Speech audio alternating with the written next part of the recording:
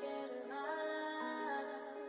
And I know you want me back, but do you know that all of the hurt from my past that you show? And I know you want me back. Hey, Yekcyr.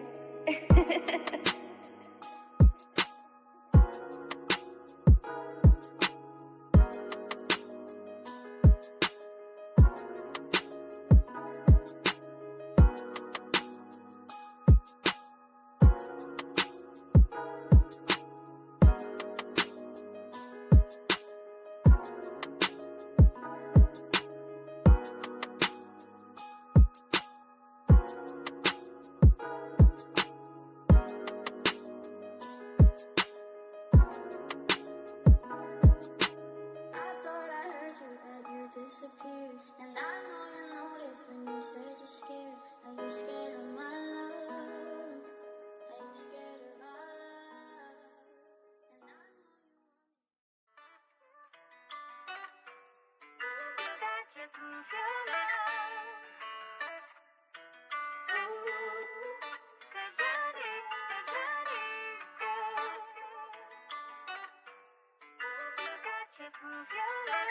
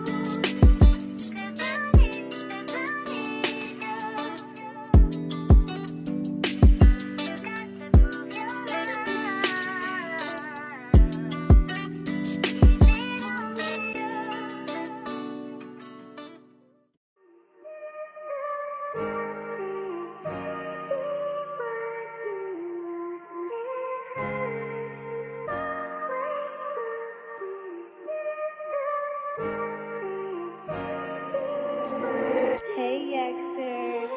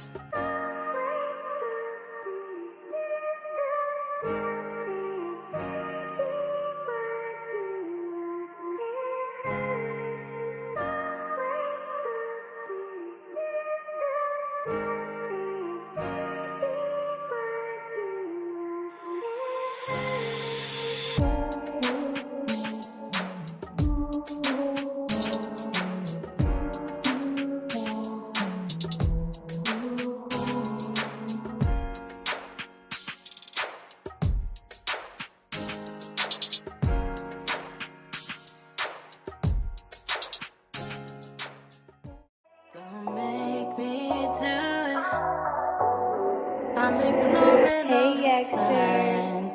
I see right through it. You're gonna make me do it. I'm ignoring all the signs.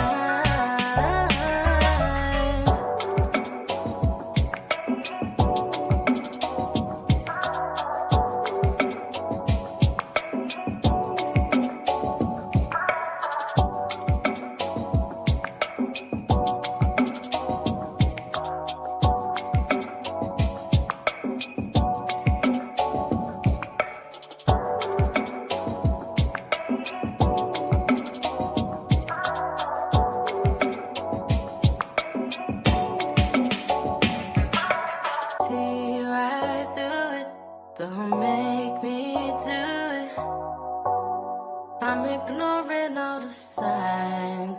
I see right through it. You're gonna make me do it. I'm ignoring all the signs.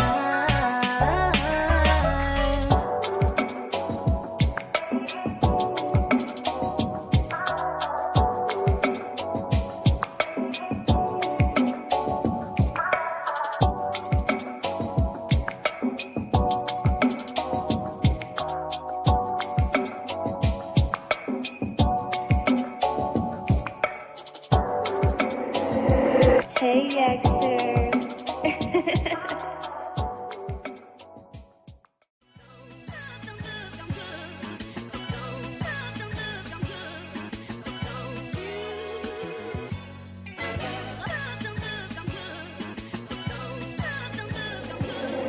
Hey, Yekcyr.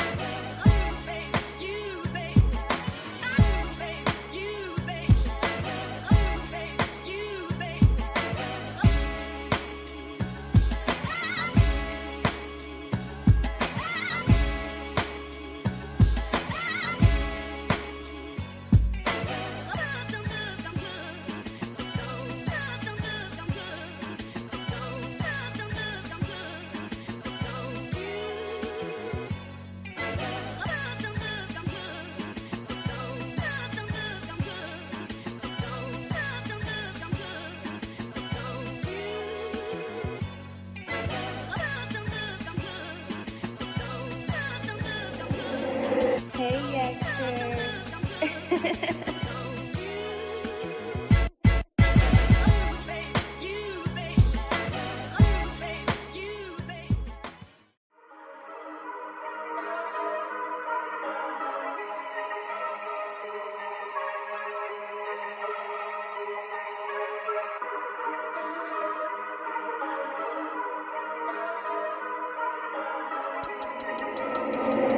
Hey, Yekcyr.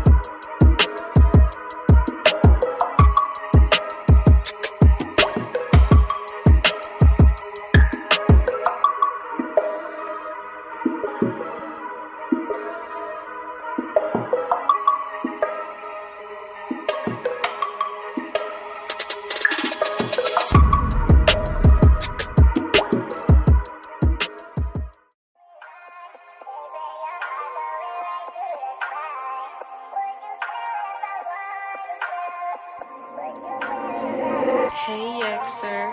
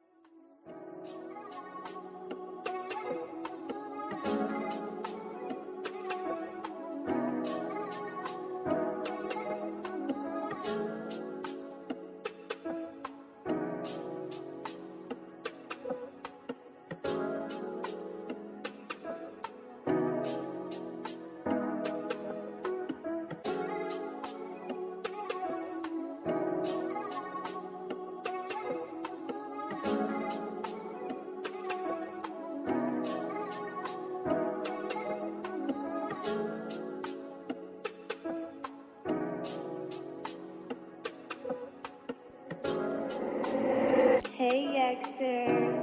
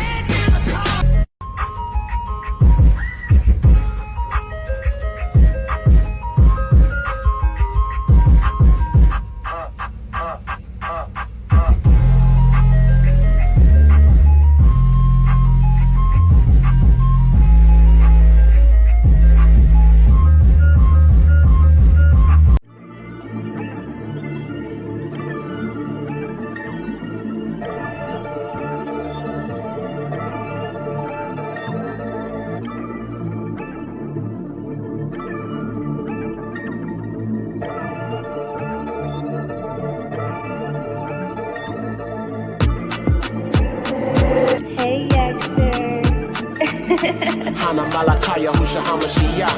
Hana Hamalaka Husha Hamashiach. Hana Malakaya Husha Hamashiach.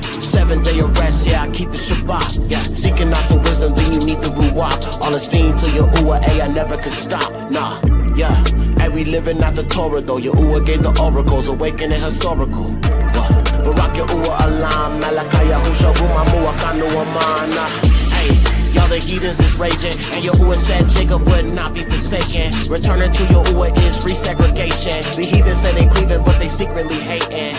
Woo! Let me go in on these boys, and there's no beard or hair on the chin of these boys. You won't get a grin or a stare from these boys. I don't wanna dare fall to the snare of these boys. Hey, I'm covered by the Lamb's blood, debts have been paid, and I'm studying out the scripture, Hebrew text on the page. Slay Goliath by the rock, all the power displayed. And that pale face, Jesus say he never can say. What? Hana Malakaya Husha Hamashiach. Hana Hamalaka Husha Hamashiach. Hana Malakaya Husha Hamashiach.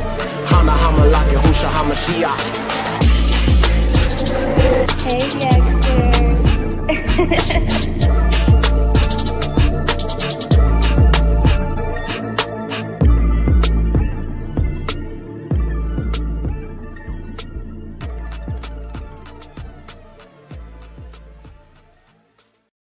I got one brother, then we grew up kids, but we there for one another. You got what I know, then we get my back, then he hit my road. You got what I know, then we get my back, then he hit my road. You got what I know, then we get Hey, Yekcyr. Ay, ay, ay. Yahudah, Yahudah, Yahudah, Yahudah, Yahudah, straight out of Yahudah. If you love Yahuwah, then you gotta keep the law.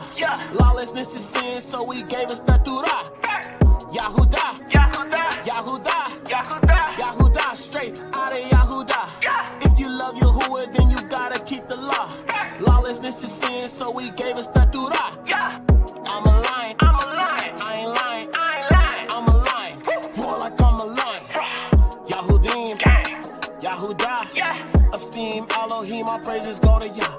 Basuda of Yahusha, Bri Hadashah, meat of the word, proceed to eat it raw. Scripture said we scattered, but now we not so lost. Not today, Satan, tell him that he saw. I got one brother, then we grew up kids, but we there for one another. You got what I know, then we get my back, then he hit my road. You got what I know, then we get my back, then he hit my road. You got what I know, then we get my back, then he hit my road. Ay, ay, ay. Yahudah, Yahudah, Yahudah, Yahudah, Yahudah, straight out of Yahudah. If you love Yahuwah, then you gotta keep the law. Lawlessness is sin, so we gave us the Torah. Yahudah, Yahudah, Yahudah, Yahudah, Yahudah, straight out of Yahudah. If you love Yahuwah, then you gotta keep the law. Lawlessness is sin, so we gave us the Torah. Read your Bible, read your Bible, read your Bible, read your Bible. Light a fire and burn all your idols. Stop listening to these pastors, read the Bible for yourself. Read it. Pork is unclean and it's bad for your health. You celebrating Christmas and Easter, but it's pagan. The people up in Israel are the synagogue of Satan. Fakers. Yahudim, Yahudah, esteem Elohim, our praises go to Yah. I got one brother, then we grew up kids, but we there for one another. You got what I know, then we get my back, then he hit my road. You got what I know, then we get my back, then he hit my road. You got what I know, then we get my back, then he hit my road. Ay, ay, ay. Yahudah, Yahudah, Yahudah, Yahudah, Yahudah, straight out of Yahudah. If you love Yahuwah, then you gotta keep the law. Lawlessness is sin, so we gave us the Torah. Yahudah, Yahudah, Yahudah, Yahudah, Yahudah, straight out of Yahudah. If you love Yahuwah, then you gotta keep the law. Lawlessness is sin, so we gave us the Torah. I got one brother, then we grew up kids, but we there for one another. You got what I know, then we get my back. Hey, Yekcyr.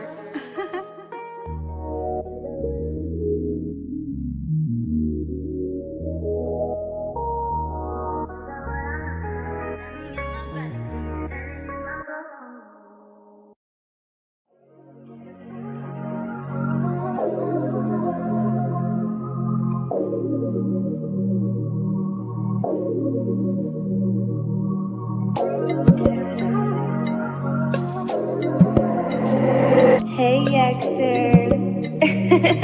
Look, yeah.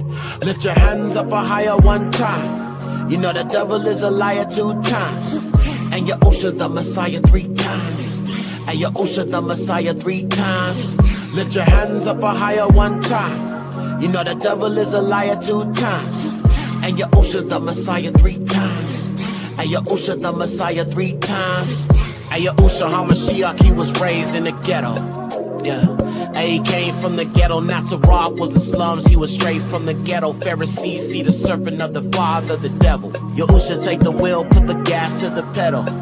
Yeah, didn't ask to be a vessel. The heathens act friendly, see the mask of these devils. And Yekcyr take the wheel, put the gas to the pedal. Lift your hands up higher one time. You know the devil is a liar 2 times.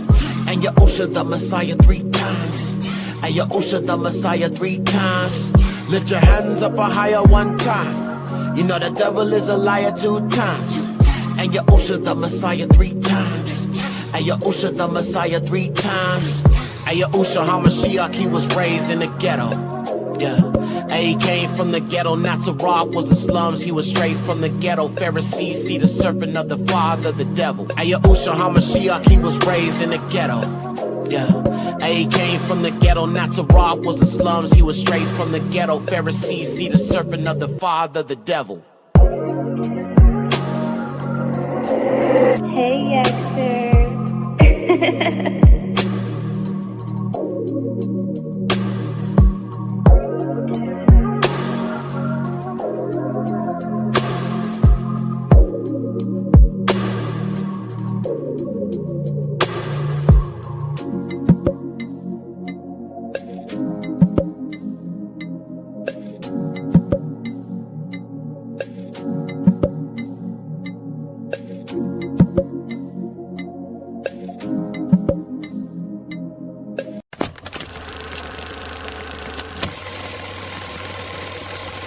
Suicidal? Ready to leave his mother? No. Nope. A mother knows her child. That's why Melissa McInnes wants St. Louis County Police to dig deeper into her son's death. He was not suicidal. On October 17th, she found Danye hanging from this tree in their backyard with bruises on his face. And this is her post that's been shared across America.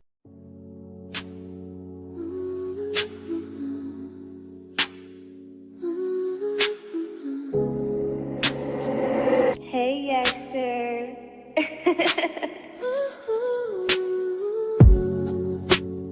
We shall overcome. We shall overcome. Someday,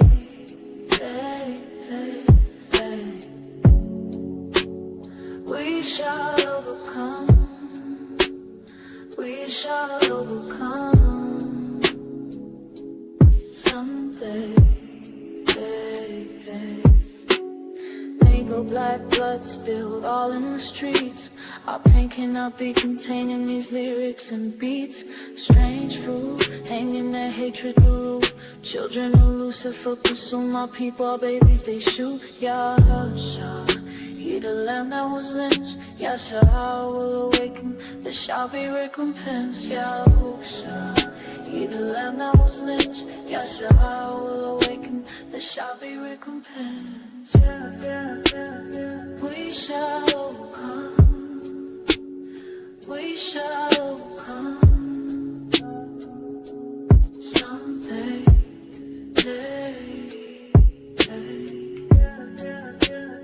we shall overcome. We shall overcome. Someday.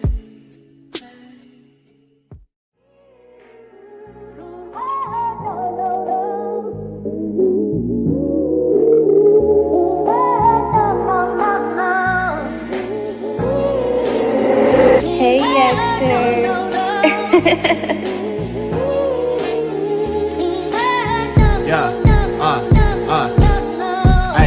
Yo, I rest on the 7th day as surely as a Sunday. One path to Yahuwah and Yahusha is the one way. Narrow path, step and stay on track like a subway. Yahusha crack the sky with the Malakim someday. Dietary laws, ain't no eating swine flesh.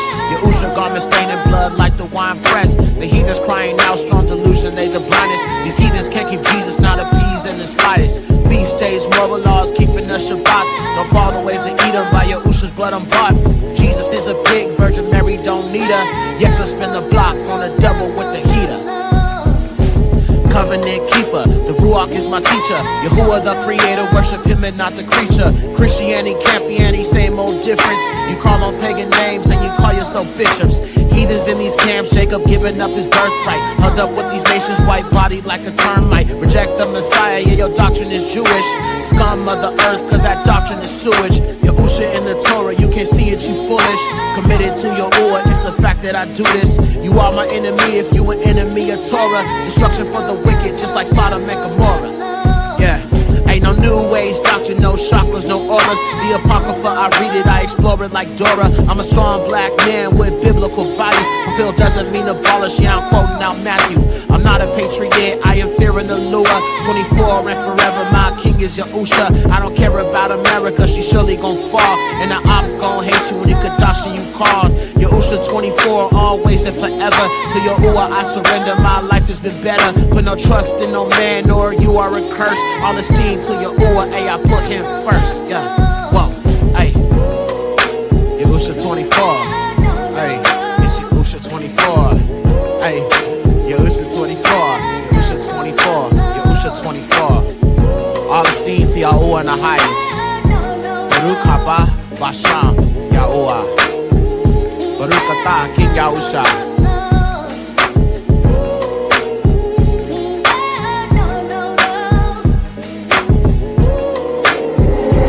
Hey,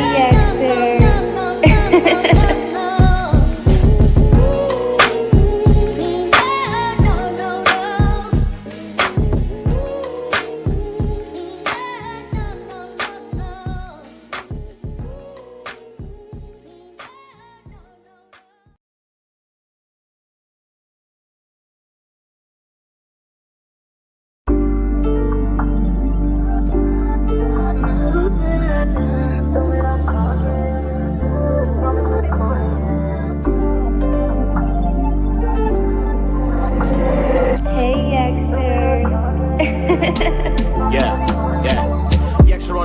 On the beat like that. The heathens is mad and it be like that. Whites always crying cause they weak like that. They feel the black man when I speak like that. Yeah. Shaggy unseasoned like ooh. Yeah. Expired sour cream like ooh. Yeah. Telling all my people that we better stop mixing. Children of Edom think they better off lynching. Caveman colonizer raped all women. How many black children are reported as missing? Pale-skinned demons always want to play the victim. Want to claim oppression benefit from the system. Deeds of their seed is laced with their venom. Recessive genes in them, I'm not talking about denim.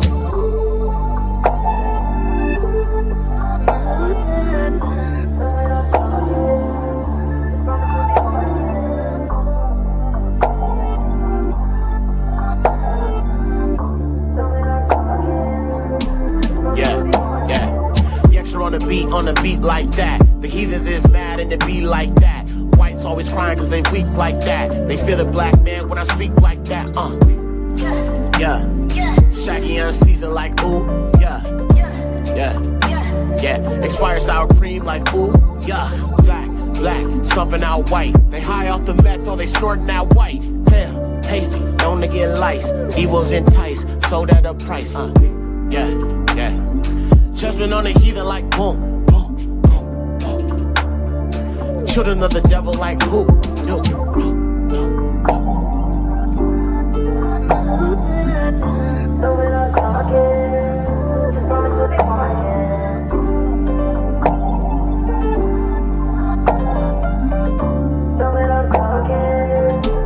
Yeah. Yekcyr on the beat like that. The heathens is mad and it be like that. Whites always crying cause they weak like that. They feel the black man when I speak like that. Yeah. Shaggy unseasoned like ooh. Yeah. Expired sour cream like ooh. Yeah. Step. Yekcyr on the beat like yeah. Let the beat ride like yeah. Yekcyr on the beat like step. Yeah. Let the beat ride like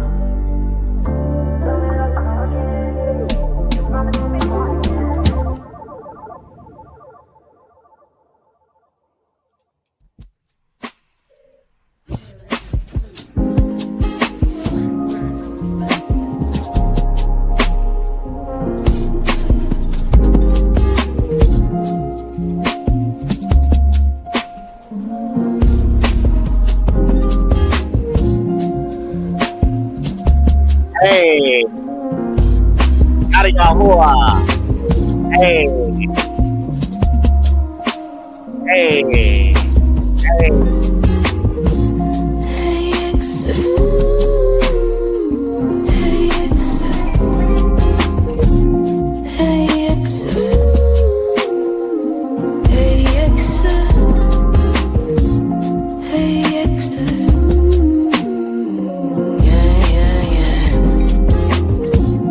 It's Yekcyr. It's Yekcyr. All esteem to Yahuwah. Hey Yekcyr. Welcome to the show. Almost ready to go. Hit the like button for show. Yeah, you already know. Dun dun dun dun.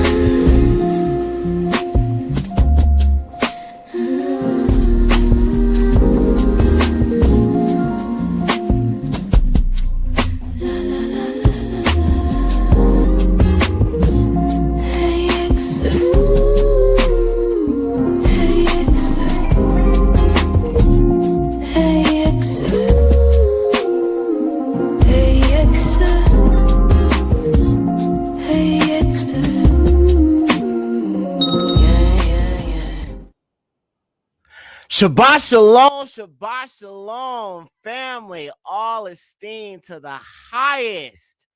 Yahuwah forever. All praises. What it do, family?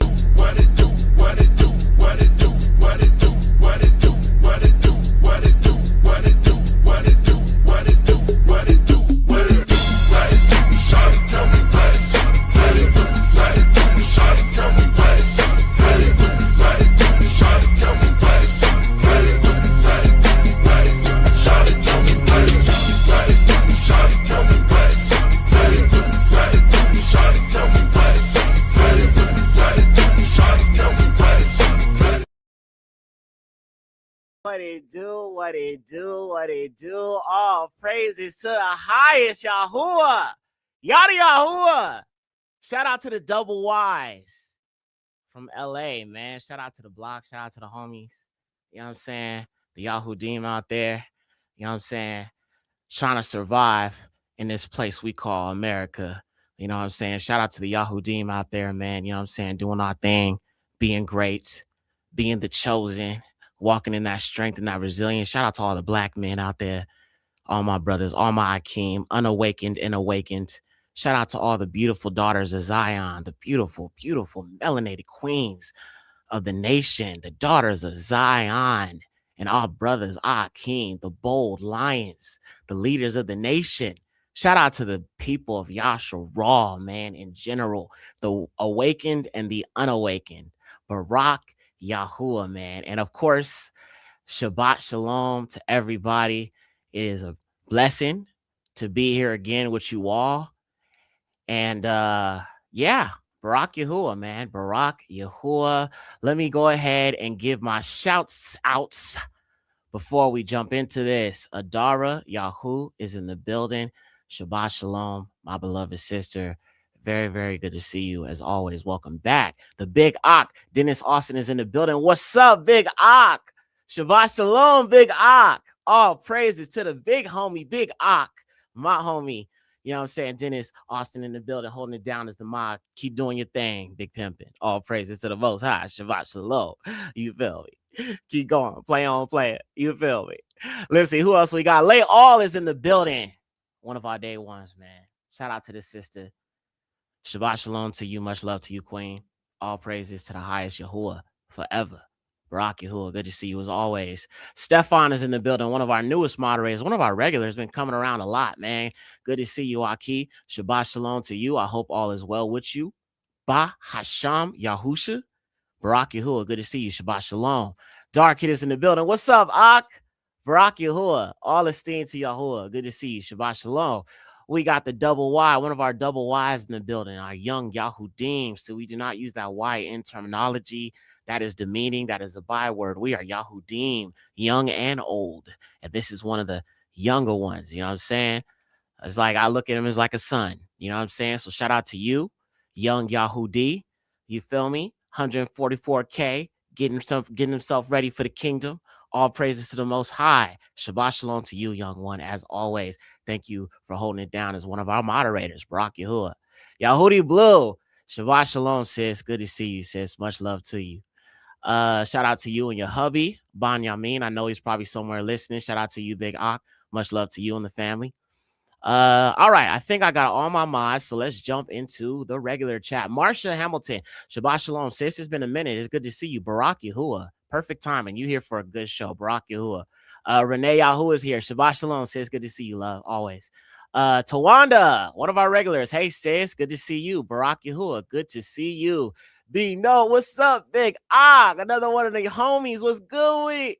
What's good with it, Cali homie? You feel me? Shout out to the Big Ak right there. Good to see you, Shabbat Shalom, Ak. Let's see. Azar Yahoo 95 is in the building. Shabbat Shalom said this is fire. Hey, I appreciate y'all, man. I haven't dropped that song yet. I'm waiting because I haven't even came up. Look. So let me just go through this real quick. So that song is a song I just made just randomly, just like the other day. I just felt like making a song, and like I premiered it. I came on here live and showed some of the people some of what I was doing with that song, and then I decided to add lyrics to it, and I'm gonna end up dropping it. It's called Lucifer's Children, and you know what I'm saying, it's gonna be a song. I'm gonna be doing an album. My next album is gonna be called Dam Hasha, Hadam Hasha Yahusha, or Hadam Hasha. Hadam Hasha means the blood of the lamb. Hadam Hasha. You feel what I'm saying? The blood of the lamb album. That's so fire. Hadam Hasha. That's so fire, bro. That's such a fire. I love Abari, bro. The Abarit Lashun, bro. I love it, bro. But yeah, Hadam Hasha, the blood of the lamb. You feel what I'm saying? So that's gonna be something that's gonna be, you know what I'm saying, being on that. But yeah, it's called Lucifer's Children. I haven't dropped it yet. Eventually I will. I'm not sure when. I'm still kind of like waiting to see how I'm gonna go about rolling it out and everything. But I've already got a video ready for it. Already got a cover ready for it. So I'm gonna probably drop it soon. You know what I'm saying? Y'all who are willing, we'll see. I'm definitely working on, on another little follow-up and, you know what I'm saying, some other stuff on the side. So Barak Yahuwah for that. All right, y'all. So that's it, man. Listen, if I didn't get you, my apologies. Bati Abaya Shara. Elder abuse, Yekcyr. I be here. You need folk on the other side. Yeah, I mean, hey, I totally feel you, sis. Like, all praises to the Most High. Well, what she said, elder abuse. Wait, sis, what do you mean? What do you mean, elder abuse? No, please don't take it like that. Please do not take it like that, sis. I did not mean it in that kind of way. We love all, you know what I'm saying, the people, the young, the old, the nation. You feel what I'm saying? As you know, of course, Barak Yahuwah. But Shabbat Shalom to you, sister. All right, so look, we got to get into this, man, because listen, y'all. There is so much I'm going to be bringing out today. This is indeed a full course meal. Okay. So I request, family, kindly. Y'all laughing at me. It's all love, sis. I know you just joking with me, Barak Yahuwah. Much love to you, sis. So listen, before I get into this though, I want to pull up a precept here real quick, okay? Now, let me just preface this and say, nothing that what I'm about to show is about race, okay? Now, I can think of a certain people who have made everything about race, okay? A certain people group who say that we're not the only people who enslaved so-called black people. There were Arabs, there were this people, there were that people. We were enslaved, so on and so forth. That's said all the time. But let me make it clear. This certain group of people who I'm going to be talking about today and their descendants, they are the first people on this earth who have enslaved people based upon race alone. Yes, slavery was not unique to this group of people. It was not unique to the so-called European. It was, so-called European. It was not unique to white people. It was done in Egypt. We know our people were descendants of the Israelites, so we were enslaved by Kemetic Egyptians. All right. We know there are African nations and Arab nations who have also enslaved us. We know this. All right. It says that in Psalms 83 that Ishmael and Moab and many of these other, melanated nations would also conspire against us, but it also mentions the pale ones, such as Edom. all right, such as Amalek, such as the Amorite, all right? These are all Indo-European peoples of today, as I'm going to be demonstrating today, all right? But this group of people, so-called Caucasians, they are the only people on this earth who made slavery based upon your skin color. Everybody else who enslaved you, they didn't enslave you based upon your skin color. The Kemetic Egyptians did not enslave us based upon skin color. The Assyrians did not enslave us based upon skin color. The whites did that. All right? All right. So just keep that in mind as we go through this. Now, one reason why I'm saying this is because a lot of people will say that I'm preaching hate from what I'm about to show today. Now, let me just make something clear here. Let me ask you guys something real quick in the chat, family. Yes, Arabs. Yes, yeah, the Arab slave trade. I did a very in-depth video about that. You got to look it up. It's deep somewhere on my channel, man. I make so many videos. But the Arab slave trade, the Saharan slave trade, it was done hundreds and hundreds of years before the European transatlantic slave trade. And it was actually worse than the transatlantic slave trade was for some of the Bantu or Bantu tribes. So you got to go back and look on that. I can't get into that right now. I did do a video on it. You got to just look for it on the channel. If one of y'all got the video link, can you drop in the chat for him so he could check it out maybe on Shabbat or something? It's a good video. It's like 4 hours, 5 hours. You know, those long docs I do, but I went deep into that. All right. So let me ask you guys all a question. Does Yahuwah put hate inside of people? Does Yahuwah put hate inside of people? 1 if yes, 2 if no. 1 if yes, 2 if no.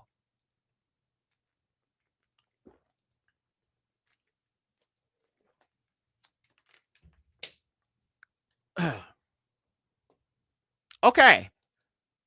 I see yeses. I see ones. He hardens hearts. Yes, he does, sister. Yes, yes, yes, yes, yes, yes, yes. Okay.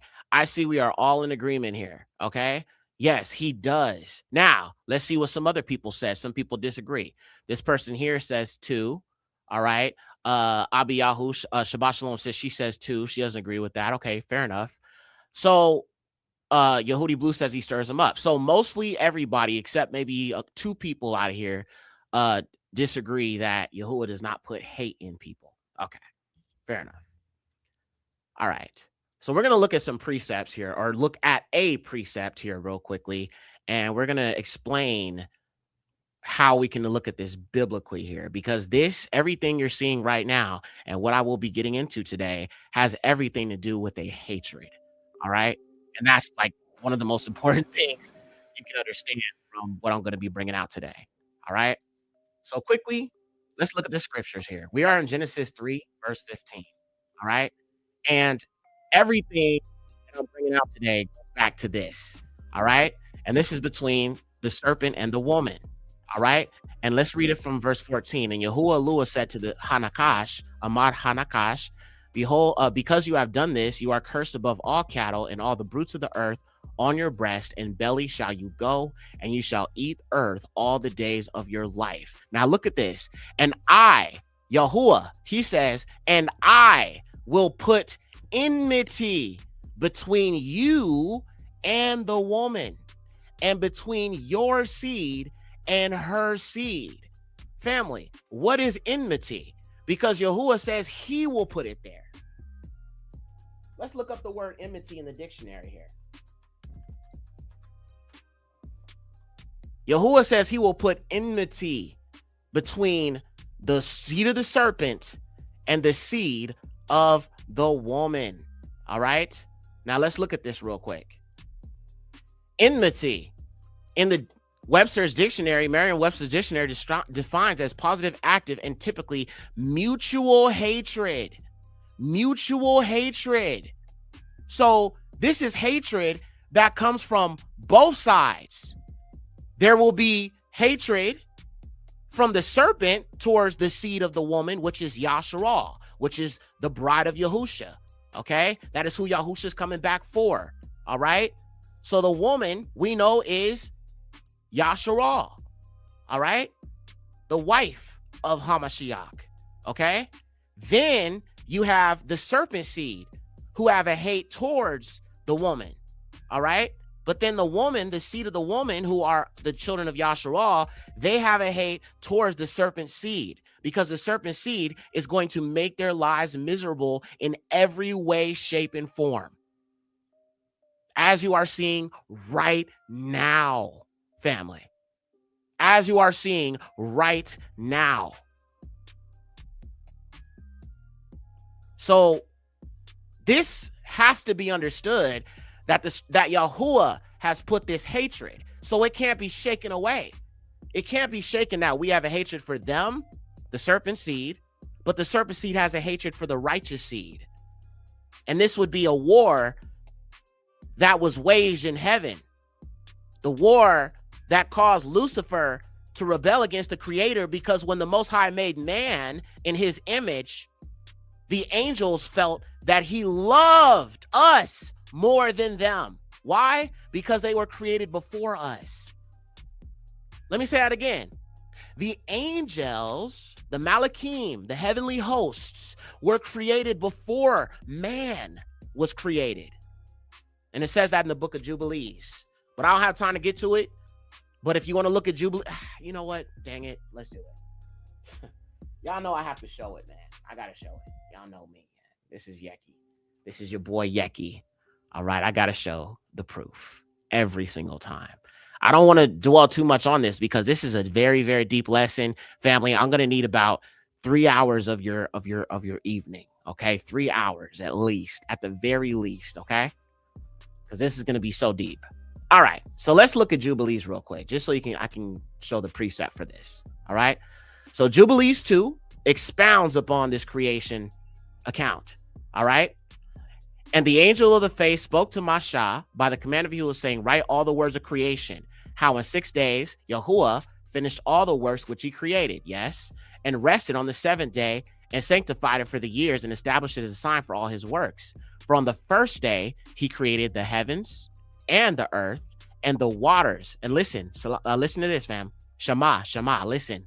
And all the spirits that serve before him, and the angels of Haphanai, the face, and the angels that cry, Kadash, Kadash, holy, holy, and the angels of the spirit of fire, and the angels of the spirit of wind, and the angels of the spirit of the clouds of darkness, and of hail, and of hoarfrost, the angels of the abysses, and of the thunder, and of lightning, and the angels of the spirits of the cold, and of the heat, of the winter, the spring, the fall, the summer, and all the spirit of the multitude of works which are in the heavens and on the earth, and in all the depths, and of darkness, and of light, and of dawn, and of eve, which he has prepared in the knowledge of his heart. So we can see here that these heavenly hosts, these angels, they were created on the first day, family. The first day. All right. So with this being said, you can understand the jealousy of Lucifer being created as one of the most beautiful creatures that Yahuwah created above all other angels, given a great responsibility and source of leadership. But then to know that man was to be created, Hamashiach was to be created, and the plans Yahuwah had for man, well, that stirred up a jealousy in Lucifer. And this led to the rebellion. The fallen angels felt like Yahuwah loved us more than them because they were here first. That's what this all boils down to. It's crazy. I know. Now, moving forward. Let's go ahead and let's get into it, fam. All right. As I said, this will be very, very in-depth. So just give me 3 hours. Hopefully we can get into everything tonight, but I can't make any promises here. All right. So here we go, fam. Aryan bloodlines. The Nazi Nephilim breeding program is what I'm going to be presenting this evening.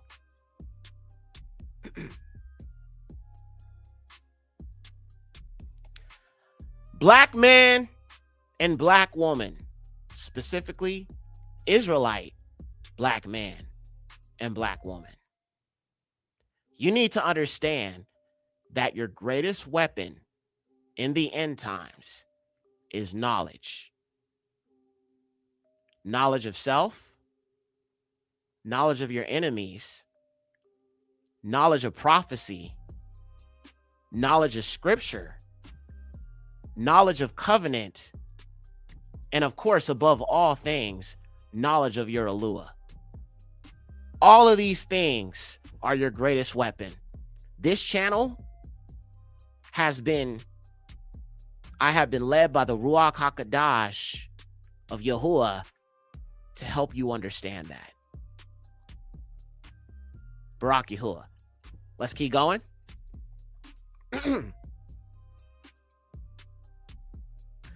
Now, as I said, we have quite a bit to discuss this evening. So this live will be 3 hours or more, possibly 4. All right. So I just want you to understand that we're going to be here a while because there's a lot I'm going to be bringing out today. All right. It'll be a very, very deep lesson, and a much will be learned indeed. Yeah. So in this episode of the Nephilim series, we'll be looking at the Nazis and their breeding program.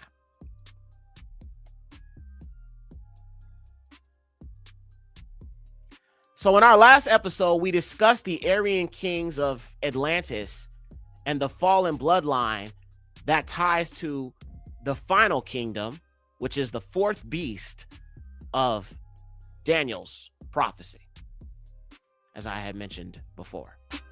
I'm going to swap out this track. Okay, wonderful.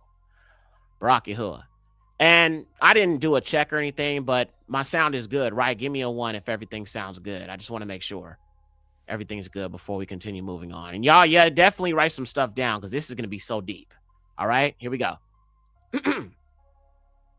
Now, as I have been illustrating on this channel, so-called whites are connected to various branches of the Indo-European tribes. So if you want to think of these Indo-Europeans, this people group, this is where you get all of these different so-called Europeans of today, such as the Celts, Norwegians, Scandinavians, the Nordic peoples, the Scottish, the Welsh, the Anglo-Saxon. All these different branches of these Indo-Europeans come from this same root, this same tree. These are all just different types of branches of this same root. All right? These Indo-European tribes are descended from the Nephilim tribes, such as the Raphaim, and in my research, date back to the wicked bloodlines of the antediluvian pre-flood world. Now, just in case you don't believe me, let me just show you some receipts. All right? Here's my first example. American Congressman Ignatius Donnelly wrote in his book, Atlantis, the Antediluvian World, and he said, did the Aryan race come from Atlantis? The center of the Aryan migrations were Armenia. Here too is Mount Ararat, or so they say, where it is said that the ark rested, identified with the flood regions representing the usual transfer of the Atlantis legend by the Atlantean people to a high mountain in their new home. The Greeks, who are Aryans, traced their descent from the people who were destroyed by the flood, as did other races clearly Aryan. Now, take a look at this. When you're understanding this, you must understand that the Aryan race and the Indo-Europeans come from this fallen angel mixing with women, creating what are called hybrids, or what they call demigods or demigods, which are half gods, half mortal. So right here, this is just a bit of a graphic to kind of illustrate this. You had the fallen angels of Genesis 6. They came down upon the daughters of Cain, creating what are called the Nephilim or Nephilim, which means the fallen ones. All right. From these Nephilim were born 3 races of giants, according to the book of Enoch. As they continued to breed, they were not as tall as the original great Nephilim. So what was born from that is what later became the so-called wild man, or the beast man or the Neanderthal. And from the Neanderthal or the beast man, the Caucasoid, came forth the modern white man. And their last final stage of this beast system is to become gods, so to speak, going back to the serpent. All right, their agenda is the same, by mixing with technology, using AI to become perfected godlike beings, known as the Übermensch in German, or the God-man, Aryan God-man, or the Overman. Everything about the end times, family, is all about a white male cope, because they are going extinct, their numbers are going down. All of that is what this is about. And we'll get a little bit more deeper into that as we continue. All right. Continuing on. Just wanted to set the groundwork there. So here's a quick scene and some commentary from the minds behind the film. Actually, I'm sorry. I jumped too far ahead here. So we're going to talk about this movie here. How many of you guys are familiar with the film Prometheus? Prometheus is a film that is part of the Alien franchise. All right. I'm sure some of you guys know this film. I watched Aliens when I was young, was pretty much a fan of it. But in this awakening, this Israelite awakening, I've come to understand there's a lot that this film reveals about the fallen seed, about the Indo-Europeans and these fallen descendants. If you've ever seen this film, just give me a 1 in the chat, or have heard of it. Okay. Yeah. Wonderful. So you guys are familiar with this, seen it several times. I've seen it here and there. Got you. So in the movie Prometheus, you have these pale-skinned Nephilim-like aliens called engineers who claim to have created humanity. All right. And that's what you see right here on your screen. And then you have this android here, this Nordic-looking android who has blue eyes and blonde hair. He communicates with them in a Proto-Indo-European language.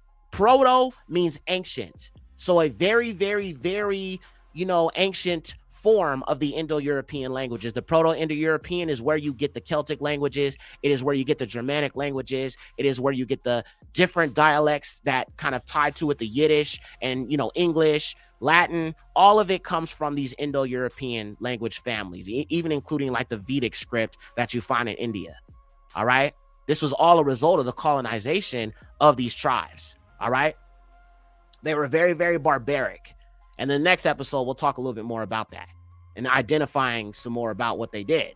But let's keep reading. So it is this android is communicating with this fallen being in an Indo-European language, which is an ancient language that birthed many Indo-European languages of today, as I said, like the Welsh, Germanic, English, Latin, Greek, Vedic, so on and so forth. So I'm going to go ahead and I'm going to play a video here of this Indo-European thing. So here's a quick scene and some commentary from the minds behind the film and the truth of the language that this creature was speaking being an Indo-European language. So let me go ahead and pull that up for you guys real quickly here. Itai, kuntum, brachtu, stars jasend. Ja hadden verstate, dat we kredastent. Va vuleteva, var gurnonaya. What did he say? He asked to know why you're here. David, continue. Tell him why I came. Idrach manamai, jana mortu steda. Kuiva, on itam sostater kreda. Uar nonem, ide marium kat kai karste. What did he say? What did he say? I told him you wanted to live forever. He asked why.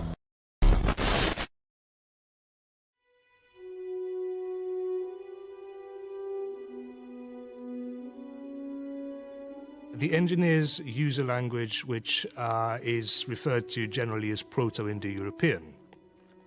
Proto-Indo-European is the language which is hypothesized as being the ancestor of all Indo-European languages. Just as German is related to Dutch, Dutch related to the Scandinavian languages, all of those languages related to Celtic languages, all of which are related to Greek, Slavic languages, Indic languages of North India. they have to have had a common ancestor, otherwise you can't explain the fact that they are related one to the other. And this hypothesized ancestor is referred to as PIE, P-I-E, Proto-Indo-European. And Ridley was quite keen to make a connection between the language of the engineers and the oldest possible hypothesized speech.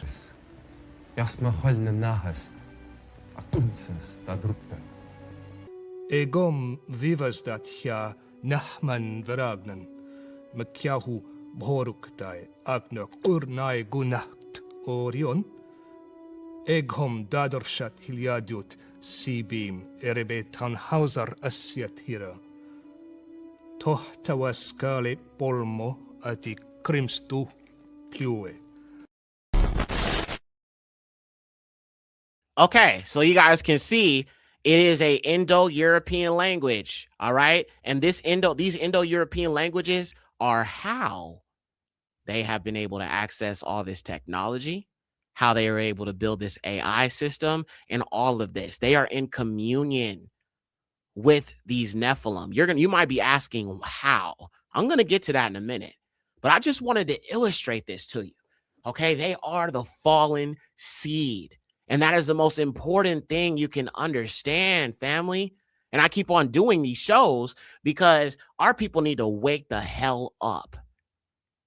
All right? For real. In truth. 100%. And so, you know, we're doing this because it's just important that in these end times, because I'm looking and I'm seeing the signs of these end times. But if you don't understand the prophecy, you don't understand what's really going on, it's going to go right over your head. All right? So let's keep going because we got more to get into, but I just wanted to preface that. All right, here we go. Now, here are just a few examples of the evidence that there is a fallen seed amongst us. Oh, yes. Now, if you look at the far left, you can see the Rothschilds. Look at this. Look at the cone head. All right. Look at those skulls. These are beings that existed in the pre-flood world. The antediluvian world is what it's called. Prior to the flood. And you can look in the second row, in the middle, and you see a child with 6 fingers on each hand. Now, the king of Og of Bashan is described as having 6 fingers on each hand and 6 toes. Oh, there's been a genetic corruption that has taken place, proving Genesis 6 to be true, proving the Bible to be true. The only problem is you have all these Indo-Europeans talking about Genesis 6, but not even connecting it to it being them. Yeah, they'll admit that the fallen were Aryans, and I'm going to show evidence of Indo-Europeans themselves telling you this, but they refuse to acknowledge that they are the fallen seed.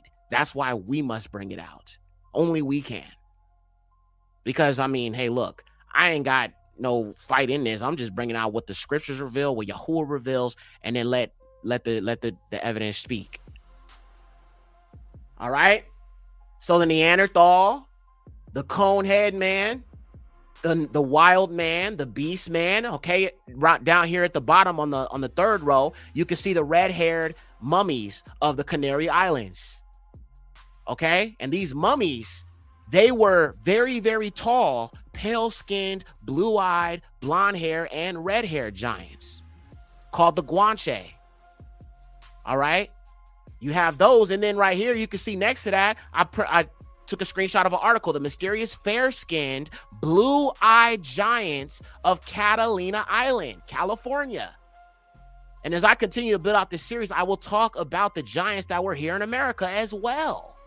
You had giants in Africa, you had giants in Asia, you had giants in America, all over the world. In Europe, clearly, look at all the stories of the Indo-Europeans about the giants. Look at if you think about Odin, very much connected to Hitler, very much connected to Theosophy and the Nazis.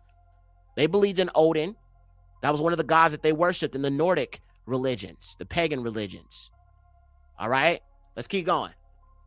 Just wanted to show you guys a few visuals to show you that there is evidence of this. All right, let's keep going. Now, here's just a little bit more proof. Okay, in the top left of the screen, the Guanche were the tall native inhabitants of the Canary Islands. They were about exterminated by the Spaniards at the start of the 15th century. According to the Encyclopedia Britannica, Guanche are thought to have been of Cro-Magnon origin and had blue eyes or gray eyes and blondish hair. These ancient mysterious people also left stone pyramids and mummified their dead. Where did the Guanche came from? You know where they came from? Because they were in the continent, Atlantis. And the remnants of those nations Yahuwah told our people to wipe out in Deuteronomy 7, those were remnants of these Raphaim, which were these Guanches and some of these pale-skinned Berbers you see with the real bright eyes. All of them are connected to the Indo-Europeans, the Hittites, the Hivites, the Jebusites, the Amorites, so on and so forth. All right? Also, you can see here that there's an article that says next to the girl with the really bright eyes, who's one of these Berbers, all right? And it says that the Hittites, according to archaeology, as of 1900 BCE, were Indo-European people. Yes, these were the people the Most High said wipe out and show no mercy to. Make no marriages with them, any of that. Renee Yahoo says, were the Berbers originally black? Yes, they were. The Afro-Berbers. But these pale-skinned ones are the fallen seed who have intermixed with some of those black, darker skinned Hamite tribes. Okay. They intermix with them, which is why some of them are more brownish complected, because they're mixed. But yes, the original Berbers were black. They are descendants of the original descendants of Ishmael, as well as the sons of Put, Canaan, Libya, so on and so forth. All right. So let's keep going. Now, one of the most important things to understand is the Indo-Europeans are seeking to reach a state of godhood because they believe that they come from the divine bloodline of the gods, who we understand as the Nephilim, hybrids born from unions with the daughters of Cain and fallen angels referenced in Genesis chapter 6. Now, one important thing to understand about these Nephilim has everything to do with what you are seeing right now, especially in America. Let's look at Enoch.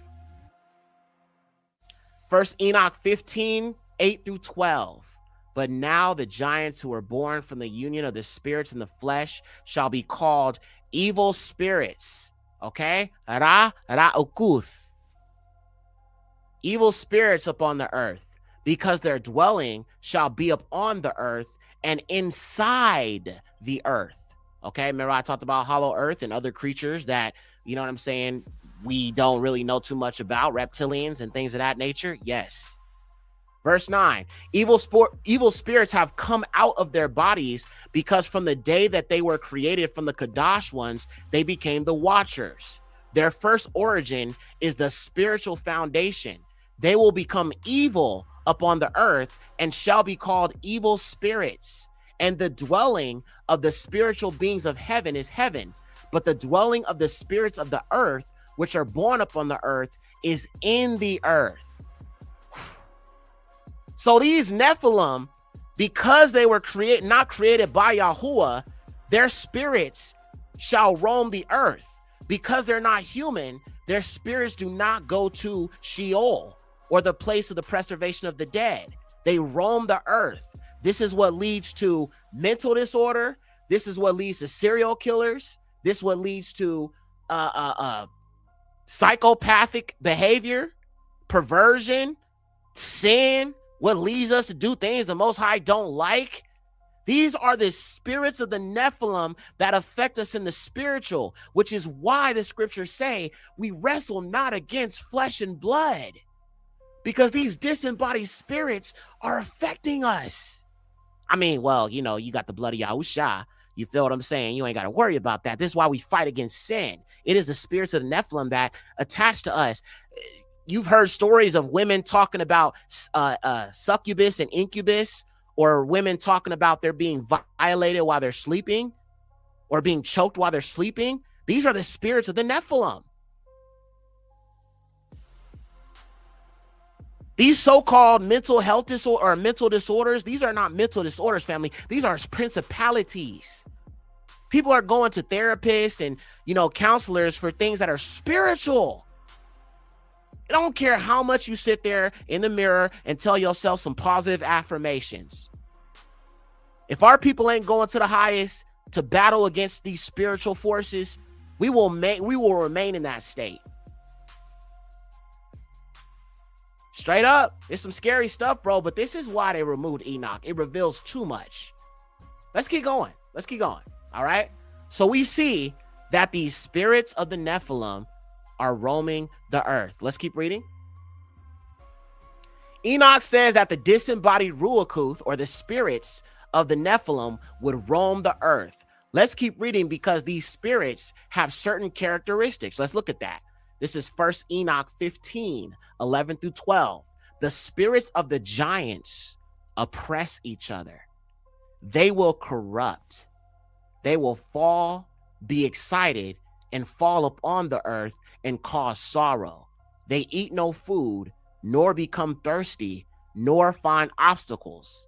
And these spirits shall rise up against the children of people and against the women, because they have proceeded forth from them. So these spirits are oppressive, just as the beings that they came from. So why is it there's a certain group of people who have a propensity and a proclivity to oppress, colonize, and subjugate? Oh, it's about to get really, really, really, really deep. Hit that like button. All right? Hit that like button. You ain't going to get it nowhere else like this. So these spirits are affecting people and causing them to oppress others. Let's keep going. Enoch says that these evil spirits would roam the earth, oppressing their own children, as well as all who dwell on the earth. This links us to various mental health issues, psychopathic behavior, schizophrenia, hallucinations, drug addiction, etc. Why is it whites have the proclivity to colonize, grape, steal, and start world wars and slay the innocent? This is where it gets really, really deep. Pay attention, family. These evil spirits affect them much more because they are direct descendants of these Nephilim.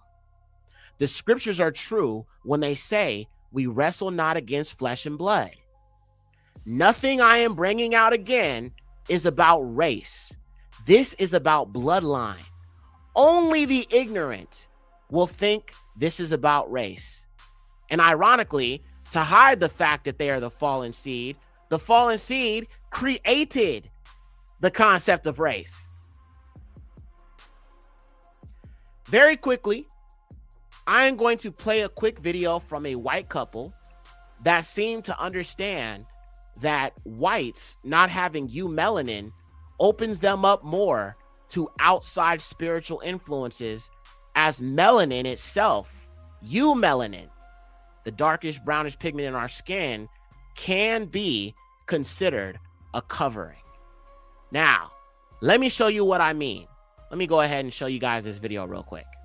There is a special, do you want to explain the special about melanin and how it protects the cell, the DNA inside the nucleus? That's very important. Part of the reason you can't do these experiments, where there's a lot of melanin around, the melanin actually in a lot of people, in black people, it's actually spread out through the skin. It spreads out through the cells and covers everything from the actions of the ultraviolet light. There's no doubt in people with higher melanin, natural higher melanin, that it's far more likely that that melanin will be coating the nucleus, the cell wall of the nucleus of the DNA.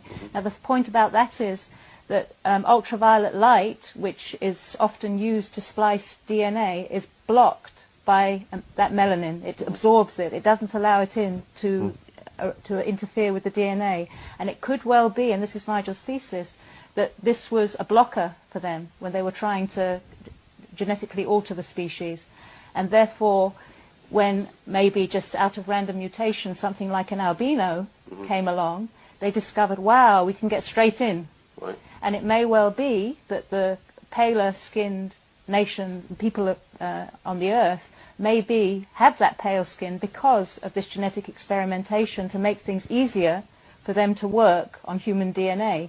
And in fact, Professor Steve Jones argues that this thing about vitamin D being, pale skin being there to allow vitamin D to be absorbed and so on, all these theories about why pale skin happened in the first place, he believes it's not an adequate explanation. There is no real explanation or justification for the need for pale skin at all. Yeah, because I think if dark skin is always an advantage in every circumstance. Right. Because most people would just automatically assume, well, they went to live in the north where there's less sun, yes, so therefore their skin changed colour. But that's not the case. According to Professor Steve Jones, an eminent professor of biology, that is absolute nonsense. Right. Okay. There's just no reason at all for pale skin. You would want to absorb more light, and I mean, why did we lose hair if we came to a colder climate, etc. Yeah. So obviously something's wrong with that idea. Right.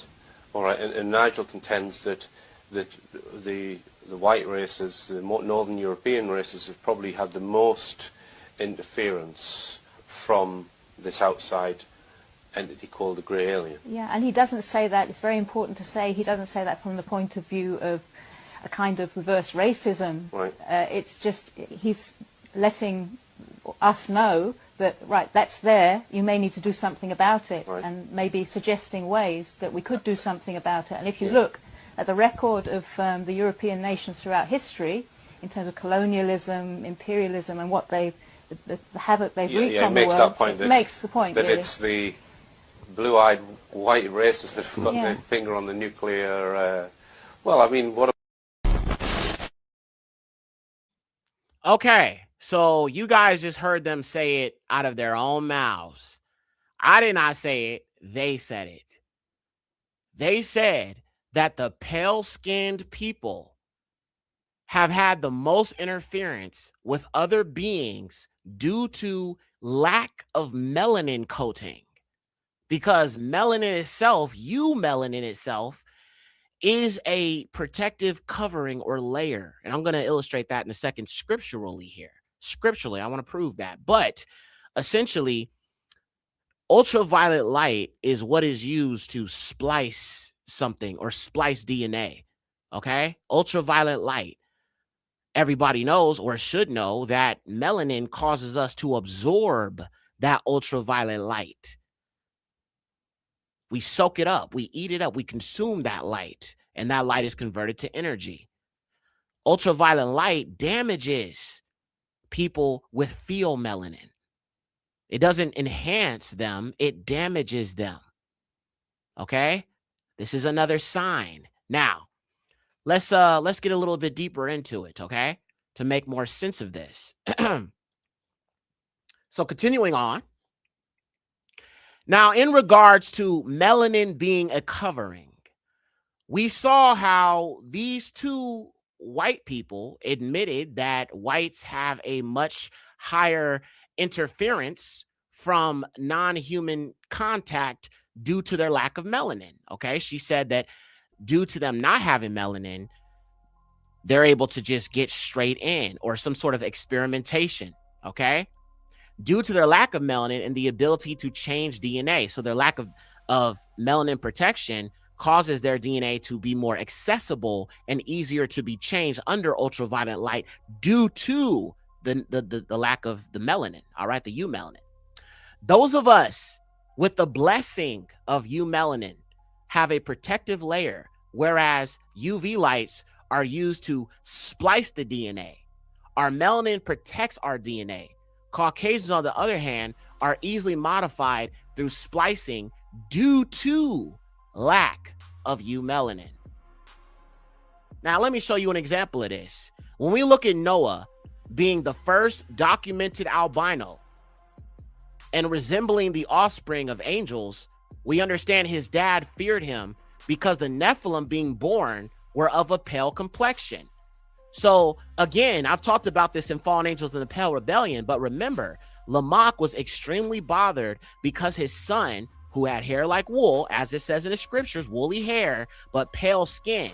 So if he looked at that child and said he looks like the children of the fallen, that is telling you right there in the text, Enoch 106, that the children of these Nephilim, the descendants of these fallen angels, were white. They were pale skinned. Noah looked like them because he was extremely pale, considering he was albino. That gives us a very definitive clue that yes, the fallen seed has been marked with whiteness, pale skin. All right, let's keep going. We understand his dad feared him because the Nephilim being born were of a pale complexion. And after Noah is circumcised on the 8th day, his melanin is restored. Now let's look at that because we got to get that precept. So let's go ahead and look at that real quick here. I should have it. Hold on. I thought I had the slide pulled up here. Hold on, y'all. Give me 1 sec. Okay. So I'm going to pull up this slide and I'm going to show you guys a few scriptures in regards to this melanin being a covering. All right. So let's look at this.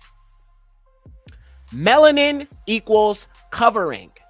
Writings of Abraham, chapter 9, verse 1.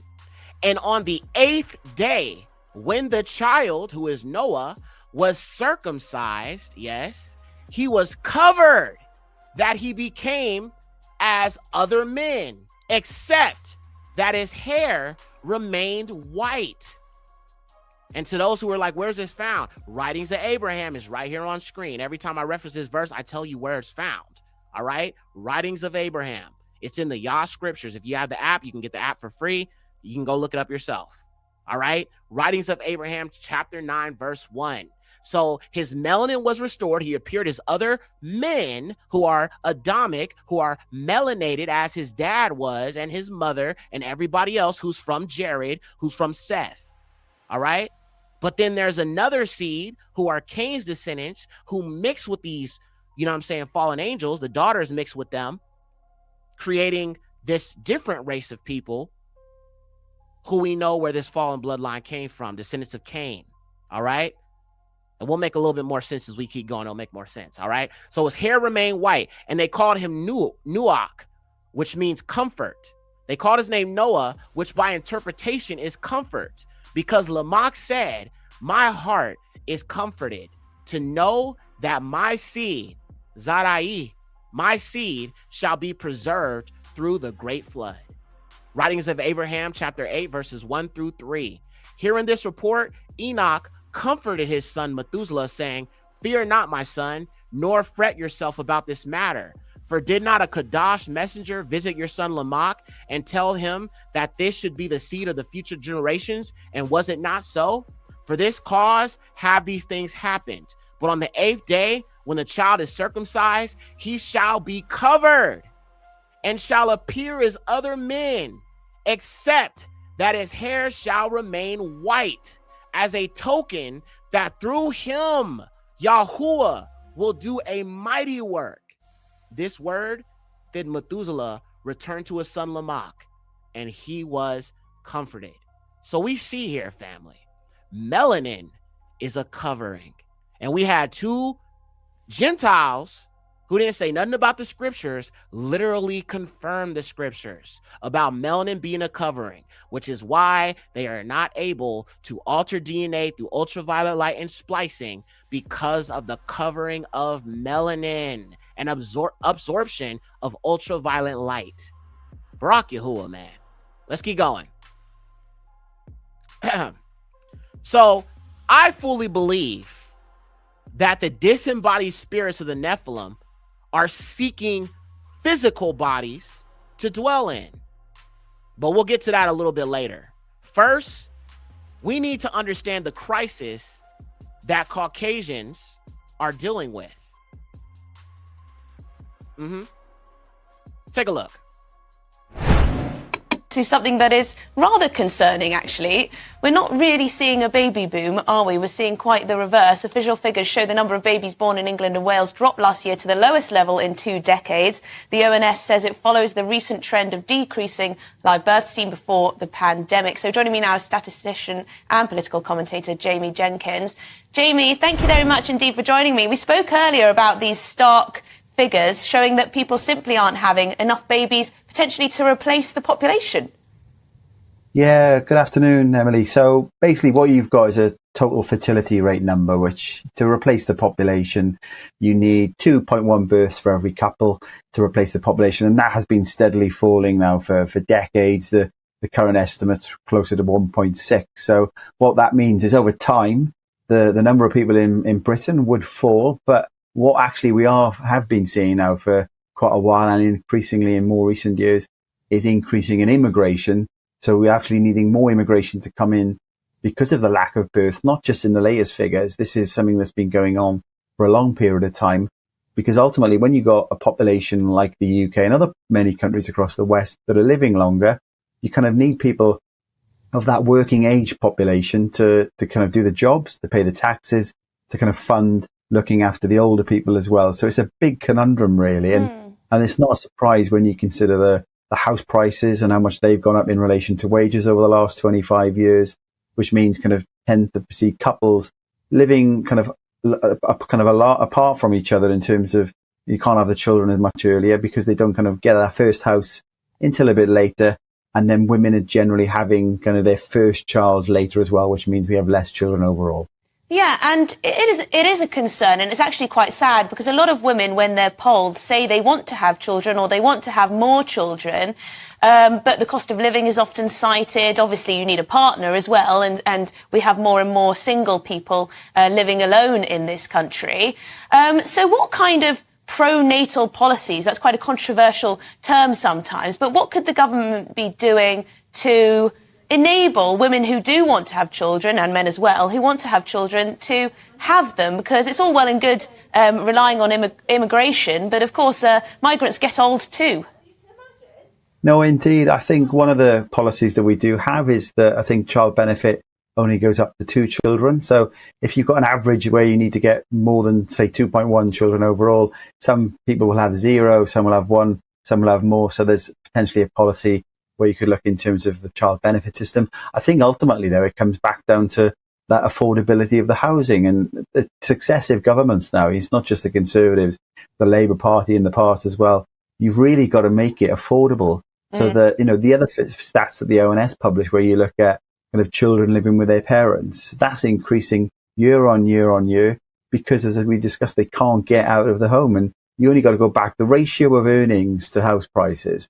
So that's when you look at the average house price to earnings back in 1997 was about 3.5.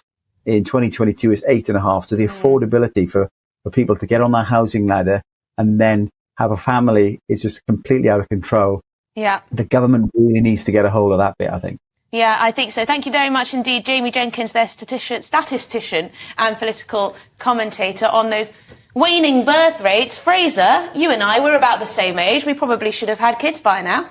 If we were our parents' generation, then yeah, that's true. I mean, it's interesting because for decades, you know, environmentalists were telling us that the big problem was overpopulation. There's too many people being born. It's going to starve the earth of resources, all that nonsense. Now we have the exact opposite issue. This is not just a British problem. This is a global problem. We are predicted to see a massive decrease in the global population. So even there, you know, we're talking about immigration. How long can that plug the gap? Because it's only going to be Africa really that is going to be growing in population numbers in the coming decades.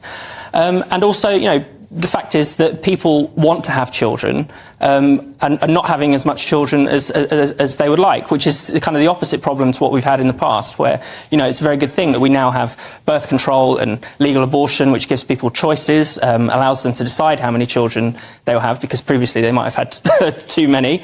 But now people aren't having enough, and I think the housing thing is probably critical to that. I think there's definitely some truth to that, but of course if you partner up you'll have cheaper rent per person at least, but then there's of course maternity pay and all of that to think about, paternity and all of that, where people don't have a lot of money to keep themselves going while looking after a baby. Scarlett, something that came out of these statistics is that foreign-born mothers seem to be doing quite well in rearing children. So why would it be that British-born mothers aren't cracking on? Is this something about being in the work, more likely to be on the career ladder, maybe? I don't know.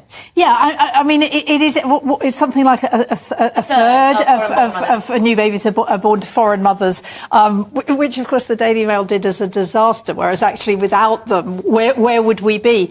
I mean, I think there's a tendency, for people from certain countries, I mean, sort of South Asia, for instance, to have larger families, from Africa to have larger families. So I think, but I mean, if we go back to why aren't we doing? I mean, one of the reasons, surely, is childcare, is women being worried that they can't actually afford to go back to work, that they'll be. So they have to think about their career. I mean, and the other is frankly the 2-child rule, which means that if anything goes wrong, you don't get any money for the third and any more children. So I don't know why that would mean why foreign-born mothers wouldn't be so important. No. But I'm talking about in general. I mean, foreign-born mothers, obviously, they come over here quite young and come over here and have children, and they come over here to make a life and to have a family, whereas those of us who are born here think very hard about having a family. Yeah, I think I can only speak of my demographic. But yes, 10, 20 years ago, a lot more of my friends who pursued different things, different careers and whatnot, probably would have had more. There would be more children kicking around. And I do think it is women putting their careers much, put it at the top of their priority list, not finding a partner till much later. These are all cultural things that don't necessarily have anything to do with the cost of living or cost of housing. Yeah, and I think one cultural thing that's often overlooked is the amount of pressure there is on parents these days to be the perfect parent. So, you know, if you think about, if you give an example of a woman who's a career-driven woman, she's supposed to have it all, she's supposed to have the perfect job and be the perfect parent. Parents are blamed, you know, they're told, there's all this nonsense about how the early years are critical to a child's development. You know, if you're a mother, you have to breastfeed the child constantly, you have to, you know, constant care, all this stuff, which is, I think, a bit bogus. But people feel like, you know, people have had children during world wars. People have had children during much poorer times than now. You know, relatively, even if you're struggling in London, you know, you're struggling to make ends meet, you can't afford your rent, that you're still better off than, you know, 99.9999999% of the population who have ever lived. And yet we feel that we can't, you know, we're not secure enough to have children. There's a lot of truth to that. And I think this is quite controversial, but I think probably quite a lot of middle-class people in their late 20s, early 30s probably don't want to give up some of their luxuries or niceties. So, for example, you know, taking trips when they like, or being able to spend their money on dinners out, or, you know, luxuries like that. Yeah, I know, but then you get to 38 and you're thinking, oh, God, can I still have a kid, you know? Yes, I know. No, I mean, I was sort of the opposite, was that suddenly I got these incredible maternal urges for both my children, and I would have done anything to have, but even though the first one was a complete accident, but the second one was planned. Too much information, Scarlett. Yes, but I mean, I just think, and when young women say to me, okay, so there was somebody in the chat that seems to have an issue with the information that I'm bringing out. Listen, let me just say this from a biblical standpoint. Time is up. All right? So get mad, stay mad, be angry. This is not hate. This is facts. This is scriptural facts. There is no way around it. And you're seeing it in the news clips, in the, you know what I'm saying, Operation Mockingbird controlled narrative media. They know what it is. And what they're trying to do is they're trying to paint it as everybody suffering from this problem. But that's not what it is. It is a certain group of people who are being affected by this. And time is up. Time is up. All right. Y'all have ruled for I don't know how long it's been going on, but you know what I'm saying? That's over. You feel what I'm saying? So just keep that in mind. Ain't nothing gonna change it. Ain't nothing you can do about it. Just accept that that's what it is. The Most High has set that expiration date, and He's activated it. There's nothing that you can do to stop it. Period. These low birth rates are a big part of understanding the grand scheme of these end times. Notice the language being used in these videos. I'm going to show you one more example of this. This is what it looks like to be unshakable, ladies and gentlemen. Let me explain that. Young men, we're just going to cut right to it. If you want to be an immovable mountain in your life, if you wish to be a strong alpha, I beg you, find a woman, fall in love, get married, have more children than you can afford, have insane amounts of kids. There's nothing the world can do to shake you if you do those simple steps. And if you acknowledge that God loves you and has a purpose for your life, that's it. That's it. And you are immovable, unshakable.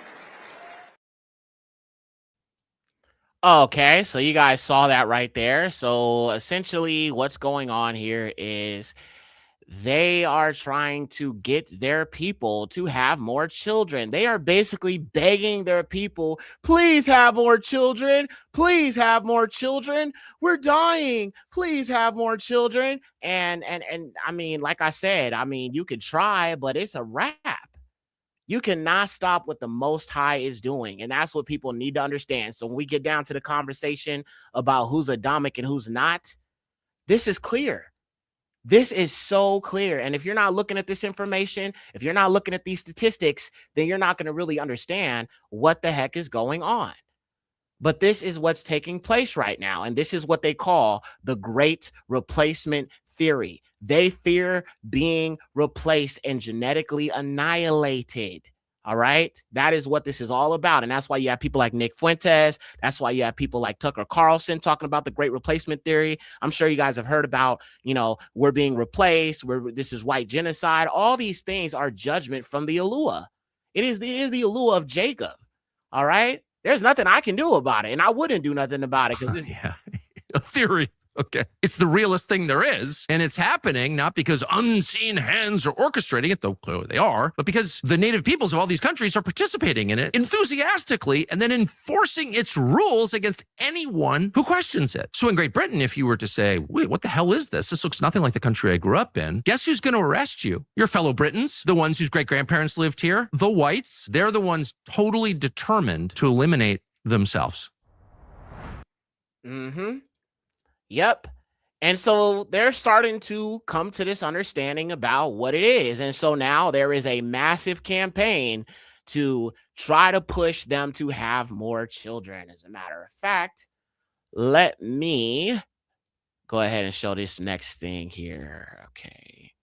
All right. So I showed you that. All right. Actually, you know, we're going to keep going because we still got a lot more to get into. But I just want to show you that in order for man to save man's self, man has to merge with technology and use, or mankind is what I should be saying. Mankind, not man, but mankind has to merge with technology in order to save himself. This is an example of a people that are marked for judgment. All right. Marked for judgment. And so what do they got to do to survive? They got to breed with the Adamic race. So if breeding with them is a sin, it's because the Most High don't, and they got to breed with you to survive, then the Most High doesn't intend for them to survive. So stop sinning and breeding with them. I'm just saying, just being honest with you. All right. Scripturally, got to look at these things from a scriptural perspective. All right. Okay. So we looked at that, and we looked at a little bit about this whole crisis that they're dealing with. Let's keep going. Now, let's talk a little bit about what's coming in their effort to try to overcome this issue or this crisis that they are currently dealing with. All right. So this is from a book called Nationalizing Sex, Fertility, Fear, and Power by Richard Taubman. And this is an abstract from chapter 4. And it says chapter 4 investigates the birth of a new era, the Golden Age, in population politics in the years 1870 to 1945, focusing on France, Germany, and the Russia-Soviet Union. The militarization and securitization of childbearing are explored to reveal how and why governments of all stripes chose to manipulate the breeding habits of their people in the name of the greater glory of the state. The chapter explores the creation of Mother Day as a national holiday, the execution of a woman in Vichy, France for having performed abortions, the Stalinist Medal of Maternity for women who had large numbers of children, and Nazi SS breeding camps where the German elite could pair with young women willing to fulfill their patriotic procreative duties. So basically, what this is saying is that there came a time in Germany where they had low birth rates, like right now. And so what did they do?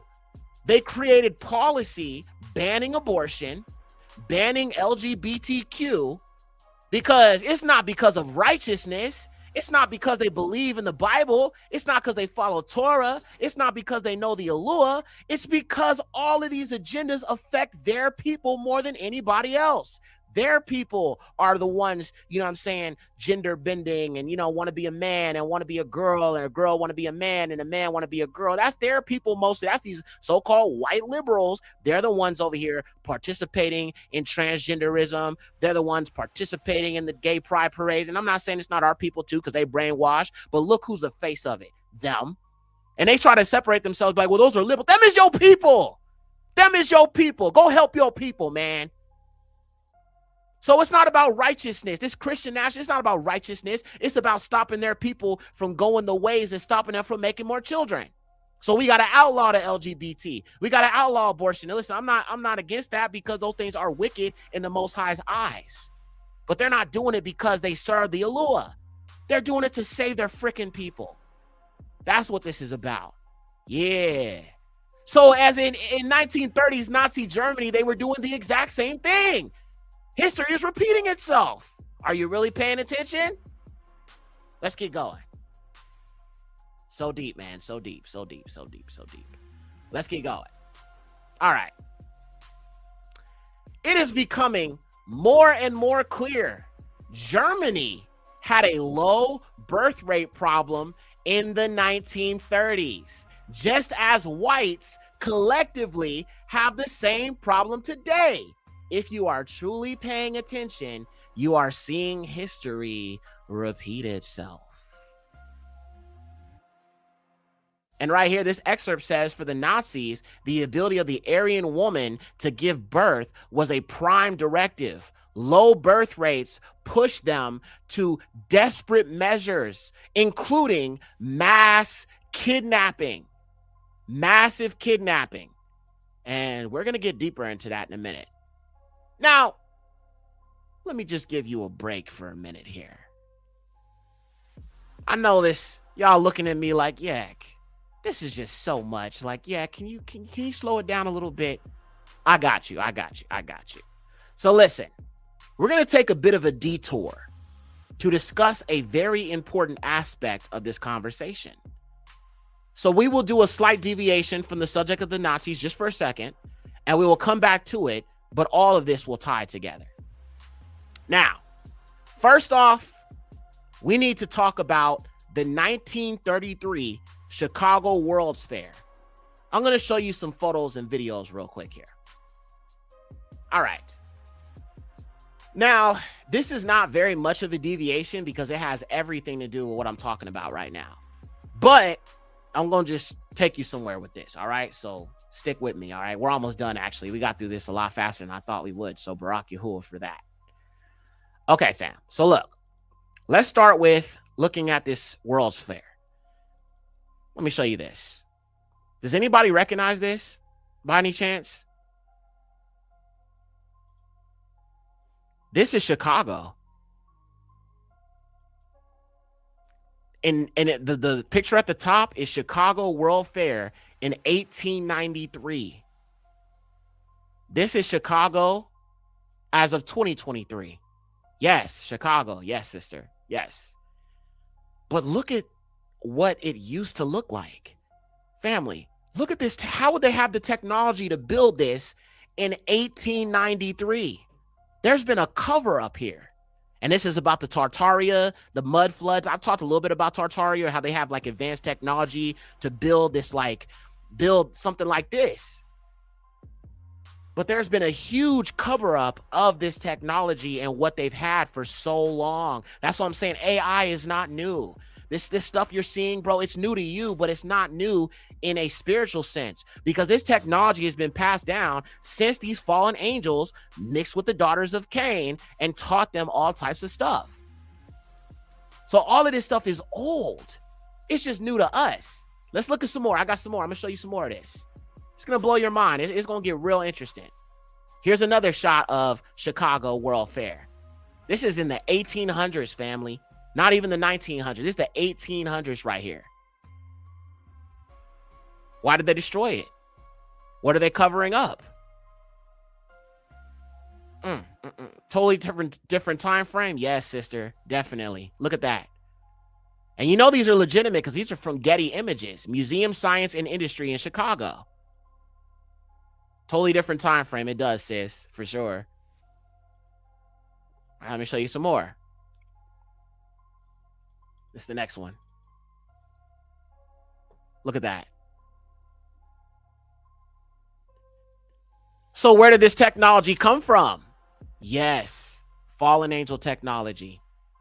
Fallen angel technology. They need you to believe that this stuff is in its infancy when it's not.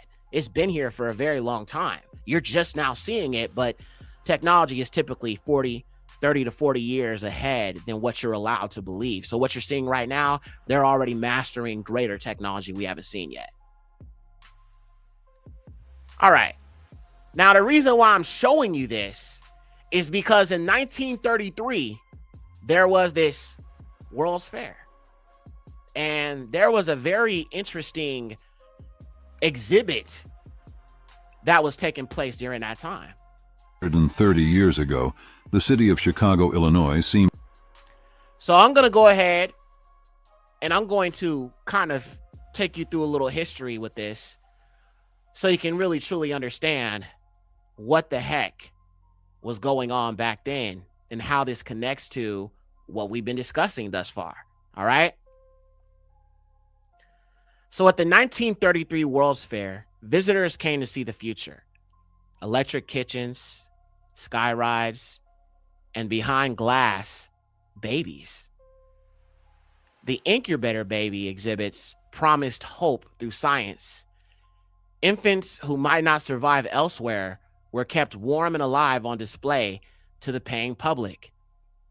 At the 1933 World's Fair, one of the most popular exhibits was a live display of premature babies in incubators. Dr. Martin Coney's exhibit saved countless lives, pioneering neonatal care, but it also presented a very powerful and provocative image.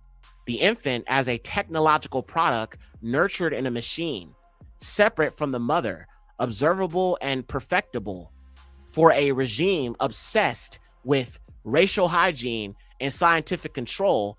This image was potent, and it suggested that life could not only be saved, but could and should be curated and optimized from its very first breath.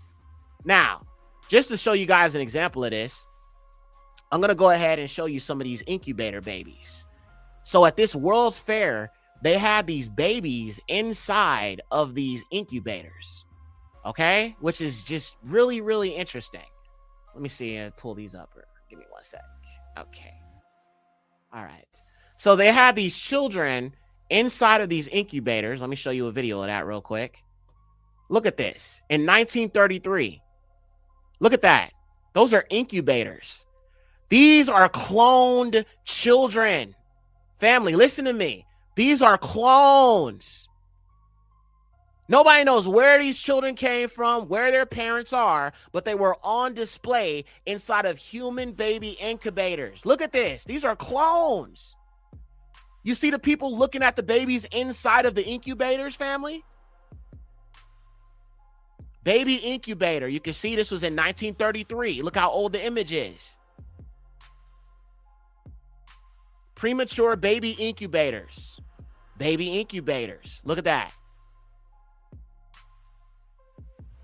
Crazy work, y'all. Crazy work. Crazy work. The baby incubators on the pike. Yep. See that? They had signs. These children came out of nowhere. Nobody knows where they came from. There's a bunch of orphans on a train, and they all look the same. And guess what? They're all white. Family, could this have been some way to bring back the Nephilim children? Could this have been a way to bring back the fallen seed and the reemergence of the Aryan God-man, as Hitler failed to do back then because he didn't have the technology to do it, but they do now? Oh, this is the answer to their low birth rates. They need the fallen seed technology. They need it. Some of these children were put to work, working in factories.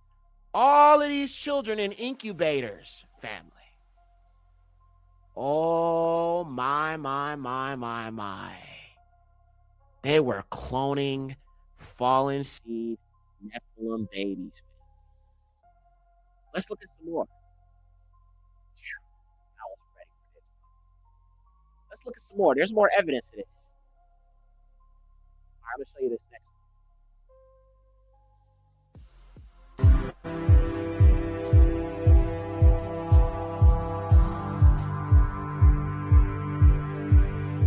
Welcome to the Hidden History series. In this episode, we will discuss the bizarre World's Fairs exhibits that became defined as the incubator babies, which became a socio-cultural aspect of American society and mainland Europe from the 14th of July 1853 to the 26th of April 1895.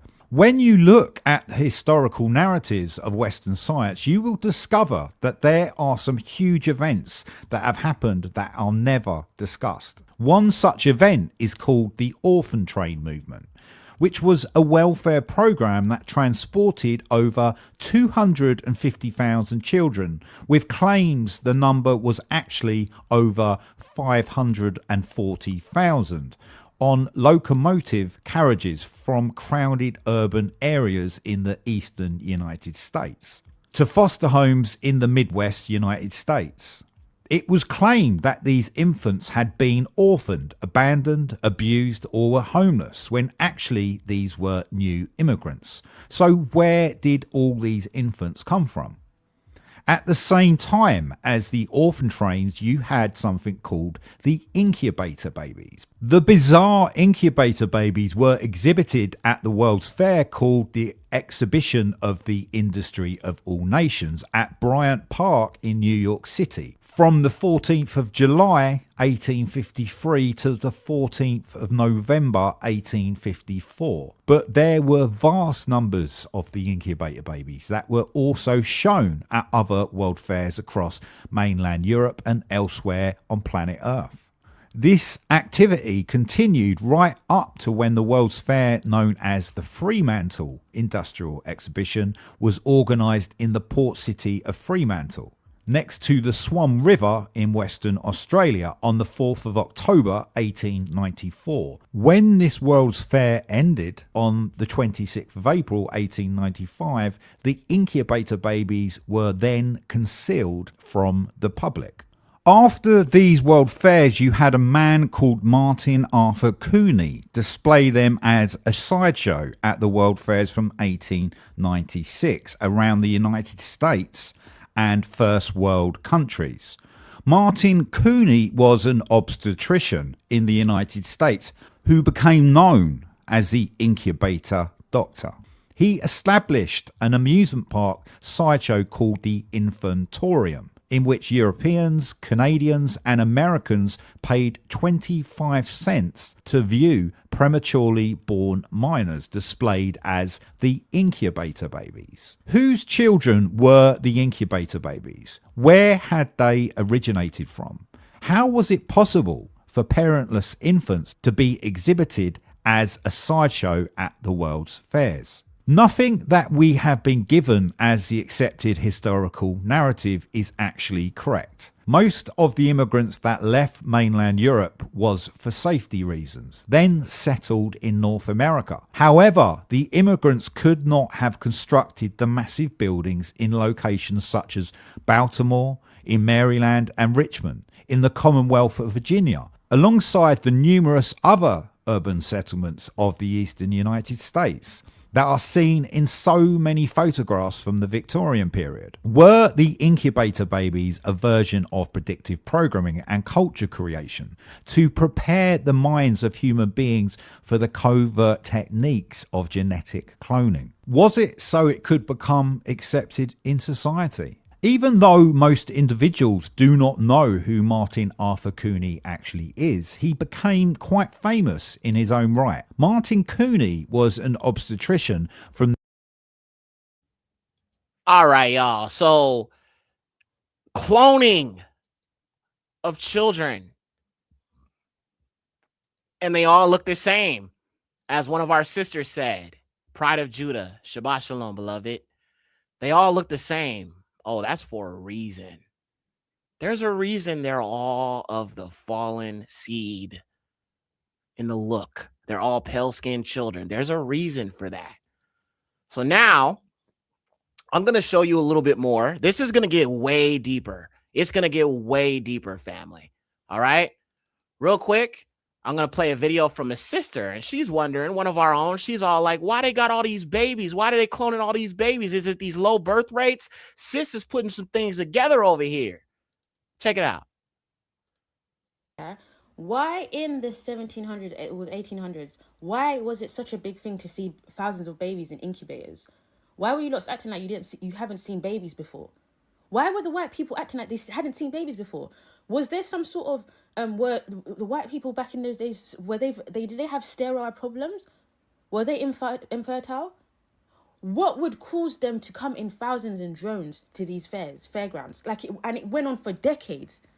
And why is it when they stopped doing these fairgrounds and these orphan children stopped popping up around Russia, France, the Americas, Britain, when these orphans stopped popping up everywhere, why is it then the birth declined?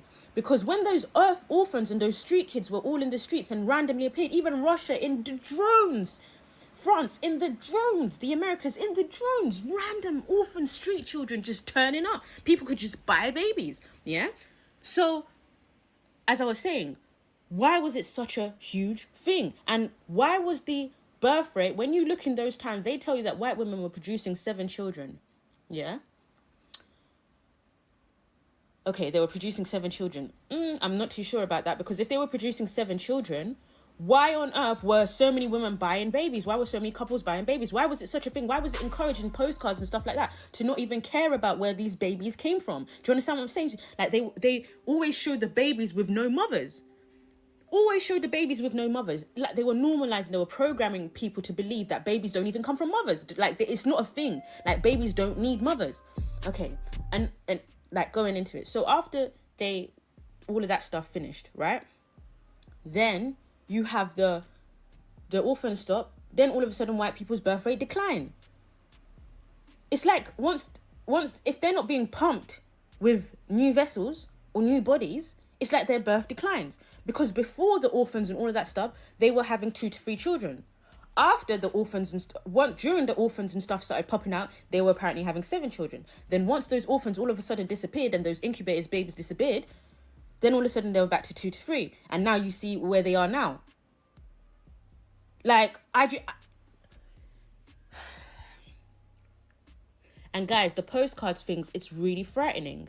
The sheer numbers of babies. And like I said, watch the Little Rascals from back in the day. I can't remember the original thing, what it was called. It wasn't called Little Rascals, yeah, but just watch the back in the day ones. There's a video on YouTube that breaks it all down with all the... And they've got the strangest things in there. Freemasonry. It looks like the clones... The first people, it looks like the first clones that they got into the Americas, the founders or whatever, it's like they programmed them into the whole Freemasonry, etc., etc. And back in those days, in the founding days of America, they had the children, they had the orphan children working in the streets of New York. They were... Okay. So let me go ahead and show you guys some images of these children, more images of them. So thousands and thousands of these children were put on trains, their parents nowhere to be found, and shipped all across the world. All across the world, family. Let me pull that up. Give me a second here. These children were shipped all across the world, and nobody really knows where they came from. Okay? And I think I have an idea. I think you have an idea. So look at this. Between 1854 and 1929, over 250,000 orphans were put on trains in the overcrowded East and sent out to every state in the continental United States to find new homes. Some children were pre-assigned to homes, but many were lined up at train stations for those interested in adopting or needed laborers and were selected like a lottery. So these children were sent and adopted and taken in by various different families. Now, I don't have any evidence of this, but I believe these children were of a certain fallen seed Raphaim bloodline. So all these white people of today, this is likely somewhere in their blood, this fallen bloodline, because these were white children, and these white children were taken into people's homes and raised as their own. They were given a story, they were given a heritage, they were given, a name and all these different things. So a lot of the white people of today, they descend from these children who are most likely of a fallen Aryan bloodline. So we're not talking about black people here. We are talking about the fallen seed. Why are they all white? There's a reason for that. There's a reason for that. Now, let me show you this next thing here. All right. Here's another piece. It's going to get deeper. All right. So the orphan trains, a phenomenon long since gone when 200,000 children were transported to new lives. A wistful look back, such as the young lad in the upper left, a cattle call where kids would line up to be chosen by new foster parents, as seen above, also in orphan trains as seen above. So all of these children just came out of nowhere, came into America, Europe, so on and so forth. And that is what took place, which is just, I don't know, it's just very, very strange when you really think about it and you're kind of looking at it, conclusively and just trying to kind of make some sense of some stuff.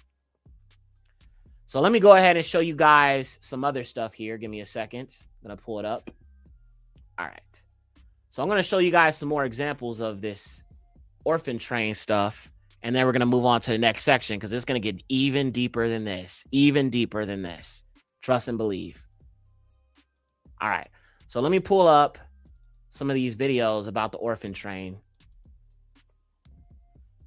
In early 20th centuries, a unique social experiment unfolded across the United States, one that saw thousands of orphaned and homeless children transported from crowded coastal cities to the rural Midwest. This was the era of the orphan trains. This unusual chapter in American history began in the 1850s, a time of immense urban poverty and a burgeoning population of destitute children in cities like New York. A young minister named Charles Loring Brace, founder of the Children's Aid Society, was the driving force behind the movement. Along with similar organizations like the New York Foundling Hospital, they aimed to give these children a chance at a better life. However, the orphan train movement was not without its critics and controversies. Conspiracy theories of the time hinted at ulterior motives behind the movement, ranging from child labor exploitation to more sinister forms of control. These theories were fueled by real instances of abuse and neglect that some children faced. Due to a lack of proper oversight and regulation, some children ended up in situations akin to indentured servitude, subjected to hard labor and harsh conditions.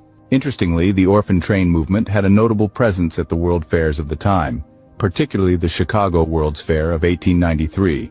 These fairs were a celebration of innovation and progress, and the orphan trains were presented as a progressive solution to social issues. However, this public display also led to scrutiny and criticism, as ethical questions arose about the treatment of these vulnerable children. A parallel spectacle at these fairs was the display of incubator babies. These prematurely born infants were showcased in state-of-the-art incubators, drawing massive crowds. This too raised ethical questions about the commodification of vulnerable lives.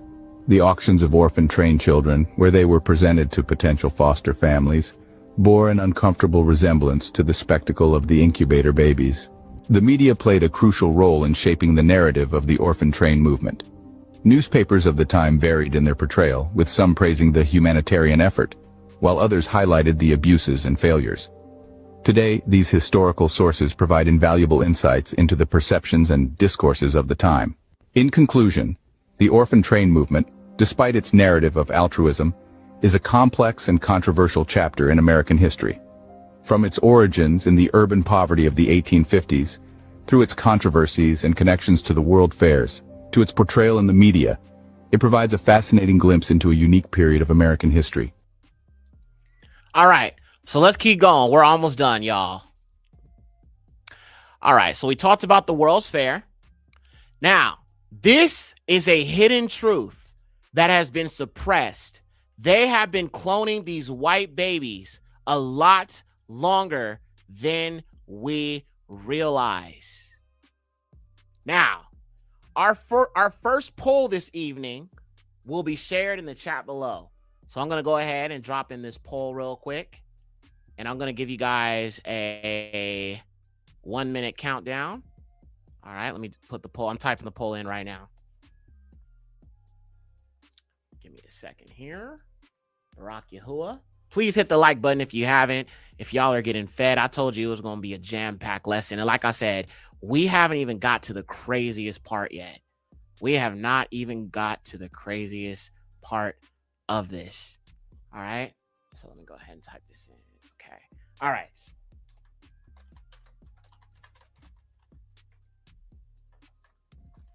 And I'm not going to tell you what the question is. I'm going to just type it and I'll let you know when it's ready.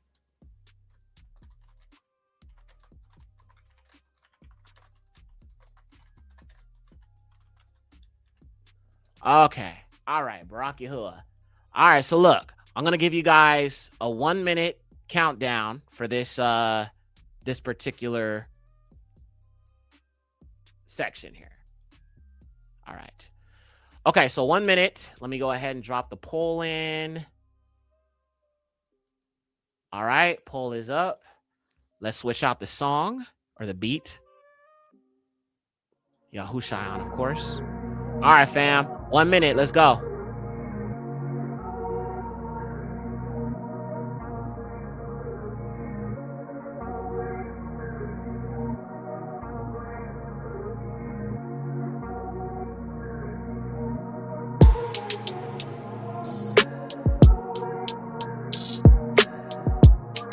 Lock in, lock in, lock in, lock in, lock in. Polls in the chat.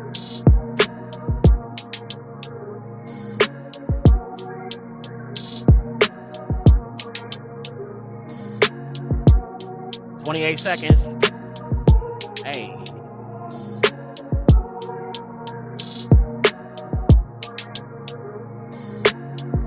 Hey. Come on, y'all. Lock in. 14 seconds. Poll is closing in 11 seconds. Lock in, lock in, lock in, lock in, lock in, lock in, lock in, lock in, lock in. 3 seconds. All right, y'all. Poll is closing. Thank you to everybody who voted. Okay, let's see what we have here. All right, so let's have a look at this poll here real quick. All right. So you guys voted, and the poll, 81% said, do they believe Cabbage Patch are just dolls? 81% said no. 19% said yes. Okay, Barack Yahuwah. This is going to mess you all the way up. So where have these children come from? Well, we know they're cloning them. How, though? Well, let me show you. This is going to mess you up, yo. Just brace yourself, okay? Give me a 1 if y'all ready for this, because this is going to jack you up. If you don't know about this, it's going to mess you up. Give me a 1. I need to know before I jump into this, because this is deep.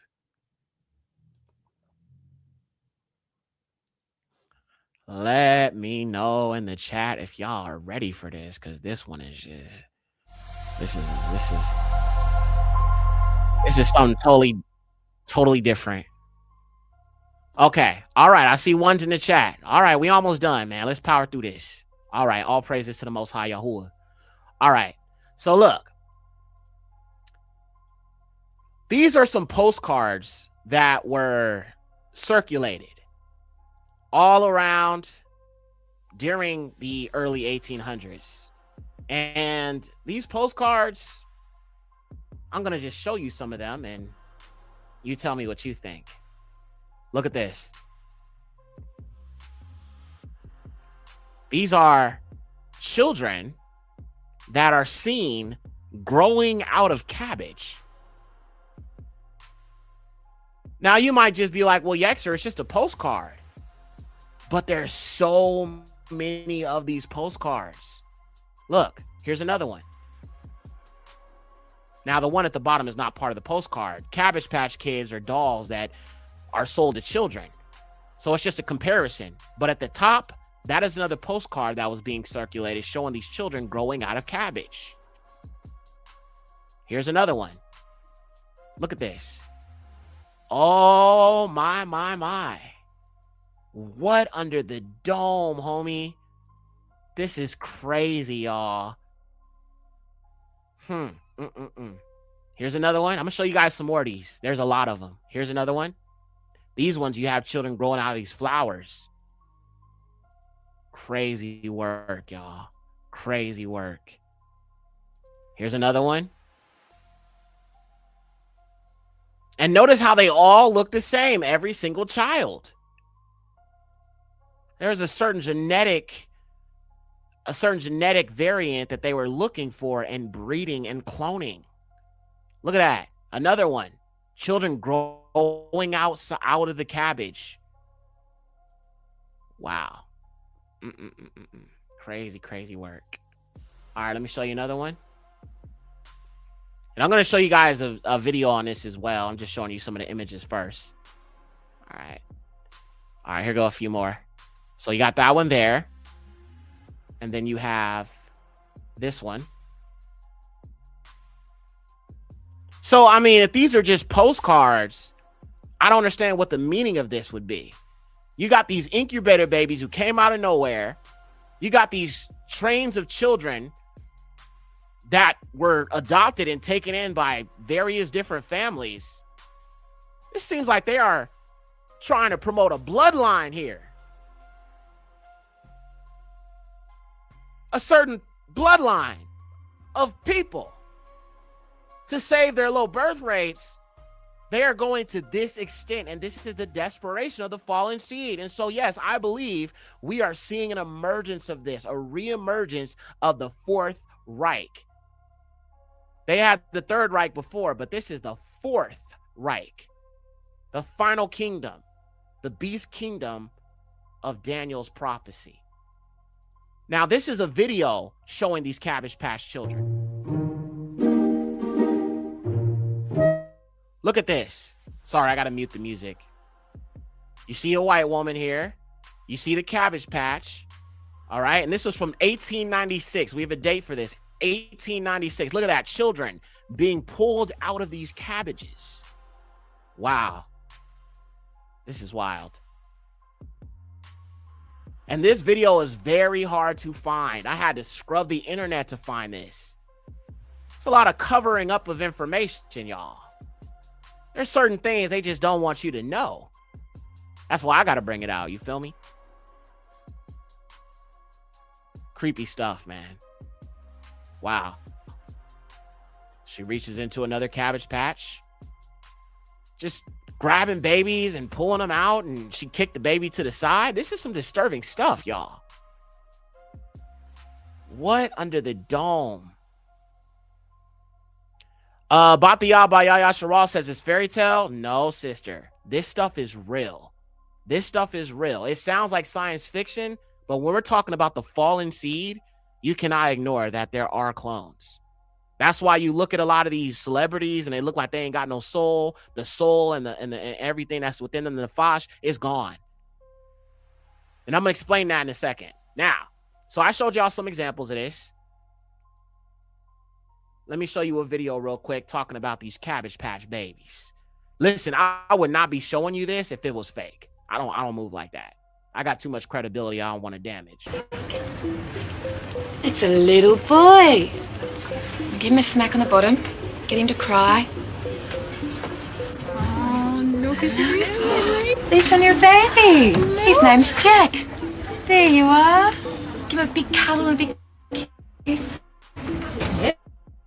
Would you like to raise your right hand? Okay. All right. So that's not working. All right. We'll keep it going. All right. So I showed you some examples of this. Let's keep going because there's still so much more to get into. We're almost done here. I got like maybe 15 more slides to go. We're almost done. All right. So we talked about that. We talked about the World's Fair, these children, the trains, the Cabbage Patch children. I put the poll in. Now, continuing on. These Cabbage Patch kids are real clones from postcards that have been made from the early 1800s showing white children growing from cabbage patches. Around the same time, you have images and evidence of thousands of children with no parents sent into fallen for this MAGA agenda. That's exactly why they're asking for the New World Order, and they don't even see what the heck they're bringing in. These white women who are pro-MAGA, they don't realize that they're going to be subjugated to stay at home. They're not going to be allowed to own no property. They're not going to be allowed to have no money, no bank account, nothing. Nothing. But they voted for it because they are NPCs. They have no soul. They have no understanding of anything. All they know is racism. NPCs, all they do is they just repeat talking points. Somebody said the sound kept. Yeah, I just cut it off. Somebody said I'm cutting out. Am I good now? It's good now? Okay, I don't know. I don't know what happened. My bad, y'all. But these NPCs, y'all, they are basically people who have no soul. They just follow the crowd. They don't question anything. They just go along with everything. You know what I'm saying? That's what NPCs are. All right? It's good now? Okay, they were chopping my audio. Whatever. It happens. Long as y'all can hear me now. Okay, so let's get back to it. So let me read it again in case y'all didn't hear me. These Cabbage Patch Kids are real clones from postcards that have been made from the early 1800s showing white children growing from cabbage patches. Around the same time, you have images and evidence of thousands of children with no parents sent into the West. This is why you see these NPCs or people who just, you know what I'm saying, go along with everything, don't question nothing, don't question the MAGA agenda, don't question that this is the New World Order they're asking for, question nothing, right? That's why so many Caucasians fell for it. They are NPCs. They have no intelligence. They don't see that all this is just a big old game, a big old scripted show. All right? Okay, hold on, y'all. Somebody's saying I'm having audio issues. Give me a 1 if I'm good. Give me a 1 if I'm good, because I'm seeing people saying buffering audio, buffering audio. Give me a 1 if I'm good before I move on. Okay. So sis, if you're having issues, just refresh it or just hit the live and it'll catch you up to where we're at in the stream. You might be a little bit behind the stream. That's probably why you're seeing it. But if you get to where you're at now, you'll be good. Okay, I'm good. All right, cool. All right. So moving on.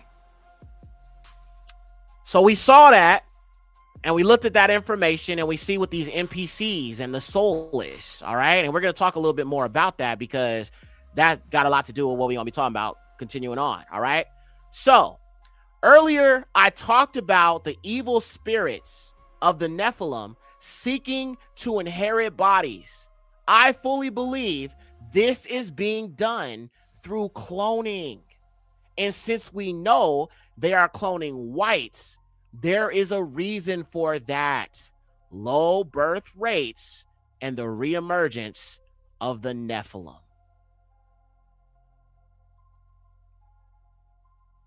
In the movie Us, which is a movie I watched when it first came out, in the movie Us, it hints at this cloning and government involvement.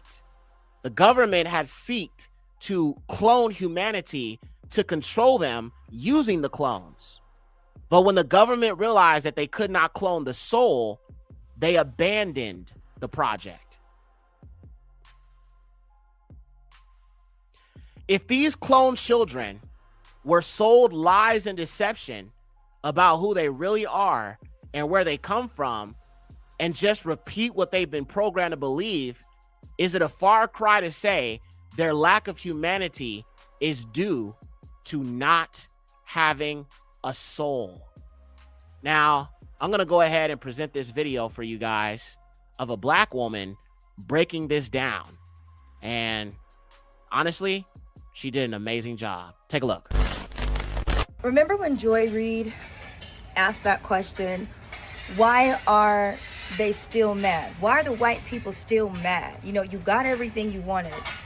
You got the presidency, you got the government, you got the end of DEI, you got ICE, you got more prisons, you got a wall built, you got the immigration, you got bitch, like, y'all got everything you wanted, right? Because we know that white people are savages, so the things that they desire are like, you know, sex, drugs, murder, trafficking, like that's what gets them going, right? Death, you know? So we're giving you all the things, and why are you still not happy, is what she asked.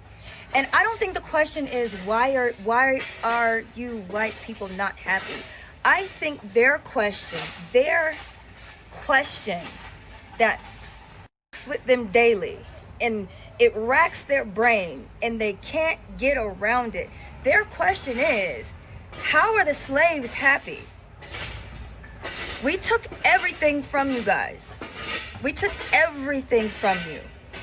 We took your name, your heritage, your food, your religion, your self-esteem. We took the love that you could possibly have in your own skin. We took your families.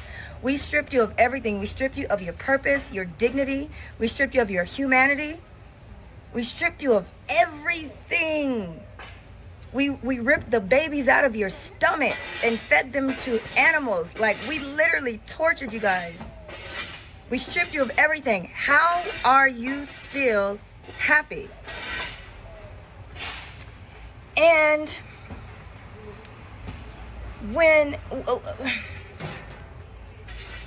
shall I say first? Because white people are not God, you can take physical things from people all day long, but you can't take someone's soul.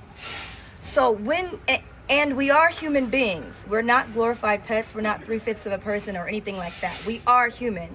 You don't have to acknowledge it, but you guys aren't the only people in the world. So, you know, Chinese people know we're human. So, you know what I mean? It's just you guys that don't, like, you don't have the connections. So, we are human. So when you take every earthly thing away from a human being, the only thing they have left is their soul. And because you're not God, like you say you are, because you're not God, you couldn't take our soul. And so we went deep into our soul. We nurtured our soul. We protected our soul. We laughed from our soul. We danced from our soul. We sang from our soul. We learned, we invented, we created from our soul, because that's all we had. The only connection that everybody in this world has to each other is our soul. So when we create from our soul, whether it be violent, whether it be sexual, whether it be funny, whether it be uplifting, whether it be whatever we create it from our soul. And that's why it's so influential throughout the world, because everybody can relate to it, to us, to who we are. Because we only speak with our soul. Now, what is the one thing that we all know white people don't have? A soul. Why? Because you did what the fucking Bible told you not to do. You gained the whole world for the price of your soul. You guys gained the whole world. Money, land, influence, you know? You have the most powerful country in the world. You're the center of the world. You gain the whole world for the price of your soul. You guys don't have a soul. You don't have a connection. You don't have culture. You don't have community. You don't have a sense of personhood. You don't know who you are. You don't like your family. You gained the whole world. You and your lineage gained the whole world for the price of your soul. And now you're praying to a God that don't give a fuck about you because you did everything he told you not to do. So, like, that's why the Jesus thing is, well, I'm not going to say that's fake, but, like, you know, that's why all they have to connect to each other is not culture. It's this like, Christianity thing. You know, all the Christians, the whites are coming out. Because that's all they have is, like, this outside religion. They don't have any, like, personal connection to each other. Like, what are you guys? What are you guys? You guys are soulless creatures roaming the earth, looking for the next people to subjugate. And right now, it's interesting because you guys want soul so bad. You want soul so bad, but you don't understand that that's the price that you paid. That's the price that you paid, and you'll never get it. So you'll never be happy because you'll never have a connection. You'll never know who you are. And while you were putting everybody else in bondage, why are you putting everybody else in slavery? You enslaved yourselves into this soulless, vampire-like existence, and you are bound to it until all of you are breeded out. And that's why a lot of the white women want to breed with the black men, because you just get a little bit of soul, you know what I mean? Because they hate themselves. But it's funny to watch. It's funny to watch them now in their own cages, you know? It's funny to watch. Woo! Yeah. She broke it down. And that's exactly why they seek black validation. They're the ones so quick to try to show you they can dance, they can sing, you know what I'm saying? And the only reason why some of them can do it is because they study us. They watch us. They pay attention. They try to get it down. And I think it's so corny when they're so performative and they're trying to like prove to us they got some type of rhythm. It's just corny as heck to me. Just stop it, bro. You're corny. Just corny. Just stop. You don't have it. You're not. You have no connection to the creator. And like I said, my first signal was really their lack of rhythm and how for us it's just so natural. It's just so natural, man. Like she talked about that song we make, you know, when we create things, we do it from our soul. That song I wrote, Lucifer's Children, was from my soul fully. I barely even really did much with it. I literally didn't even write half of it down. I just went in and just said what I felt like saying. And it turned into that song. You know what I'm saying? Barak Yahuwah. So, I mean, yeah, they lack that. They lack that connection to Yahuwah, which is why everything we're good at, they're bad at. They're not able to get on that same wavelength no matter how hard they try. Let's keep going. All right, so the souls of the Nephilim would have to dwell within a body. All right, let's keep going. This leads us to the Lebensborn Project, a eugenics program enforced by the SS, that's Hitler's military, and the Nazis in World War II to counter Germany's low birth rates. This was also an attempt to breed a new generation of Nephilim. All right. So the black man is the original man. The black woman, the mother of all peoples except them. All right. We are the original people. We are the so-called blueprint is what we say all the time. We are that. Man made in Yahuwah's image. The black woman made in the image of Yahuwah. All right. The fallen seed are marked by Yahuwah. Not just the pale skin and the light eyes and the blonde hair and the red hair. And I'm not saying that all people with red hair are the fallen seed. I'm just saying it's a genetic mutation that goes along with straight hair, pale skin, colored eyes, so on and so forth. All right. We can see historically that so-called whites have never been the majority. And if a small minority can convince the original man to fear him by means of war, slavery, and desolation, he can control the original man and woman. Let me say that again. If a small minority, the fallen seed, can convince the original man to fear him by means of war, slavery, and desolation, he can control the original man and the original woman. He controls the man. If he can control the man, he can control the woman. Because the black woman looks to the man for strength and leadership and righteousness. So if he can control the man, he can't control the woman. And if the woman is not with the man, he can use the woman to control the man. Feminism. But then it also goes the other way with the man, with the red pill community, hatred of our sisters, hatred of black women in general. The anti-blackness in any way, shape, or form is not of the highest, because this is the Adamic seed. We are the Adamic seed, and we should not hate each other at all. You can have your grievances with our people. I have my grievances with some of our people, of course, but I'm still praying that they can make it to the kingdom. It is my prayer our people will make it to the kingdom. It is my prayer that all melanated people created by the highest Yahuwah of the Adamic seed are able to serve him in truth and make it to the kingdom and worship him. All right?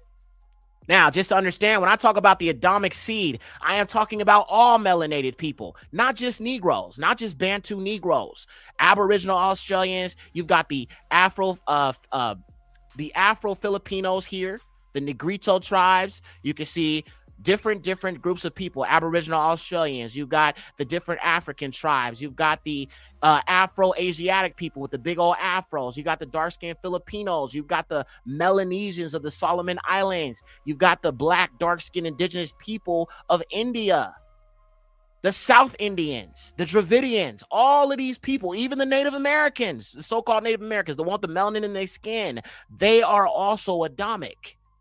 Not Israelite, but Adamic.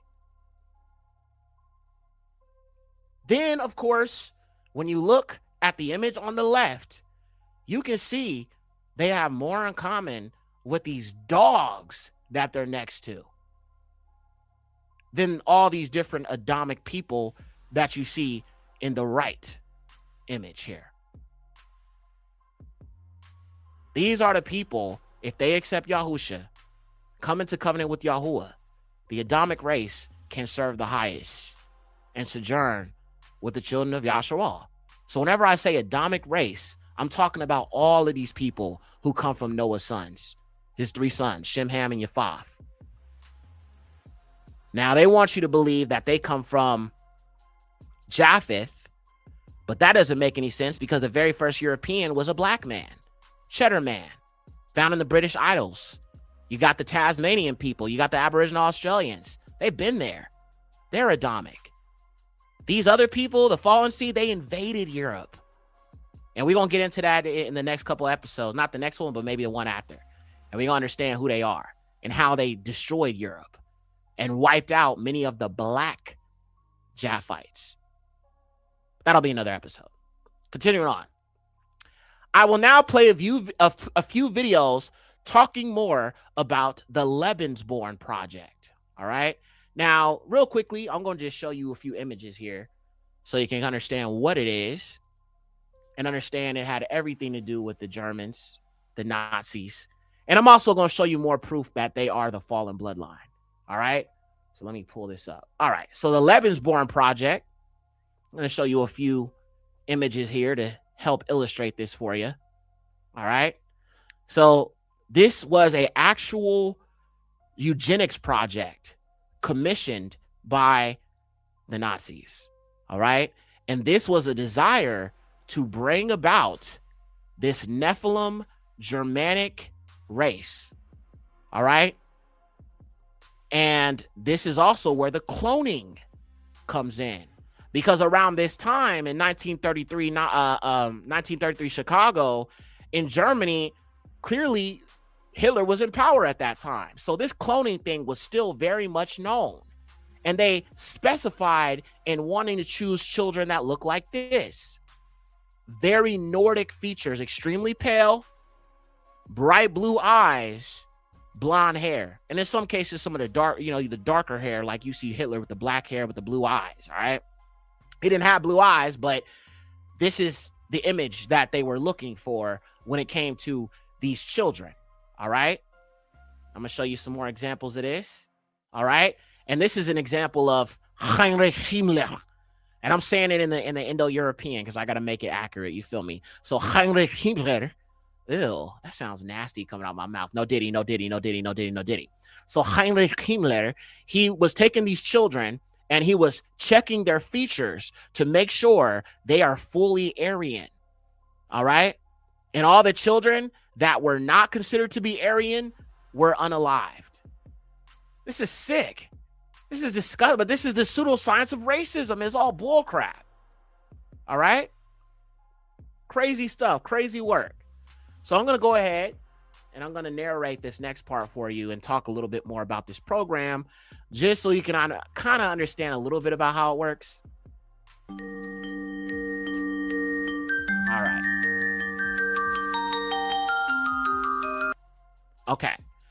So, Lebensborn began in 1935, founded by Heinrich Himmler. The goal? To increase Aryan births through selective breeding. SSS officers and racially pure women, quote unquote, were paired in secret, often under coercion.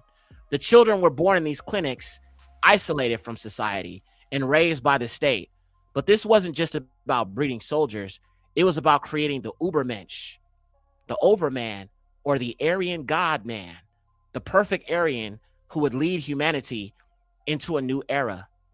The Reformation and emergence of the Ubermensch, or the Aryan God man, and the immediate panic of the children of Lucifer, descendants of the Raphaim, fighting for survival against Nalua, who has already given a decree from Enoch that they shall never know peace. The kingdom, the plans that they are laying out, and the infrastructure they are building is a futile attempt for the fallen seed to bring about a race of pure Aryan Nephilim children, the rise of the fallen seed and the return of the Nephilim, so that the disembodied Nephilim spirits have bodies to dwell in. And this is the final rebellion of the fallen seed. So I'm going to go ahead and play a couple videos to give you a little bit more information on this program. All right.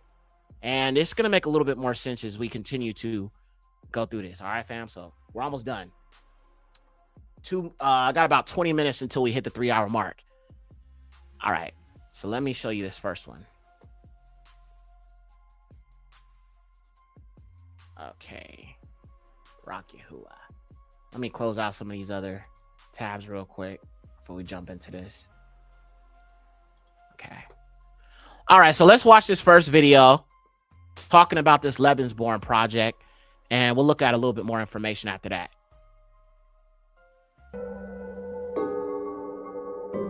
These children were exposed to radiation as part of a Nazi experiment.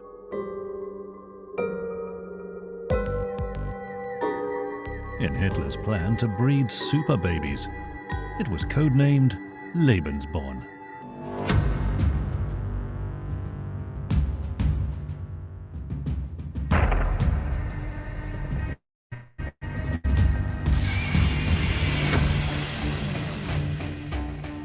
The name means font of life, and the secret. You know what? I'm going to play it from here. My bad, y'all. These children were exposed to radiation as part of a Nazi experiment.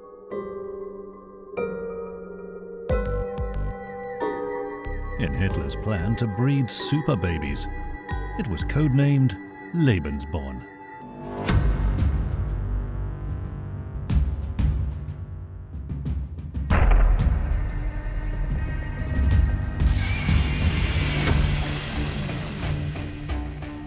The name means font of life, and the secret program ran from 1935 to 1945.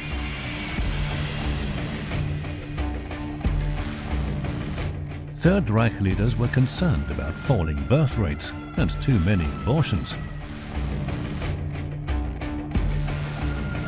Lebensborn became the Nazi solution.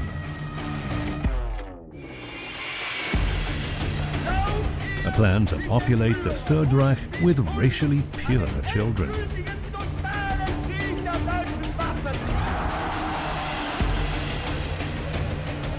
SS head Heinrich Himmler decided to make abortion less appealing.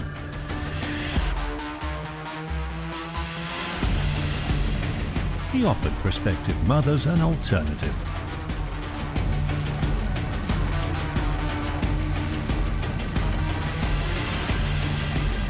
He gave them comfortable facilities where they could give birth in secret.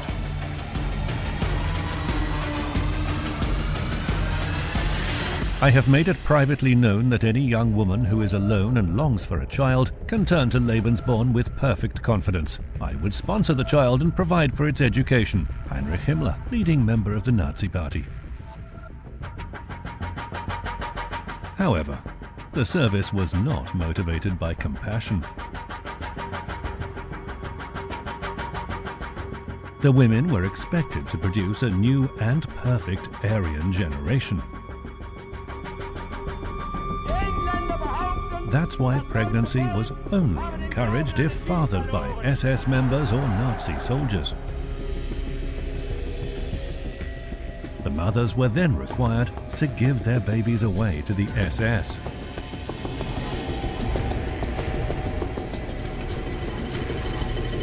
I stayed there until I was adopted, aged 2. My adoptive parents beat me and locked me in a small, dark room for hours.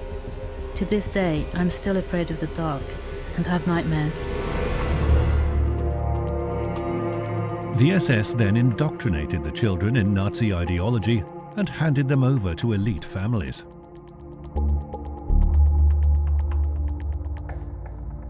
Children who couldn't be Germanized were sent to concentration camps. Several 100,000 children were taken away from their mothers.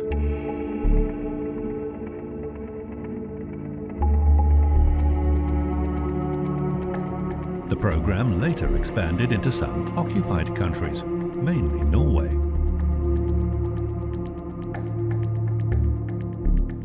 In total, 12,000 children were born in Lebensborn houses. Nazis soon began to kidnap children in other countries if they had Aryan features. It is our duty to take the children with us, to remove them from their environment. Either we win over any good blood that we can use for ourselves and give it a place in our people, or we destroy this blood. After World War II, many Lebensborn mothers became social outcasts.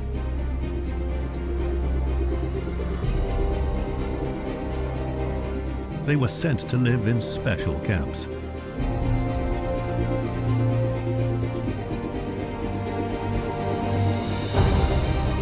The children were stigmatized.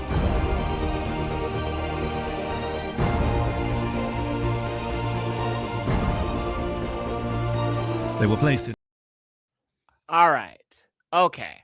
So you kind of get a gist of it. So these Nazis were not only breeding these children and forcing these so-called Aryan women to have these children with these SS officers and the military from the Nazi party, but they were also kidnapping children from other parts of Europe. So like Poland and, you know, some of like Northern Europe, they were, because, you know, Northern Europe is where you find the most Nordic people, like the Scandinavians. They were kidnapping any child with blonde hair and blue eyes. They were stealing them and taking them, forcing women to have children with them, and then stealing people's children from their homes by force, militarily. Man, this is a wicked seed, y'all. This is a wicked seed. You know what I'm saying? Now, just in case you still don't believe that the Aryans are from the fallen, here's a white man to tell you, because people don't believe it when I say it. The Nephilim, how do they show up in modern times? In your book, you talk about World War II. You talk about even the Hitler and who he wanted to be. Can you give us some context into how we can start seeing this puzzle? Yeah, so if you look at Hans Horberger, he's one of the spiritual sort of mentors and theorists for the whole Nazi regime. And he's really taken in under the arms of the Nazis because he wrote a book that basically traces the genealogy back to giants from the German race. So it becomes a significant sort of piece for it. And they call themselves Aryans. And Indo-Aryan, Indo-European is the term for giants that's used in the secular and Gnostic world regularly, as they're talking about it as more of a historical perspective, both before and after the flood. So there's a direct connection there, and they're drawing on blonde-haired, blue-eyed Aryans. And so typically giants had blonde hair and blue eyes, or red hair and hazel eyes as the common nature. And there's another one that I talk about in book 2 that are the dark-haired giants. Those are the predominant traits. And that they descend from an Atlantis-like civilization who described those giants the same way in that mythology and mythos. And so when we look at how they look at giants, they look at the Aryans as being degraded over time through intermarriage. And this is talking about a post-Diluvian scenario with giants that show up after the flood. So one of the ways that we can sort of get a little bit of veracity to behind the belief system of modern giants being royales and being a significant part to the sponsorship of the National Socialist regime in Germany is the understanding that they keep genealogies. They keep their genealogies as royales all the way back into prehistory and back to a specific Nephilim or Rephaim patriarch and to a specific fallen angel or a celestial mafia godfather, as I like to talk about them tongue-in-cheek. How do they even find it? Well, they've been keeping the records all the way through. Yeah. Wow. It's part of their cult. It's where they fit in the hierarchy of bloodlines all over the world. So King Charles, for example, formerly Prince Charles, he's on record as talking about descending from Vladimir the Great. Highness Prince Charles, who can trace his ancestry back to Romania's dark and distant past. The genealogy shows that I'm descended from Vlad the Impaler, you see. So I do have a bit of a stake in the country. As it were. Or I'm not, not Vladimir the Great, Vladimir the Impaler out of the Romanian Transylvania region. And that's interesting because he has those genealogies that go back through the Hanover dynasty. They changed their names from Hanover to Windsor in World War I. And it goes back to the individual that Dracula, meaning son of a dragon, or a seraphim, is named after. A Wow. being the suffix for a son.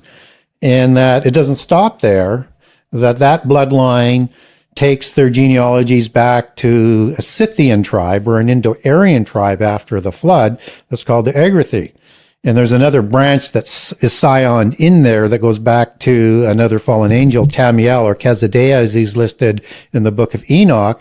But on the other side, on the patriarchal side, it goes back to Hercules, who's the son of Zeus, who married Alcmene, a human female, to produce Hercules. And that's part of the Herculides bloodline, or the Gyges kings after the flood, and it's this royal bloodline. And they have the genealogies to back this up. So I was asked several times early on how do we know that's true? And do you believe them? And I'm going, it doesn't really matter whether I believe them. It's what they believe that matters, and it's what they do with that belief system that we need to be interested in and be aware of, because they're working an agenda based on that belief system. So roll this forward back to the Nazis. They take their genealogies and are trying to recreate the Superman, which is a superhero, and heroes were giants in Greek mythology, the demigods, and they're trying to recreate that genealogical history in their research to recreate the new man, another word for a new Nephilim. And they're going to do that going forward in the Nazi regime by eugenics and through intermarrying, so that they can somehow recreate this spark of the divine that they're looking for en masse. We might know that in the New Age lingo and political speeches as 1,000 points of light. It's the spark of the fallen angels, of that counterfeit spirit that they're looking for. So they were trying to do that. And why would the Nazis do that? Well, we can look at World War II and the Nazis as a end time archetype for us to look at, or an analogy to look at. It has all the essence of what's coming. They were trying to create a modern Nephilim, which is going to be part of the end time somehow, some way, with what we had just talked about. The Führer is introduced in their literature from Wagner, or from the literature that they study, and that it wasn't Wagner, it's another artist, it doesn't really matter, but Führer is their messiah as it's raised to. So he positions himself as a messiah. They will be trying to set up a world government and a 1,000-year Reich, with the Third Reich that they're trying to set up. So it's a counterfeit millennium that they're trying to set up. They create the Reich Church in 1933 to formalize their new religion that they call Ariosophy, which is theosophy and Volkish ideology and Arianism that's combined to make Ariosophy. Theosophy is introduced as an extension out of Gnosticism and the secret societies into Germany in the late 1800s. Blavatsky is the one who popularizes it worldwide, but they put their own Volkish understanding of that, or Volkish and real ideology, onto that belief system to create their new religion. So the Nazi regime and its roots is going to go back to perversion, so to speak, of theosophy into a specific Ariosophy or Arianism, and a hatred of Jewish people. And the Giants were, and at the Rosicrucian level, they're in constant level of communication. And that's where it's important to understand how the secret societies sort of fit into the creation of National Socialism, which is a left-wing movement, not a right-wing movement. That's been reimagined so that people get sort of confused.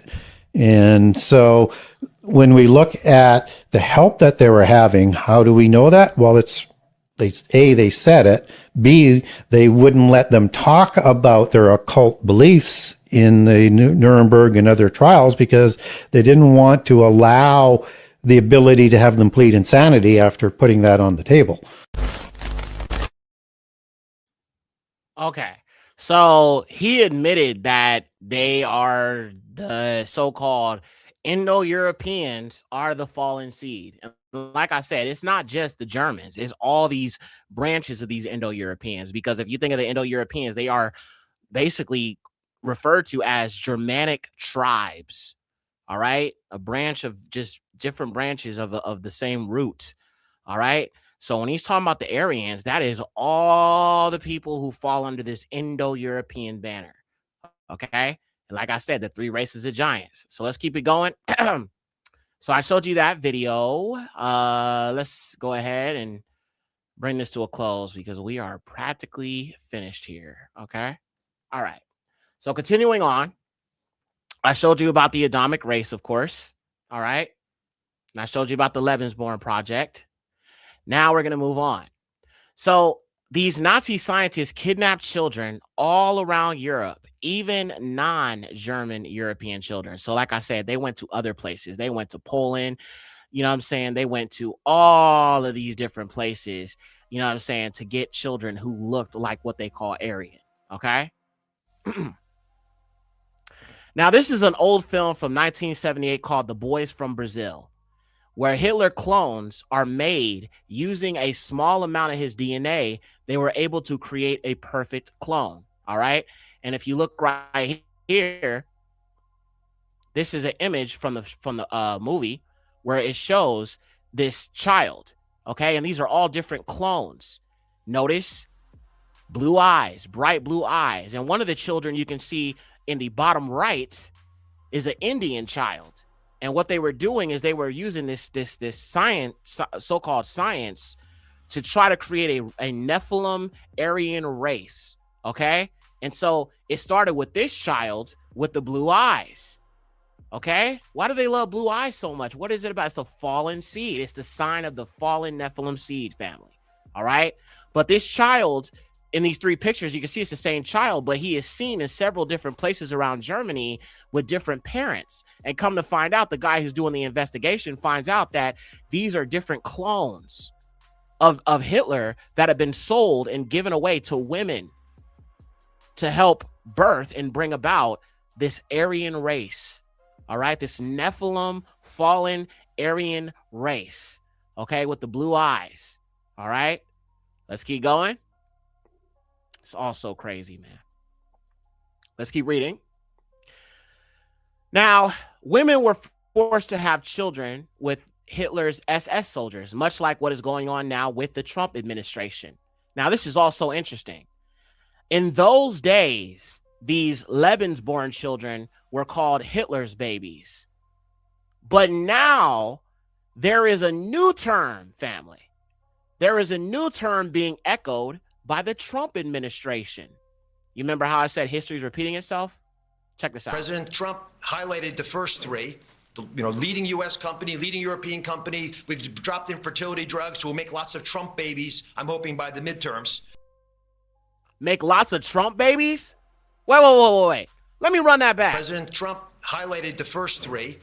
Leading U.S. company, leading European company. We've dropped infertility drugs, so we'll make lots of Trump babies, I'm hoping, by the midterms. Trump babies. And what is Dr. Oz doing? Yes, that's Dr. Oz, the one that set Wendy Williams up. Listen, I don't know if y'all saw that video, bro. I'm probably going to do something on Patreon about it, but they came for that black woman. Okay, they came for her. That's why when I see her, I feel nothing but pain. You know what I'm saying? They got her. They got her because she did an interview with Dr. Oz, and he was asking her about the VXX, the VXX, two X's. The VXX, the ouchie ouch. He was asking her if she's going to get it. She's like, no, I'm not taking it. I don't trust it. Ever since then, it ain't been the same for her. They got her.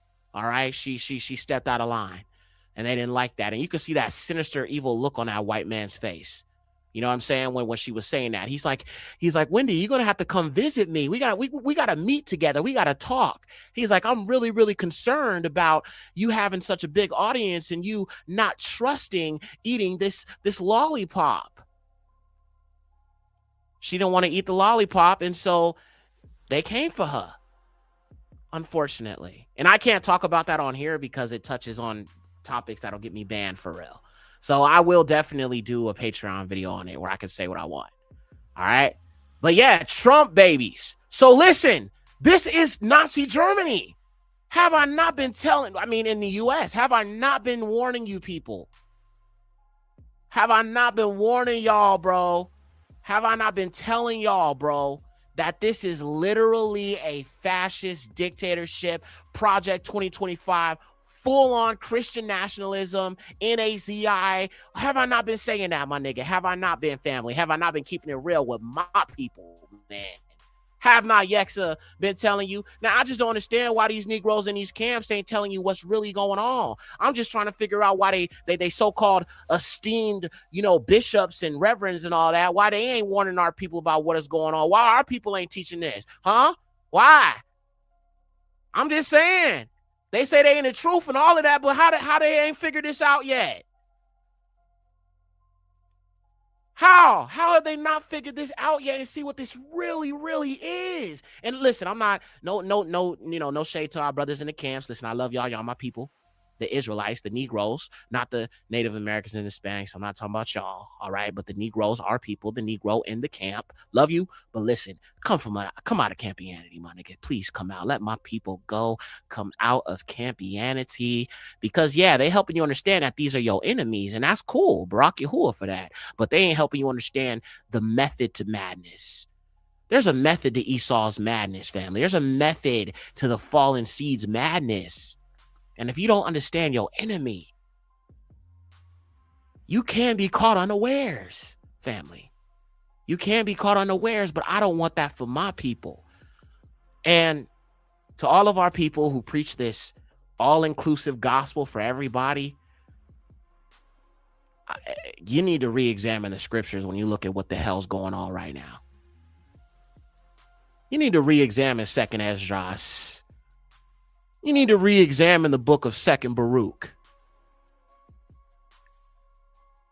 You need to re-examine these prophecies, y'all.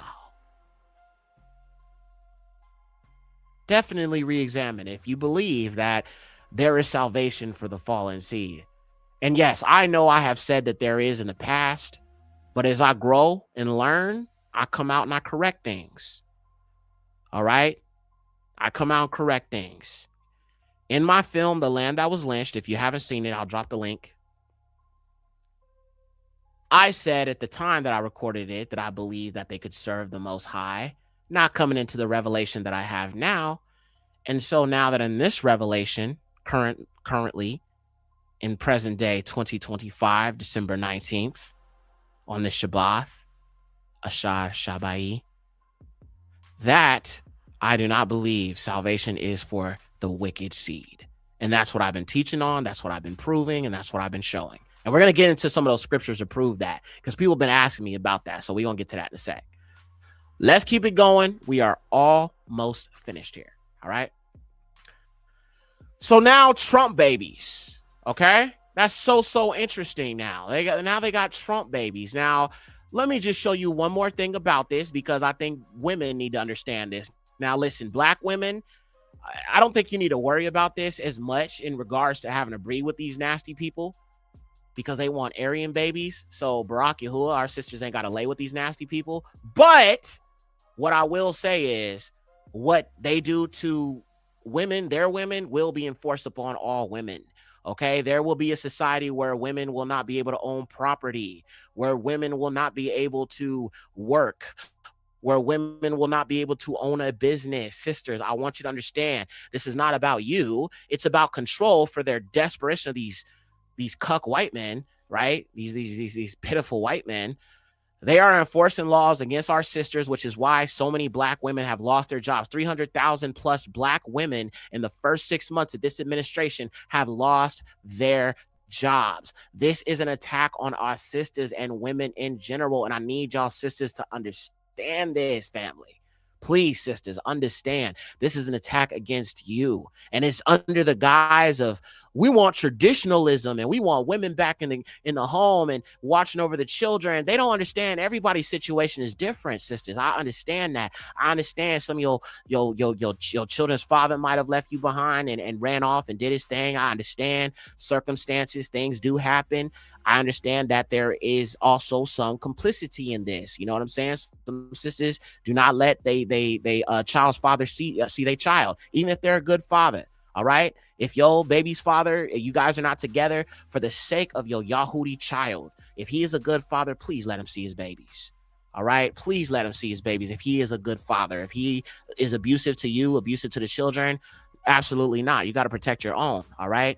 But if he's a good father, just let him see his babies, please, sisters. Okay. You're going to need him in these times, as hard as that might be, unless you got, you found another man or whatever. He's with you, you with him, y'all are married or whatever the case might be. But I'm just saying, in these times, because of the attack on our women. All right. Sisters, you need a male presence around you. I don't care if it's your son, your uncle, your dad. All right. If you ain't got a man, you're unmarried as a woman. That's all right. No, it is what it is. I don't know the circumstances, but a male presence is very, very important for our sisters out here. Daughters of Zion, have a male around you at all times. Please. I'm begging you. And if you can, strap up. If you can, absolutely. Take some time if you're able and you're not familiar with a pew-pew. Go down to the shooting range, get familiar. I'm saying this not because I'm encouraging you to be violent or anything. This channel does not support that. But this channel does support defending ourselves, our children, our babies. Brothers, defend your women. You see some fallen seed individual accosting a black woman, ain't no man around. Don't let him dog her out like that. All right, I'm just saying. That's where I'm at. I've made that commitment, man, to protect black women when there's something being done to them and there's no man around. Because I see what's going on. All right? Just wanted to say that. Bam. Barack Yahuwah. All right, let's keep going. All right. So we looked at that. And then also, as I said, they will be forcing women just so you understand where we at. I'm going to just show you a quick example of what they're planning to do with this Christian nationalism stuff. Wicked seed, man. Wicked seed.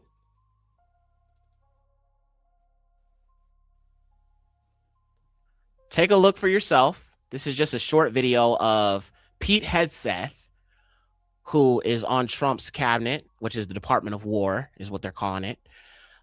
This is his pastor, all right? And it's a church he goes to that has this very, very extreme Christian nationalist type of ideal to it. And I want you to understand, when I talk about Christian nationalism, that is exactly the same thing that was going on in Nazi Germany under the Nazis. Okay, so they're one in the same. So first, let me play you this first video, this man talking about them coming for women's rights. Now, again, I do not support unaliving our children. I do not support these things, but this is the crackdown on women in general, and it will lead to this totalitarian patriarchal system. And again, I believe in the patriarchy when it comes to Abraham, Isaac, Jacob, and how Yahuwah establishes it. But this patriarchy is a wicked patriarchy. It is a fallen seed patriarchy where women are not respected, women are not loved, women are used as objects to only give birth. That is not the love that we are supposed to have for all women in this nation.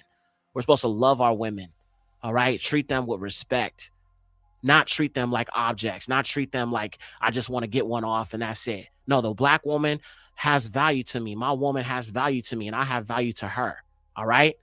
But check this out. Are the kind of people that people come out of. So you just think they're meant to have babies? That's it. They're just a vessel. No, it doesn't take any talent to simply reproduce biologically. The wife and mother, who is the chief executive of the home, is entrusted with 3 or 4 or 5 eternal souls. I'm here as a working journalist, and I'm a mom of 3. Good for you. Is that an issue? No, no, it's not automatically an issue. Christchurch senior pastor Doug Wilson is the leader of a Christian nationalist movement that believes in a patriarchal society where men are dominant and women are expected to submit to their husbands. Josh and Amy Prince, along with their 4 kids, moved from Washington State to Moscow, Idaho, where Wilson's movement is based. Do you see Amy as your equal? Yes and no, in the sense that we're both saved by grace. We're absolutely on equal footing, but we have very different purposes, God-given. But do you see yourself as the head of the household, as the man? He is the head of our household. Yes, and I do submit to him. So like moving here I was was ultimately your decision. Yes. That's a great example. Wilson says in his vision of a Christian society, women as individuals shouldn't be able to vote. His fellow pastors Jared Longshore and Toby Sumter agree. In my ideal society, we would vote as households. And I would ordinarily be the one that would cast the vote, but I would cast the vote having discussed it with my household. But what if there's your wife doesn't want to vote for the same person as you? Right. Well, then that's a great opportunity for a good discussion. There are some who have gone so far as to say that they want the 19th Amendment repealed. I would support that. And I'd support it on the basis that the atomization that comes with our current system is not good for humans. And Wilson, a veteran himself, is unapologetic about his view that women shouldn't be in certain leadership or combat roles. Looking at the leadership page for Christchurch, it's all men. Do you accept women in leadership roles in the church and government? In the church, no. Why? Because the Bible says not to. Well, that's not what happens in the Bible. Women do lead all the time. Progressive faith leader Reverend Jennifer Butler is concerned about Wilson's growing influence. He is rapidly gaining in power. He has hundreds of churches established around the country.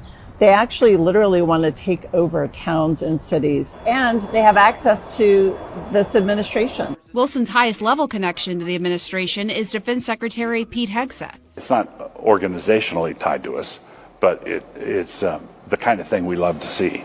For his part, Hegseth has publicly praised Wilson. Now we're standing on the shoulders of a generation later, the Doug Wilsons and the others.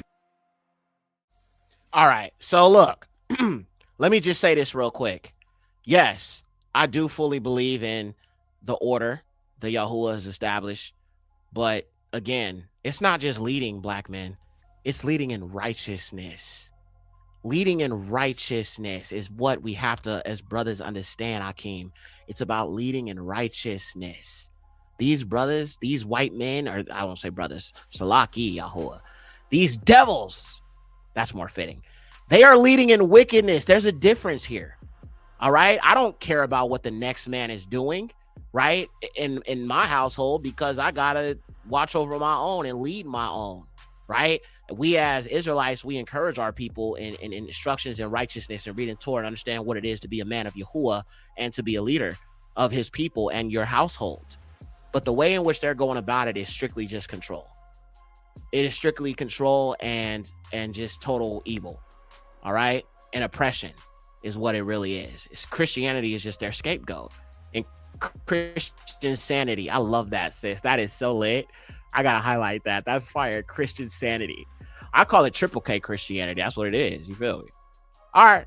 Let's keep going, fam. I just want to show y'all a few examples. There's another video, but I don't want to waste no time. We're 3 hours in, so I want to get this done. All right.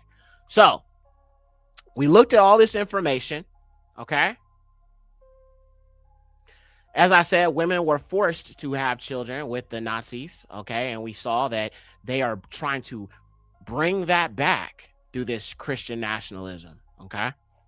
Moving on. They were going to force their women to stay home and give birth, and only that. The fallen seed are desperate, and history is repeating itself. Now, let me show you something real quick here. I thought this was kind of interesting. How many of you guys recall the opening to Paramount? Like, you know, when you watch a movie and you see the stars fall from the sky? This right here.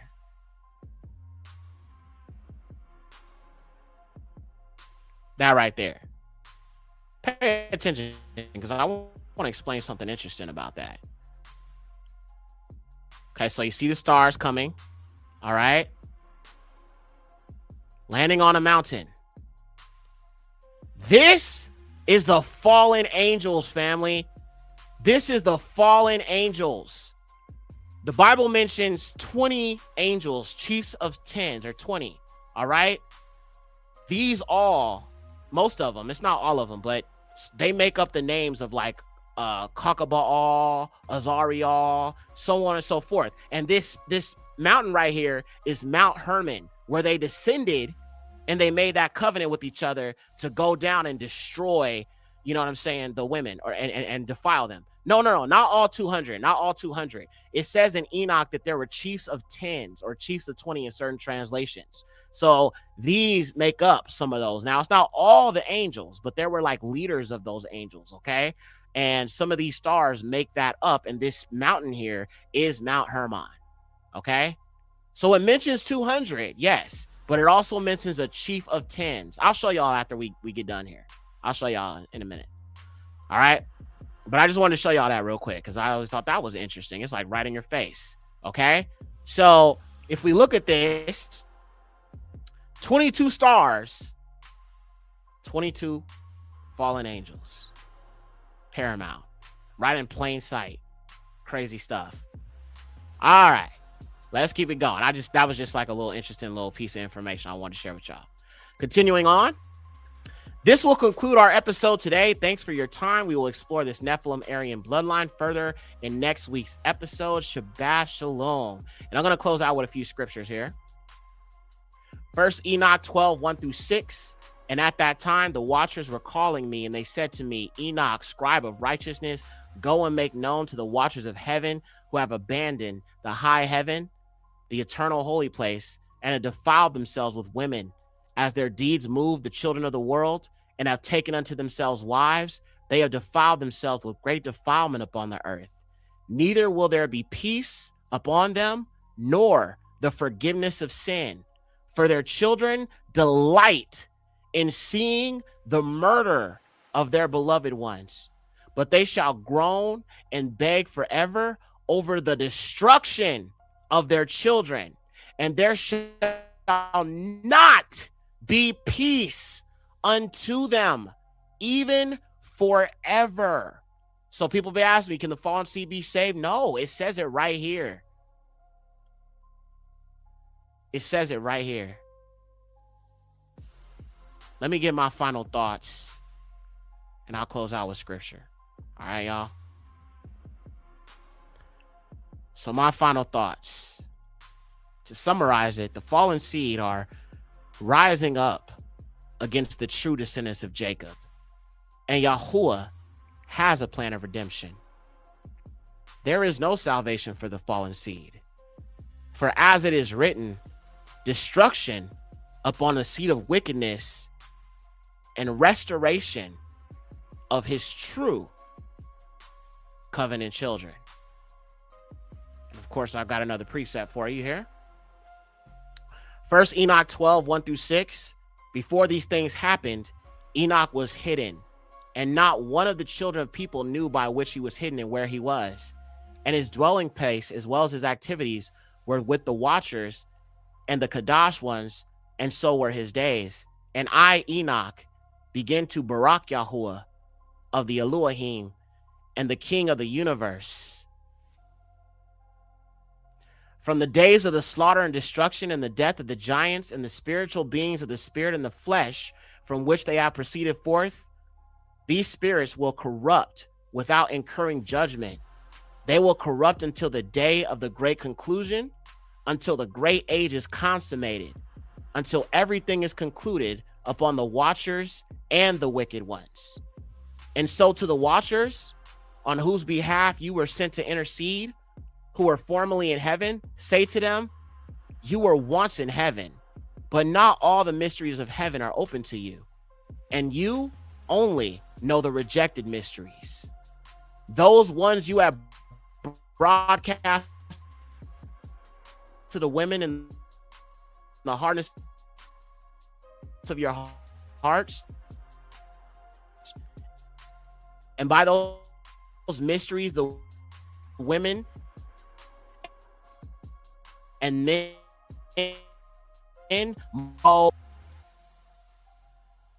Barak Yahuwah, man. So that's it. Thank y'all so much for watching. I know it's been a very, very, very long show, and we're just over 3 hours. So yeah, Barak Yahuwah, man. Barak Yahuwah. I was having some issues breaking up. Yeah, I know, sis. Sometimes it does that. You know what I'm saying? I guess they don't want the truth to get out. So it happens. It's all good, though. I mean, for the most part, I think we had a really, really great stream. We had a few little technical issues here and there. I'll be sure to pin a comment to let people know we're having some technical issues. But see, when the truth gets brought out, these things do happen. So we just kind of have to shake it off and just say, hey, well, we had a great show. So all esteem to Yahuwah. Black to My Roots says, hey, shalom, sis. Shabbat shalom. I'm definitely watching this again because what I was able to catch was definitely fire. Barak Yahuwah, sis. I appreciate you. All praises to the Most High. Yeah, so next week we're gonna talk a little bit more about these tribes and kind of connecting it to the Nephilim giants and the skulls and the cone heads, and we're gonna get deeper into understanding this. You know what I'm saying? Songhai says, I seriously enjoyed the show, brother. Hey, I appreciate you, Ak. All praises. I like the name Songhai. Yeah, what you know about the Songhai Empire? All praises to the Most High, the Hebrew kings of Ghana. The Hebrew kings of Ghana, my boy. Yes, Barak Yahuwah, man. I love when our people know the history of the continent, man. Barak Yahuwah. I could listen and learn from you for hours. Wow, thanks, Barak Yahuwah. I appreciate that. It's a lot of research that goes into this work, bro. It's not easy, bro. It's a lot of information. And sometimes, in truth, like, I struggle to do these shows, not because I can't. It's because I'm always trying to figure out, am I going to have enough time to cover all this? Should I break it into 2 pieces? Part of me was like, maybe I should just do some of it today and then some of it next week. But people like these long streams. Like, from what I've seen from the reactions and what people told me, they like these long, in-depth shows. So, and for people who miss it, you know what I'm saying, they can watch it and it'll get them through most of their Shabbat. So all praises to Yahuwah for that. All esteem to the highest. That's my bloodline. All praises to the highest, bro.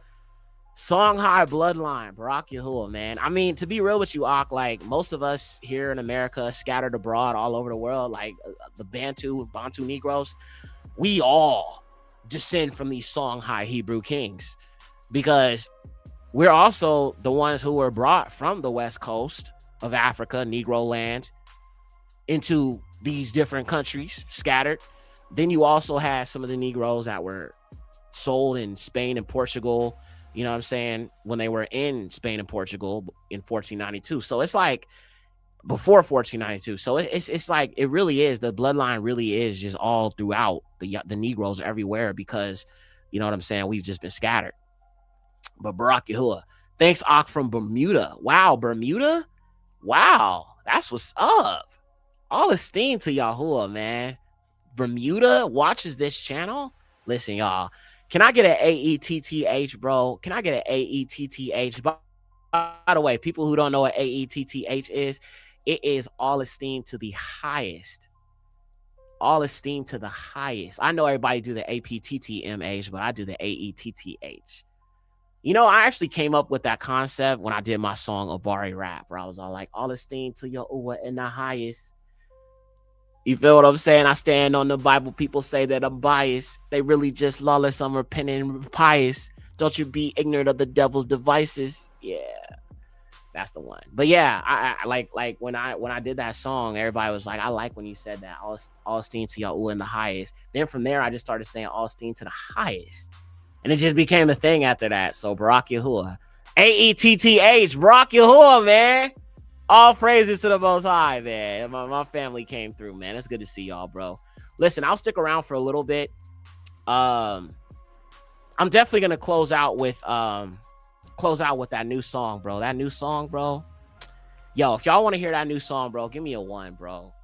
Because we got more people in here than we had before, bro. And some people ain't heard that new song, bro. So it's this new song I did called Lucifer's Children. I opened up the live with it, but you know what I'm saying, some people probably didn't hear the new stuff, the new flames. So, you know what I'm saying, I'm gonna give y'all that new fire. That new fire. Barak Yahuwah. Ones. Okay, for sure. I'm gonna play it. I'm playing. But yeah, that song though, let me just give y'all a little bit of a history on that. So the song, I just made it because, like, I'm not gonna lie, bro. I was kind of like upset about the whole censorship situation. And I've seen how the fallen seed has tried to literally stop me from speaking the truth, especially this truth. And it, at the same time, it made me realize how fragile they are. And I'm like, what the hell is sour cream supremacy? Like, what in all truth is sour cream supremacy? What is supremacy? What is it? Because I don't understand. If these people are this feeble and this fragile, how the hell are they supreme, cuz? Like, I'm gonna be honest, bro. When they make jokes about us, bro, it don't really bother me. It just make me say, okay, fine. I'll just go do a show about it and disprove it. I don't be crying about this stuff they be saying about us. I just be disproving it in my own show. I don't really care. I mean, it's like, bro, what the hell is, like, cuz what is cyberbullying, my nigga? What is cyberbullying, bro? Close your eyes, nigga. Go outside. Go touch the grass, homie. You know what I'm saying? Put your phone down. How the heck are you being bullied, bro? I'm not bullying you. I don't need to. I just be bringing out the facts, and then these heathens come watch me and then cry about it. What type of Caucasoid fragility is that, my nigga? That's crazy. Anthony says, bro, you have my people in Antigua, St. Vincent, Grenadine. Salaki, if I didn't pronounce that right, Aki. Grenadine and Zambia listening to you. You'd be surprised we are sharing. Barak Yahuwah, man, listen. I definitely want to connect with some of our people on the continent because I want to kind of translate into full-blown ministry towards the continent with the people. So, you know what I'm saying? Barak Yahuwah, man, he been putting it on my heart that I need to be doing some work in Africa to the Bantu. So, yeah, Yahuwah willing, man. You know what I'm saying? In his time, of course. So, look, they could sit here and cry about stuff instead of just turning off and unsubscribing. They want me to feel bad for them. So I was kind of irritated. So I was just like, you know what? I'm going to just make a song and just like go in, you know what I'm saying? And just like really say what I really want to say. I did a song originally called Bleach Demons and I didn't like it. Like I put it out shortly and I just took it down because I was just like, nah, I could do better than this. This is average. I could do better than this. So I ended up, you know what I'm saying, taking it down. And I said, I'm going to give myself a little bit of time. And then I made the beat and I wanted to go R&B. I don't know, man. It's just something about R&B to me. Like, y'all know me, bro. I love R&B, bro. And it's just the production side of it. That's just my sound. Like, that's just what I like over R&B type beats, you know what I'm saying? And just like a different type of percussion, not just the typical stuff, but sometimes you'll hear things in the background or like certain sounds that you typically hear in R&B type style. So that's just been what I've been doing. So I made this song and I wanted to make a song about Lucifer's children and reference Isaiah 14:19-22. So when I put out music and people look me up, they'll be like, oh, okay, I got to look this up. I want to know more about it. And then, to help our people understand the truth about this. All right. So without further ado, this is my song, Lucifer's Children.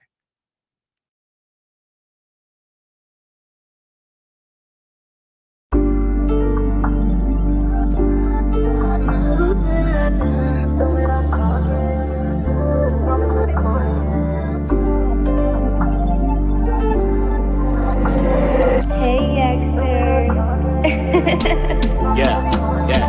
Yekcyr on the beat like that. The heathens is mad and it be like that. Whites always crying cause they weak like that. They feel the black man when I speak like that. Yeah. Shaggy unseasoned like ooh. Yeah. Expired sour cream like ooh. Yeah. Telling all my people that we better stop mixing. Children of Edom think they better off lynching. Caveman colonizer raped all women. How many black children are reported as missing? Pale-skinned demons always want to play the victim. Want to claim oppression benefit from the system. Deeds of their seed is laced with their venom. Recessive genes in them, I'm not talking about denim.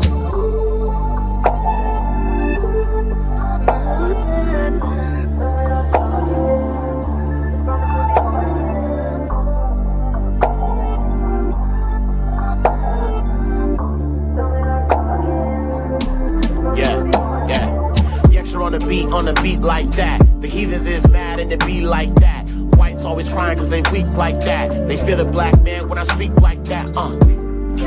Yeah. Shaggy unseasoned like ooh. Yeah.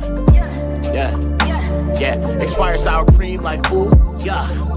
Black, stumping out white. They high off the meth or they snorting that white. Damn, hasty, known to get lice. Evils entice, sold at a price. Yeah. Judgment on the heathen like boom. Children of the devil like who? No.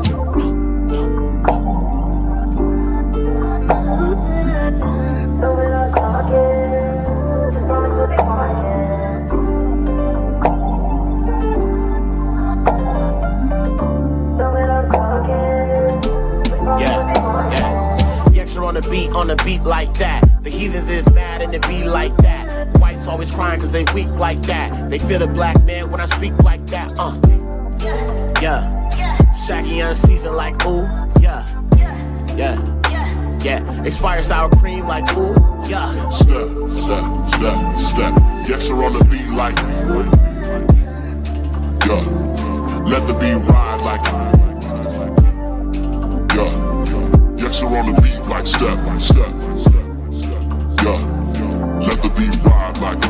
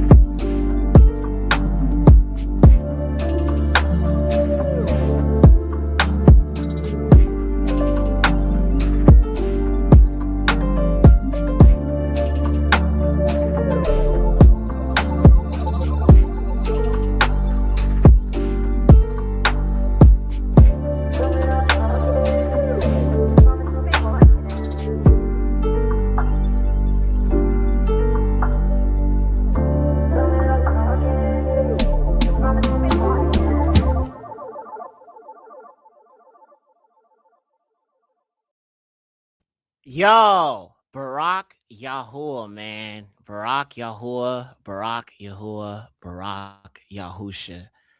Yeah, man. So that's the newest track. And like I said, I have an idea for an album. I'm definitely gonna put it on. It's not out yet. I think Black to My Roots said that she added to the playlist. It's not out yet. I'm not sure when I'm gonna drop it. I mean, obviously, I've already got a video and everything for it. I just haven't dropped it yet. Maybe next Friday, possibly. I'm kind of working on some other stuff as well. So, I'm working on some new stuff, new music, and some other things. So, I'll try to get it out as soon as possible. I like when people get excited about music. So yeah. All praises. My favorite part though of that song is when I said, pale skinned demons always want to play the victim, want to claim oppression, benefit from the system. Deeds of their seed is laced with a venom, recessive genes in them. I'm not talking about denim. That is a bar, cuz that is a bar. Like jeans, denim. You feel me? That's a bar, bro. Like all praises to the Most High, man. You know what I'm saying? But that was from my soul. When I wrote it, it was from my soul. Just as that sister said earlier, we write, we create, we make, we emote from our soul. And that's why I said shaggy unseasoned, like, ooh, yeah. Shaggy unseasoned, no rhythm, no soul, no nafash, nothing. Lunafash, no soul, bro. You feel what I'm saying? Rock Yahuwah, man. But I just love doing it. I love making music. I love that y'all rock with what I do.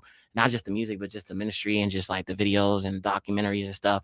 Y'all show up, man. And I appreciate y'all. And I promise, bro, as long as Yahuwah allows me to, and as long as I have a platform, I will continue to do these deep dives.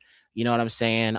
Bring out these scripts, break these things down, and try to just make sense of these end times, because we are in the end times, and there's a lot of good that comes out of these end times for us specifically when you look at the scriptures and the prophecies. And I think next week I'm going to do a video on the day of Yahuwah, a deep dive on the day of Yahuwah, or what people call the day of the Lord, the day of the Lord, right? Oh man, day of Yahuwah. So I think next week, sometime this week before Friday, I'm gonna try to do a video on the day of Yahuwah, because I think that's important to understand as well. I think sometimes people get confused on the timeline in regards to the regathering, and then the day of Yahuwah, the Joel, Obadiah, those prophecies. It all ties to the day of Yahuwah. So I definitely think that needs to be understood as well. So, moving forward, we'll definitely be doing that. And real quick, I got to ask the fam, give me a 1 in the chat if you have seen The Lamb That Was Lynched yet. Give me a 2 if you have not seen that new documentary. It's doing really well, but I think some people may not have seen it. So give me a 1 if you have seen The Lamb That Was Lynched. Give me a 2 if you have not seen it yet. It's my newest documentary on here. Just want to make sure. See who hasn't seen it, because it might be a few people, and it's new people. I think we just had a new subscriber join in on the subscribe to the channel. So thank you. I appreciate that. Okay, it's a good chunk. Y'all haven't seen it yet. Whoa. Okay. Well, Barak Yahuwah. See, anytime it's like if y'all haven't seen nothing, or you haven't, you're not wind of something, I can easily just be like, okay, here, check this out. So look, wow, a good chunk of y'all have not seen it. Pride of Judah, you have seen it, sis. You were at the premiere. I remember you were at the premiere with us. Okay, so let me drop the link to The Lamb That Was Lynched to people who have not seen the film yet. All right, let me drop it in the chat real quick here. Okay, I didn't see Yummy here, man. Is she good? Anybody talk to her? I didn't see her here today. She's always here. Always. Probably sleep. All right. So here is the link to The Lamb That Was Lynched. It's a good Shabbat. Oh, why does it always, every time I post it, bro, it like puts the link right next to the letters. Hold on a minute. Okay, right there.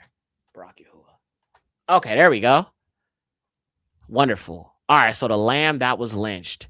And yeah, it's a good film. I mean, I know people be like, oh, our people need to see this video. Yes, they definitely need to see this video. But in regards to Hamashiach, I think that video is so important.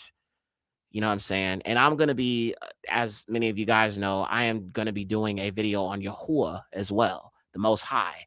The Land That Was Lynched is about Yahusha.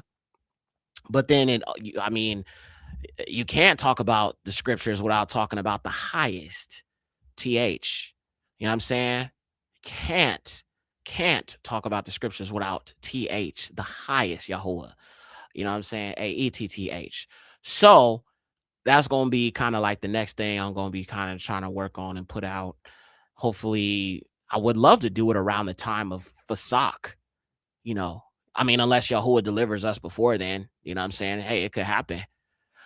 But, and also to people who want to keep the feast days for the pagan year of 2026, I will be dropping a calendar very, very soon, hopefully before the new year begins. I mean, obviously we got quite some time until, you know what I'm saying, we get to the new year for Yahuwah's calendar, which would be in spring. We got a little bit of time, but I'm gonna try to get it to you before this month is out. I'll put it up. It'll be on my blog. You can download it. And actually, what I was thinking about doing is just actually putting up on the blog and just doing the feast days for like the next 5 years or something like that, just in case. You feel me? I ain't saying we're gonna be here in captivity that long, because I don't believe we are, in truth. I'm thinking about 2030, bro. When this system is fully implemented, that the deliverance must come, because I mean, once the beast system is here, like, I mean, that deliverance is going to be important. You feel what I'm saying? So I believe if you guys, people like, I tell people I don't like to set dates on this regathering, but Yasharal, I will say, factoring in that they're pushing towards this agenda 2030, this 2030 agenda, I would say it must be before it's fully 2030. That's what it looks like to me. I could be wrong. It could be right in the midst of 2030 when we all in the system and we got to, you know what I'm saying, we need that deliverance. But I think that what's going to happen is that, well, if you factor in the whole race side of this, now I said none of this is about race, but since they made it about race, I got to explain it from that way so our people can understand. So when you see the fact that they're teasing race riots or a civil war, right? That's what these white folks are teasing. And you see the provocation of racism being given a platform, being spoken openly and unapologetically, especially like on Fox News. I don't know if y'all saw that video, bro, but one of the Fox News people was like, we need to just take people and you know, if they don't want to comply with, you know, whatever the case might be, you know, we need to just take them and just sterilize them. And I'm just like, bro, this is the evil that is being given a voice. And this is the rise of the Aryan race. And I'm saying this is the fallen seed, return of the Nephilim. But look, let me show you this real quick. Oh, Benayah Israel is live right now. He's talking about Candace Owens. Bro, Candace Owens, I think she's literally lost her mind. I'm not going to even lie, bro. I literally think she lost her mind, bro.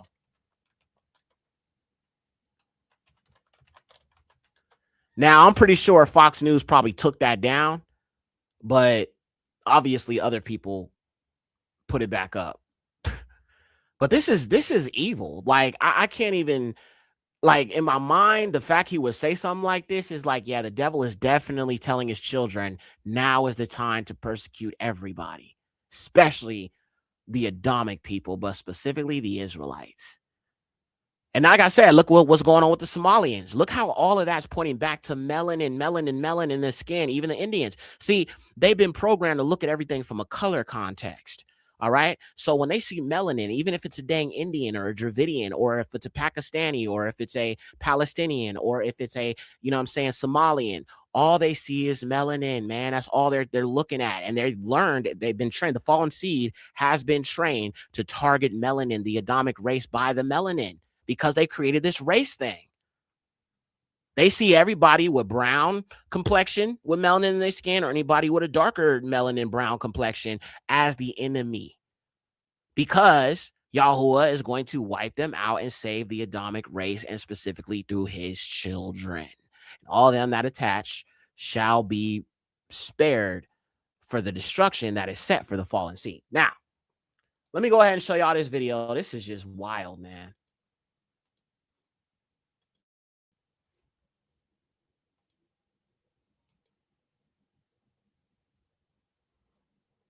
Oh, I can't hear nothing. I think I got it on mute.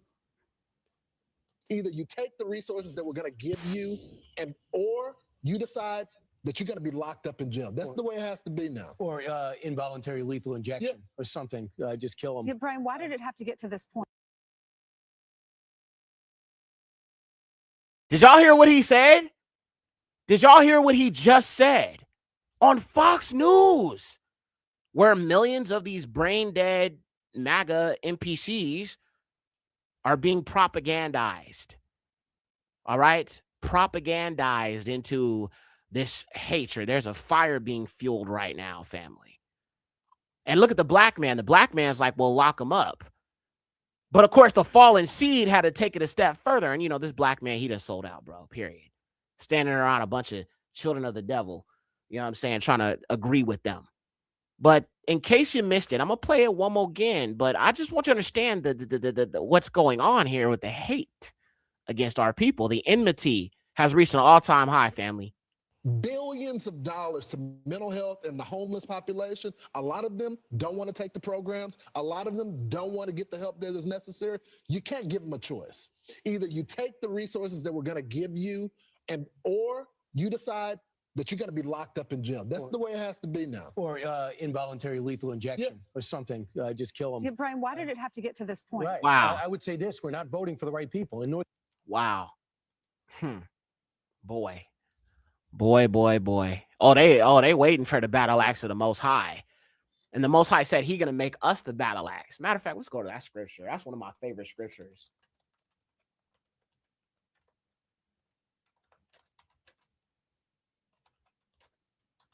Let's pull up that scripture that he will make us the battle axe. And I'm going to go to Jeremiah 51:20. I'm going to go to it in the KJV first, and I'll give it to you in the Septuagint just so you can get it, because it's worded a little different in the it's worded a little different in the Septuagint. So I'm going to just make sure I give you the KJV first, and I'll give you the Septuagint afterwards.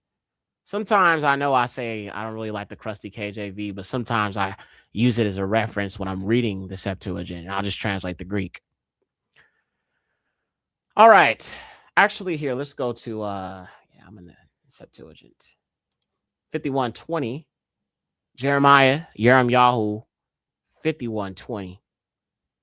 He says, the portion of Jacob is not like them. They not like us. They not like us. Hey, they not like us. They not like us. Yeah. The portion of Jacob is not like them, for he is the former of all things, and Israel is the rod of his inheritance, and Yahuwah Sabaoth is his name. You are my battle axe and weapons of war. For with you, Jacob, Yasharah, the chosen seed, will I break in nations. I'll break in pieces the nations. And with you will I destroy kingdoms. Thus say Yahuwah. Let's keep going. And with you will I break in pieces the horse and his rider. And with you will I break in pieces the chariot and his rider. With you also will I break in pieces man and woman. And with you will I break in pieces old and young. And with you I will break in pieces the young man and the maid. I will also break in pieces with you the shepherd and his flock. And with you will I break in pieces the husbandman and his yoke of oxen. And with you will I break in pieces captains and rulers. And I will render unto Babylon and to all the inhabitants of Chaldea all their evil that they have done in Zion in your sight, saith Amar Yahuwah, says Yahuwah.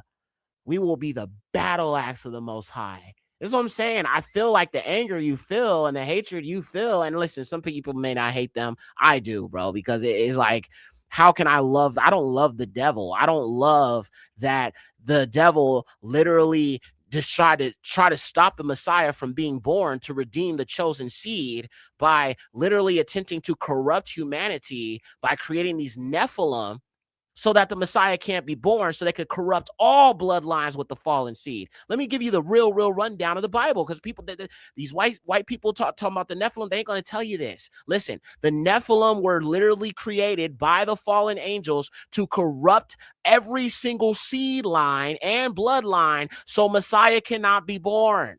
to stop the Messiah from being born. It was corrupting every single seed. And it's the same thing right now. That's why they want to mix with you. That's why they want to have children with you. That's why they want to make hybrids with you, because they want to corrupt bloodline. It's not a race, it's bloodline. And Yahuwah marked the fallen seed so you know who to avoid. You ain't even got to focus on color, homie. Look at them birth rates. Just look at the birth rates, and that tells you everything you need to know, that there is no divine salvation appointed to them, because if it was, then they would not be dying out. They have to understand, and they must understand, and they need to understand this is the judgment of the Yahuwah, all right? Because it's an appointed time for destruction for the fallen seed, and thus Yahuwah has it rolling out right before our very eyes. And this leads to the desperation, and this leads to the birth of the Aryan God-man, or the overman, or the Ubermensch. Perfected, godlike beings. Why do they seek to do this? They seek to become the overman, or the Ubermensch, or the Aryan God-man through technological means, simply because without this technology, they will not survive. So this is a rebellion. This is a full-on pale rebellion against the decree that the highest gave to the fallen angels' descendants family. This is an open rebellion against what Yahuwah spoke by the prophet Enoch. Let me give it to you again. First Enoch 12:1-6, at the time the watchers were calling me, and they said unto me, Enoch, scribe of righteousness, go and make known the watchers of heaven, who've abandoned the high heaven, the holy eternal place, defiled themselves with women, as their deeds move the children of the world. Their deeds move the children of the world, and have taken unto themselves wives, who defiled themselves with great defilement upon the earth. Neither will there be shalom unto them, nor the forgiveness of sin. Nor the forgiveness of sin or peace. This is why they're so angry. They will never find it. It's not meant for them. It's meant for the afflicted. Peace is meant to the oppressed. Peace is meant to the colonized, the enslaved, the captives. That's the gospel liberation. Let's keep reading. For their children delight in seeing the murder of their beloved ones. Highest rates in unaliving their own family, harming children, harming animals, harming everything. But they shall groan and beg forever over the destruction of their children. And there shall not be peace unto them even forever. And we confirm that in 1 Enoch 12:1-3. And before these things happened, Enoch was hidden, and one of the children of the people knew by which he was hidden and where he was. His dwelling place was as his activities were with the watchers and the Kadash of the heaven. And I, Enoch, began to Barak Yahuwah of the mighty ones, the king of the universe. From the days of slaughter and destruction, and the death of the giants and the spiritual beings of the spirit and the flesh, from which they have proceeded forth, which will corrupt without incurring judgment, they will corrupt until the day of great conclusion, until the great age is consummated, until everything is concluded upon. The watchers and the wicked ones. So with the low birth rates that are happening right now, we're seeing the lead up to their final destruction, lead up to Obadiah, lead up to Joel. As long as they're still here, yeah, they're dying out, but as long as they're still here, the judgment of Elua and the day of Yahuwah has not yet come, but it is appointed. So he's going to wipe them out, like physically by destruction, but he's also going to stop them from making more children. Okay? You see what Yahuwah is doing. You got to pay attention to the Elua and how he's moving. All right? This is why they won't talk about these birth rates affecting their people only. Let's keep going. And so the watchers on whose behalf you have not sent to intercede, who are formerly in heaven, say to them, you were once in heaven, but not all the mysteries of heaven are open to you, and you know the rejected mysteries. Those ones that you have broadcast to the women in the hardness of your heart, and by those mysteries, the women and men multiply evil upon the earth. Tell them, therefore, you shall have no peace. Come on, say it with me, family. No peace. No peace. No shalom. Lu shalom. Lu shalom. No peace. No shalom. I'm going to highlight that. No peace. No shalom. Can you read Jubilees 10, 1 through 14? Sure, sis. Jubilees 10. Yubalim. It's actually good you called that out because I have it right here. All right, sis. Sis said Jubilees 10, 1 through 14. Gotcha, sis. Shout out to the sister. All right, so Jubilees 10, 1 through 14. And it reads thus: in the third week of this Jubilee, the evil demons, Ha-Rasha-Shadim, begin to lead astray the sons of Noah and deceive them and destroy the earth. Yes, this is also mentioned. No peace. Yes, family. And the sons came to Noah, their father, and told them concerning the demons which were leading astray, darkening and slaying the sons of their sons. And he prayed before Yahuwah his Eluahi, and he said, Yahuwah Sabaoth of all flesh, you who has shown mercy to me and has delivered me and my children from the waters of the deluge, has not suffered me to be destroyed as you did the children of destruction. Okay? The children of destruction. For your mercy has great over men, and great was your mercy over Nafashi, my soul. May your mercy be exalted over the sons of your sons. Yes. And may the evil spirit not rule over them to destroy them off the earth. And you have verily blessed me and my sons that we increase and multiply and fill the earth. Okay, here's another witness.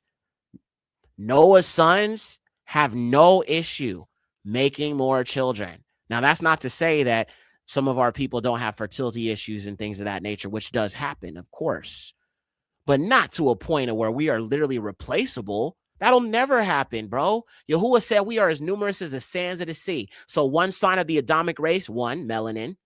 2, no fertility issues.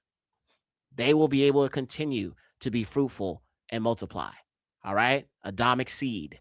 And you know the watchmen, the fathers of these spirits, acted in my day, and these spirits also which were alive, cast them into prison to hold them in the places of judgment, and let them not destroy the sons of your servant, my Alua, for they are terrible and created for destroying, and may not rule over the spirits of the living, for you alone know this judgment. Yes, and these are these wicked Shadim, Rasha Shadim. And let them know, and let them have no sway over the children of the righteous, yes, his descendants, from now on into eternity. And our Lua said unto us that we should bind all. And the angels of the spirit Mastema came and said, O Yahuwah, leave some of them before me, and they shall hear my voice, and they shall do all the things that I tell them. For if you do not leave any of them to me, I shall not be able to accomplish the power of my will among the children of men. For they are here for corrupting and destroying and leading astray before the judgment. For great is their wickedness to the children of men. And this is what I talked about. Psychopathy and, you know what I'm saying, serial killers and mental health problems. And he said the 10th part of them shall be left before him, and 9 parts shall descend into the place of judgment. Yes. And one of us said, we will teach Noah all their medicines, for they did not walk in righteousness and did not contend in uprightness. And we did according to his word all the wicked ones that were terrible. We bound in the place of judgment, but the 10th part of them were left, that they should be judged before Satan on the earth.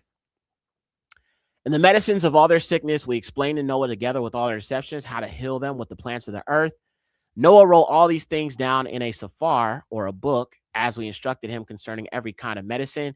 And the evil spirits were held away from the sons of Noah. And he gave all the writings which he had written to Shem, his oldest son, for he loved him exceedingly above all his children. And Noah slept with his fathers, was buried on Mount Lubar in the land of Ararat. 950 years he completed in his life, 19 jubilees, 2 weeks, 5 years. He excelled in his life on the earth and the children of men on account of righteousness, in which he alone was perfect, with the exception of Enoch. So yeah, these spirits roam the earth. Some of them went down to be held in Tartarus, and some of them roam the earth.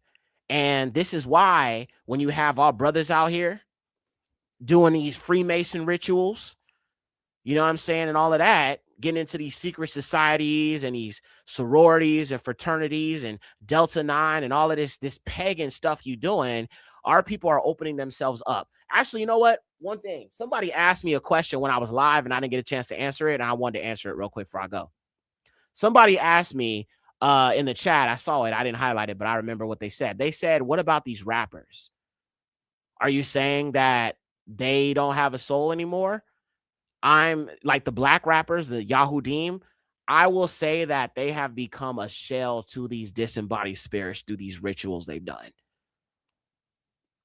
That's why when you look at Kanye West, it's like he's forever and he's perpetually in the sunken place. That's why when you see like people like Kirk Franklin and stuff like that, yeah, I believe they have been cloned and they are now indwelt by these fallen spirits. Their soul was sold. Yeah. They are not themselves anymore. So when you think about the movie Get Out, which, boy, that film, the more I like even doing the research for this, that film reveals so much, bro. Even when you look at it from an Israelite understanding, bro, it reveals so much. But like in the film, y'all, these white folks were trying to basically appropriate the bodies of Negroes, specifically young Negro males, you know, in good shape and all of that, right? They would have their little daughter to entice black men, and she would go after the NBA lineup or, you know, potential NBA prospects. She always wanted the athletes, right? Obviously, I mean, the way we build, I get it. So they would appropriate these young black men and they would basically do a transplantation surgery where they would put the consciousness of that white person into that black person's body and control their body. So Daniel Kaluuya, Chris, the main character, was put into a sunken place under hypnosis, and he was not able to control his body. His consciousness was there, but he couldn't control his body, right? That concept is applicable, I think, in a sense of these souls of the Nephilim inhabiting the body of some of these Yahudim who have sold their soul and given themselves over to demonic spirits. And so they who become a part of this industry have given themselves over to Shadim and spirits. That's why, you know, that video with Kanye, I ain't gonna lie, bro, that video with him sitting with them rabbits and, you know, holding hands with them. And it was just so weird. And part of it looked AI to me. But I remember when Kanye West came out on stage, bro, I did a breakdown of this on my Patreon video about the movie Get Out. If you haven't joined the Patreon and you want to see some of that uncensored content, please join after Shabbat. Do not join. It costs to join. It's very cheap, though, but just don't join until after Shabbat. Please don't purchase on Shabbat, okay? Thank you. Love you. Thank you for the support. So he went on stage and he blasted Jay-Z. He blasted, you know, Beyonce and Mark Zuckerberg and all of these people who are like controllers, right? His handlers or whatever. And he did this on stage. Instead of doing the song, he just went on a whole rant. He went on a rant, and literally after that, he disappeared. Nobody knew where he was. Then he reemerges with blonde hair next to Donald Trump at the Trump Tower, looking completely out of himself. They did a ritual to him. And it reminds me kind of like when what was her name? Georgina from Get Out, the black woman that was the servant to the white people in Get Out. You remember when she kind of like had a moment where she broke down from her consciousness, and then they brought her into the room with that white lady, and then she put the hypnosis on her, and she's like, "Thank you, you helped me get myself together." Same thing they did with that black man when that consciousness was breaking, and he flashed the camera, and then the old boy went wild. You know what I'm saying? Then they took him into the room and he's like, "Oh, thank you for calming me down." It's like the same. I think of that same thing, family. It's like that same type of witchcraft or, you know, whatever they're doing to our people who are part of this industry to chastise them. It's like some high level witchcraft, y'all. It really, really is. All right, let me see here. All right, so I'm going to try to show y'all something here real quick. When it comes to that hypnosis and that disassociative state that is born, and that usually comes through trauma. All right, let's see. Kanye, Trump Tower.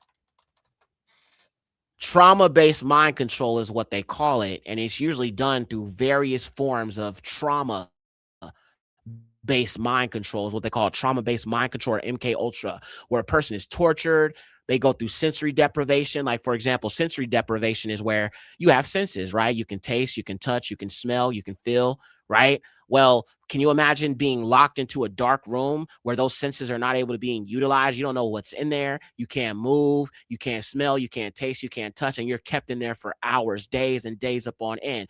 Your mind will start to literally split into two, going through that type of trauma. Going through these rituals of buck breaking. Being molested by these ish people. All these things that they're groping you in public as a man, trying to make you feel less than a man, as a black man, making you put a dress on. All of these things are rituals, man. All right. So look, let me show y'all this video with Kanye real quick, where he went on that rant and then he's seen again. And this was 9 years ago, and he just looks completely out of it. He actually looks different. And he's standing next to DJT, of all people. All right, check this out, y'all. This is crazy.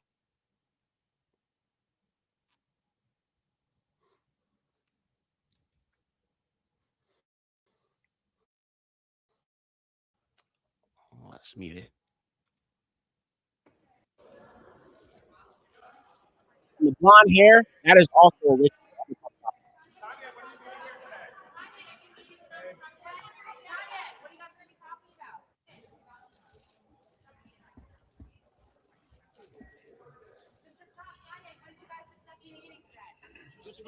Just friends, and he's a good man.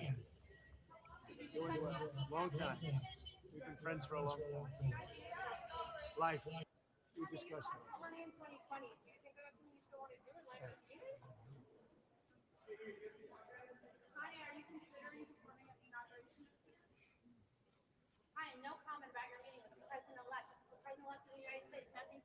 I just want to take a picture right now.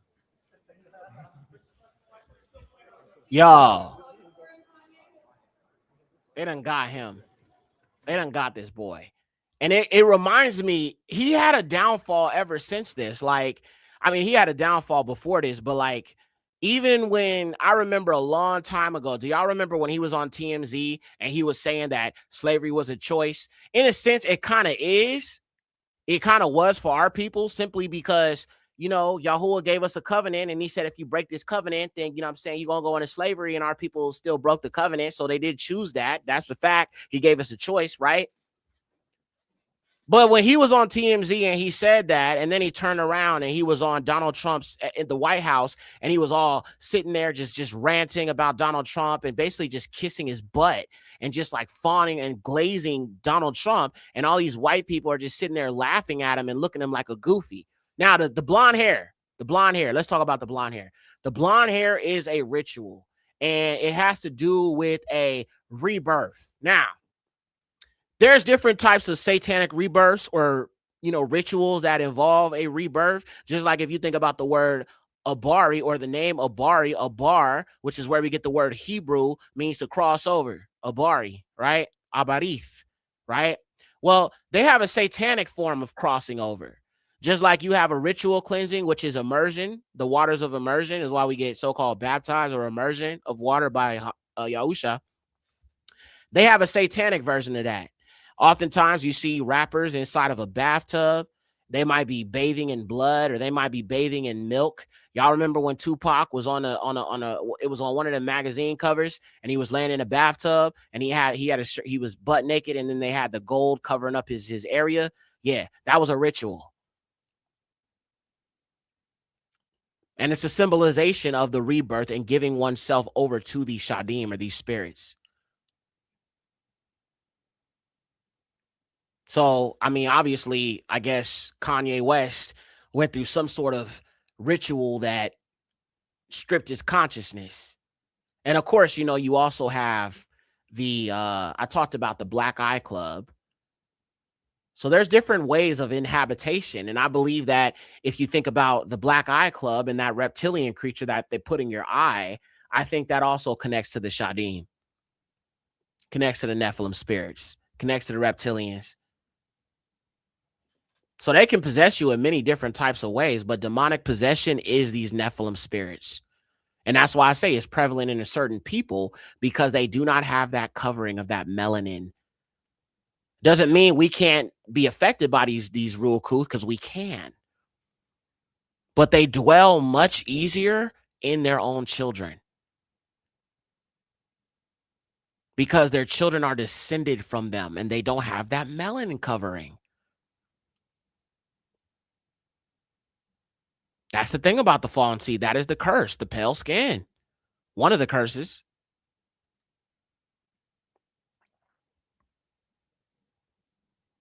They were also advertising he was available for SA.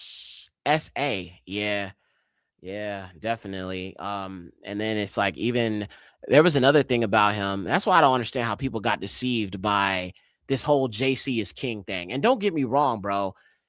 That album, JC is King, those worship songs are so good, man.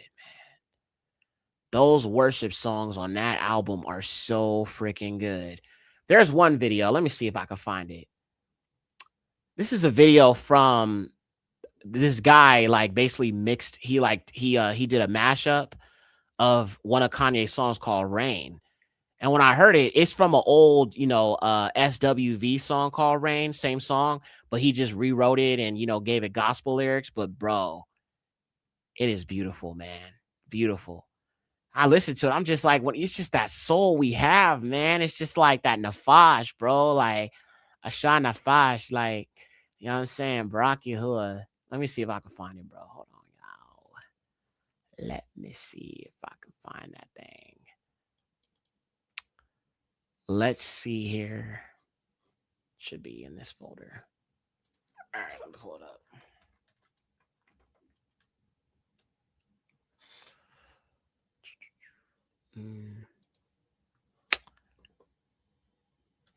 Okay, let's see here. But yeah, the album is like musically, and I'm speaking from a perspective of somebody who makes music. Musically, bro, it's really, really good. Like, and of course, you got the pagan names and all of that. But sometimes I could look past that. Like, if the song really speaks to my nafash, sometimes I could look back to it on Shabbat. Sometimes I listen to some of those old gospel songs, because even if they were singing the pagan names, one cannot deny that when it comes to worship, the way in which we worship the Alua, man, there ain't nothing like it, bro. You know what I'm saying? There is not. And it's authentic. And I know some people, a lot of times we overlook sometimes we can love somebody for their ability and their talent. And sometimes somebody could just be good at something. They could just make something and it just not really mean much to them. But for me, man, it's just, I don't know. It's just deeper. It's much, much deeper. Let's see here. I'm trying to find it. I got so many videos, y'all. It's just like insane.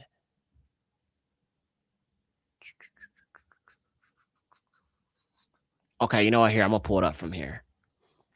Let me go to YouTube. So this is a mashup of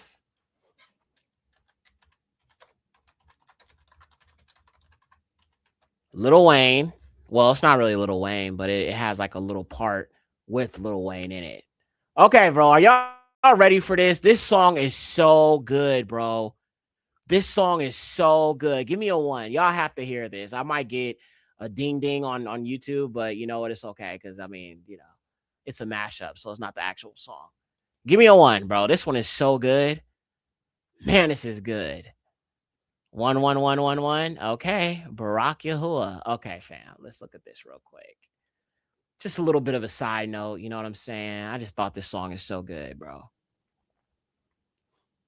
Homeboy did his thing.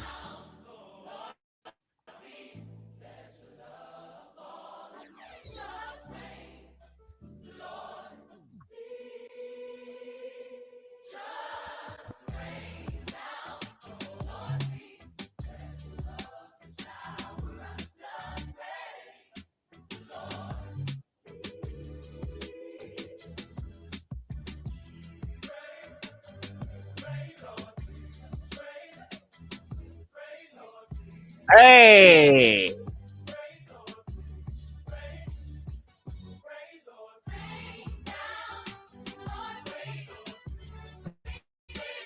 Hey.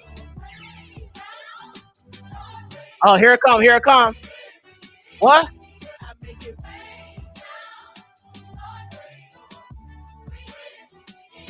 Hey.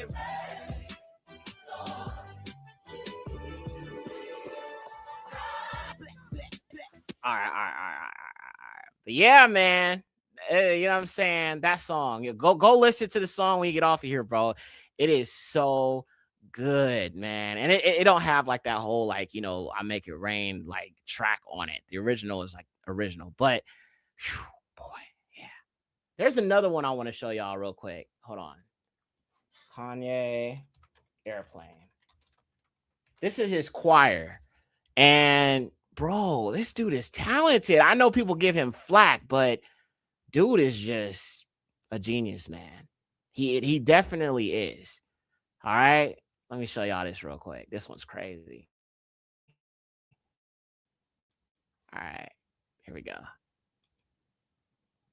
Why is it always on mute? Cuz what the heck is going on? All right, here we go. To the hustlers, killers, murderers, drug dealers, even the strippers. To the victims of welfare, but we living in hell here. Hell yeah. Now hear me, wanna see thee more clearly. I know he hear me when my Hey. get weary, cause we're the almost nearly Hey. extinct. Hey. We rappers as role models, we rap, we don't think. I ain't here to argue Facial about features. facial features. We're here to turn atheists into believers. I'm just trying to say the way school needs teachers, the way Catholic needs. That's the way I need Yahusha. Jesus, so here Single go my dog, single radio dog, need. radio needs. This ain't gonna remember anything except for Yahusha. Jesus, that means gun, sex, lies, videotape. But if I talk about God, my record won't get Huh?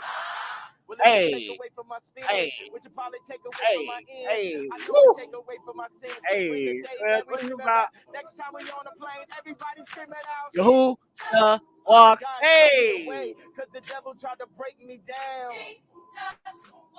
The only thing that I prayed is that my feet don't fail me now. Yeah. All praises, man. Somebody said, why he the only white dude? He's actually a talk show host. And he was like doing like this little talk show segment with Kanye, because back then he was doing the whole Sunday service thing. But yeah, man. Bro's talented, man. You know what I'm saying? He put that choir together. I know he has like some additional songwriters and people who write the songs, but bro, for him to gather them together and get that all done, like it's just all praises to the Most High, man. You know what I'm saying? Dude is a genius, bro, for real. He really, really is. And I don't say that about everybody because I don't believe everybody is. Like, you know, I mean, if everybody was a genius, man, I think this world would be a very boring place. You feel what I'm saying? Like, you know, you got to have some people who just have a certain uniqueness. Like me, for example, like I ain't trying to brag, bro, but have y'all noticed sometimes my music is hard to define genre wise because a lot of times it is a blend. I'll give you a perfect example. What genre is Lamb That Was Lynched? The song. What genre is that? You can't even tell me because it's a blend. It is a blend of different like sounds and percussive instruments, and you know, it's a blend of just different things. Like even Black Messiah, somebody mentioned that earlier. Black Messiah is a blend of soul and Afrobeat. If you listen to those drums, those are Afrobeat drums over soul chords. You feel what I'm saying? That's what I love about doing this, because it's like I can really try. I can make any type of style, any type of beat, you know what I'm saying? And I could just like ride with it and just like vibe with it and just ride with it and just vibe with it, ride with it and vibe with it and ride with it and vibe with it, ride with it and vibe with it and ride with it and vibe with it. Whoa. Yeah. Hey, all praises to the Most High. Hey, all right. Look, man, thank y'all, fam. Appreciate y'all. You know, joining the stream, checking this out. We will be back next week. Like I said, I'm gonna try to get a video done on the day of Yahuwah. I'm gonna be studying tomorrow for Shabbat. You know what? Let me ask y'all something before I go. Do y'all want me to do like I did last time? Yesterday, I did a pre-recorded re-upload because sometimes I feel like I have to re-upload videos just because sometimes people don't see them. So I could do one tomorrow. Let me see. I'm just trying to look at videos I think are important that I think people should revisit. So let me see here. Let me go on my channel, and I can do another pre-recorded stream tomorrow, fam, if y'all want that. Let's see here. Let's see, because there's a lot of videos. Like I said, I got so many of them. I think people kind of just don't know like how many I've done over the years. So let me go to some of my older videos and see what we can do. Okay, so one of them, Barak Yahuwah. Okay, so the only problem is when I do a pre-recorded stream, it can only be up to 2 hours, and a lot of my shows are like way longer than that. So let me see here. I'm gonna find one that's a good time frame, and we can just, if I gotta edit out some of it so I can upload it, I'll just do that. Dang. I don't know, y'all. I'm trying to look through my my old videos and see what I can find. That's a good lesson I think should be brought out. Yeah, I don't know, y'all. I'll figure it out. I'm just going through some of them because I'm trying to find what I have here. Yeah, I'm not sure. I'll figure it out, fam. Okay, the 400 years, the significance of 400 years. I might put that one back out. Pagan origins of birthdays. That's only like an hour. I could probably do that one. Whatever I do, even if it's one of the older videos, I'll just chop it down, take out the intro, bring it down to about less than 2 hours, and I could put it up. Yeah. All right. Well, I'll figure it out, fam. And if I do, I'm not sure. I can't make a guarantee I'm going to do it, but I think I'm going to do the 12 sons of Jacob. The Hebrew names of the 12 sons of Jacob, which is this one right here. Let me show y'all that real quick.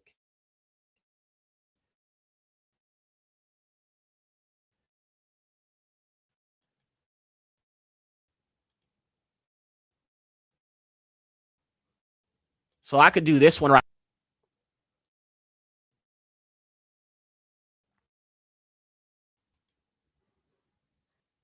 Okay, cool. So the 12 sons of Jacob is right here.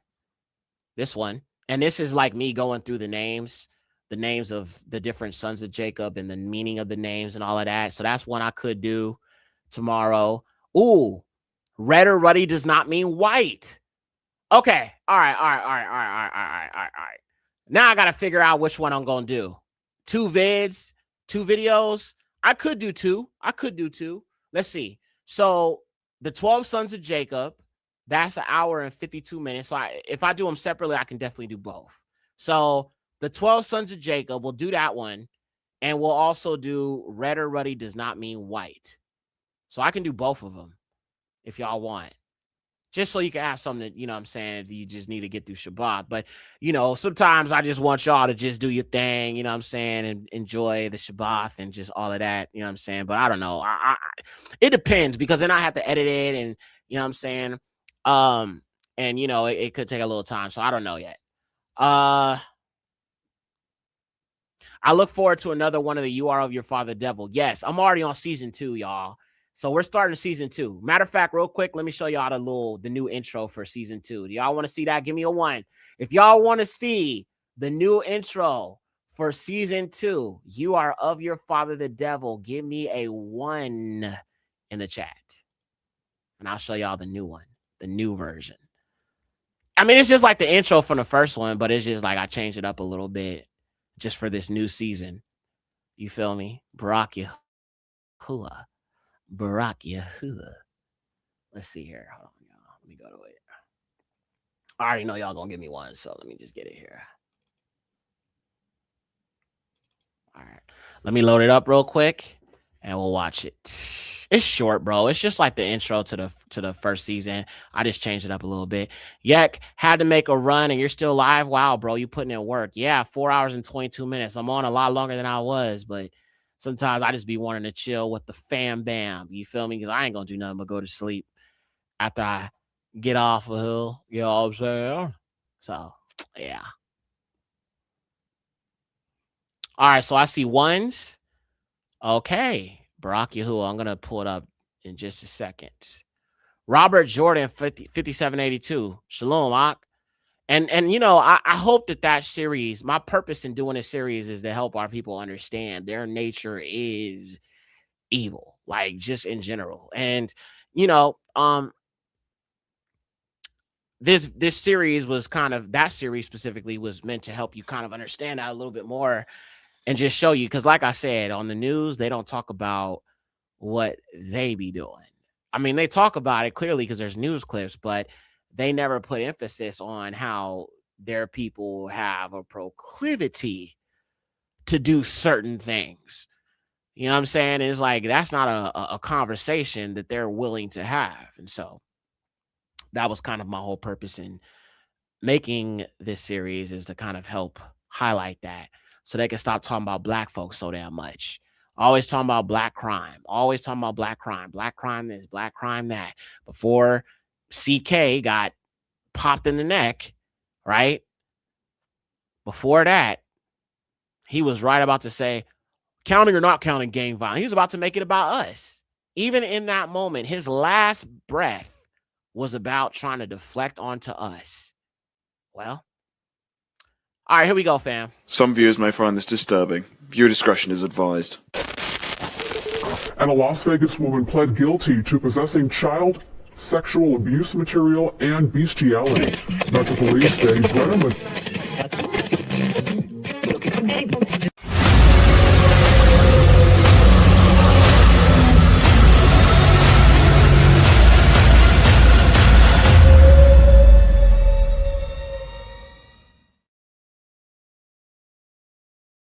Woo! I'm gonna give y'all that one more again. Some viewers may find this disturbing. Viewer discretion is advised. And a Las Vegas woman pled guilty to possessing child sexual abuse material and bestiality. Metro Police say Brennan.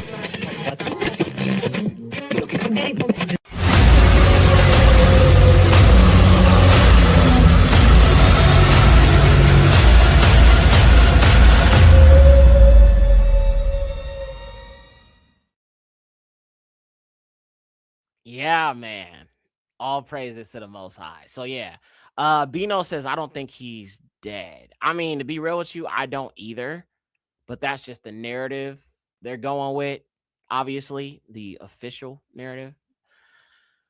I mean, as I said in my breakdown of the whole scenario, I had to take it down from here because, you know, can't talk about certain things. But in that situation, I said that it looked very A to the I. When you look at the actual video, the way it gooped out like that, that looked like AI to me. So, you know, just me, just saying. All right, fam. Shabbat shalom. Y'all have a great one. Barak Yahuwah, thank y'all again for joining the show. It was a very, very great show. Did y'all learn a lot today? Was it a good show? Was it good or was it good? Was it good or was it good? Was it good or was it good, family? Was it thoob? Was it thoob? Was it a full course meal as I said it would be? I thought I was cooking in the kitchen today, y'all. I thought I was cooking in the kitchen today, y'all. I really thought that, though, for real. All praises. Okay, I'm glad. All praises. I'm glad, fam. Well, thank y'all again, man, for the support. And until then, I will see y'all. And like I said, I'm not sure if I'm going to do the video tomorrow. I'm going to see. I got to edit it, and I don't know if I feel like doing that. I am likely going to just sleep in the whole freaking day. All right? Love y'all. Shalom.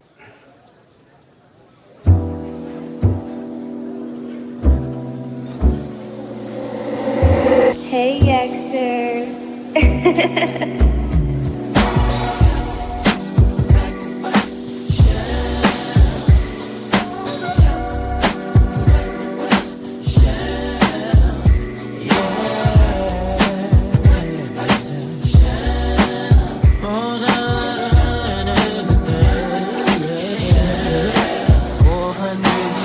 Father, get us out of here. 400 years we have lived in a state of fear. The police hung us like we're deer. Yekcyr has shed so many tears. Yahuwah, Yahusha, we need you. Yahuwah, our Aloha, deliverer.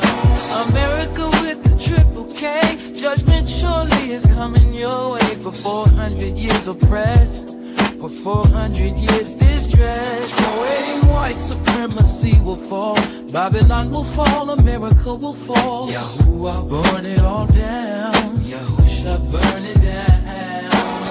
Bring fire and pestilence to every heathen that's around. We had enough, oh my Father, how much longer, oh why? Oh, it don't make sense. Father, we need some recompense. Burn it down, Babylon, burn it down. Abba, burn it down. Oh, yeah.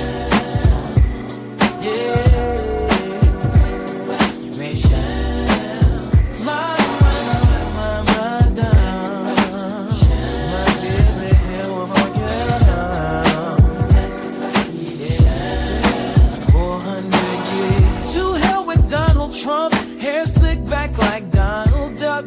Kamala Harris ain't black. I ain't siding with no Democrats. Yeah, yeah, yeah.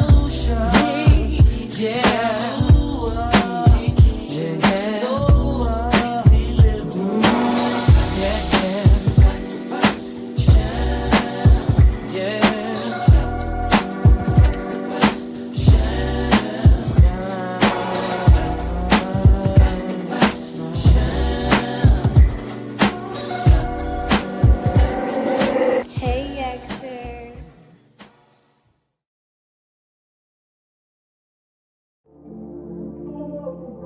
Thank you for watching. Don't forget you can support this channel by Cash App, $Malkaya Music. Also be sure to check out the Patreon for uncensored documentaries, films, deep dives, and much more content that you won't find here on YouTube. Check out the merch store for the latest trip. And let me not forget to say, if you haven't already, subscribe and hit that like button and tap in with us. All praises to the Most High, Yahuwah, the highest. Shalom.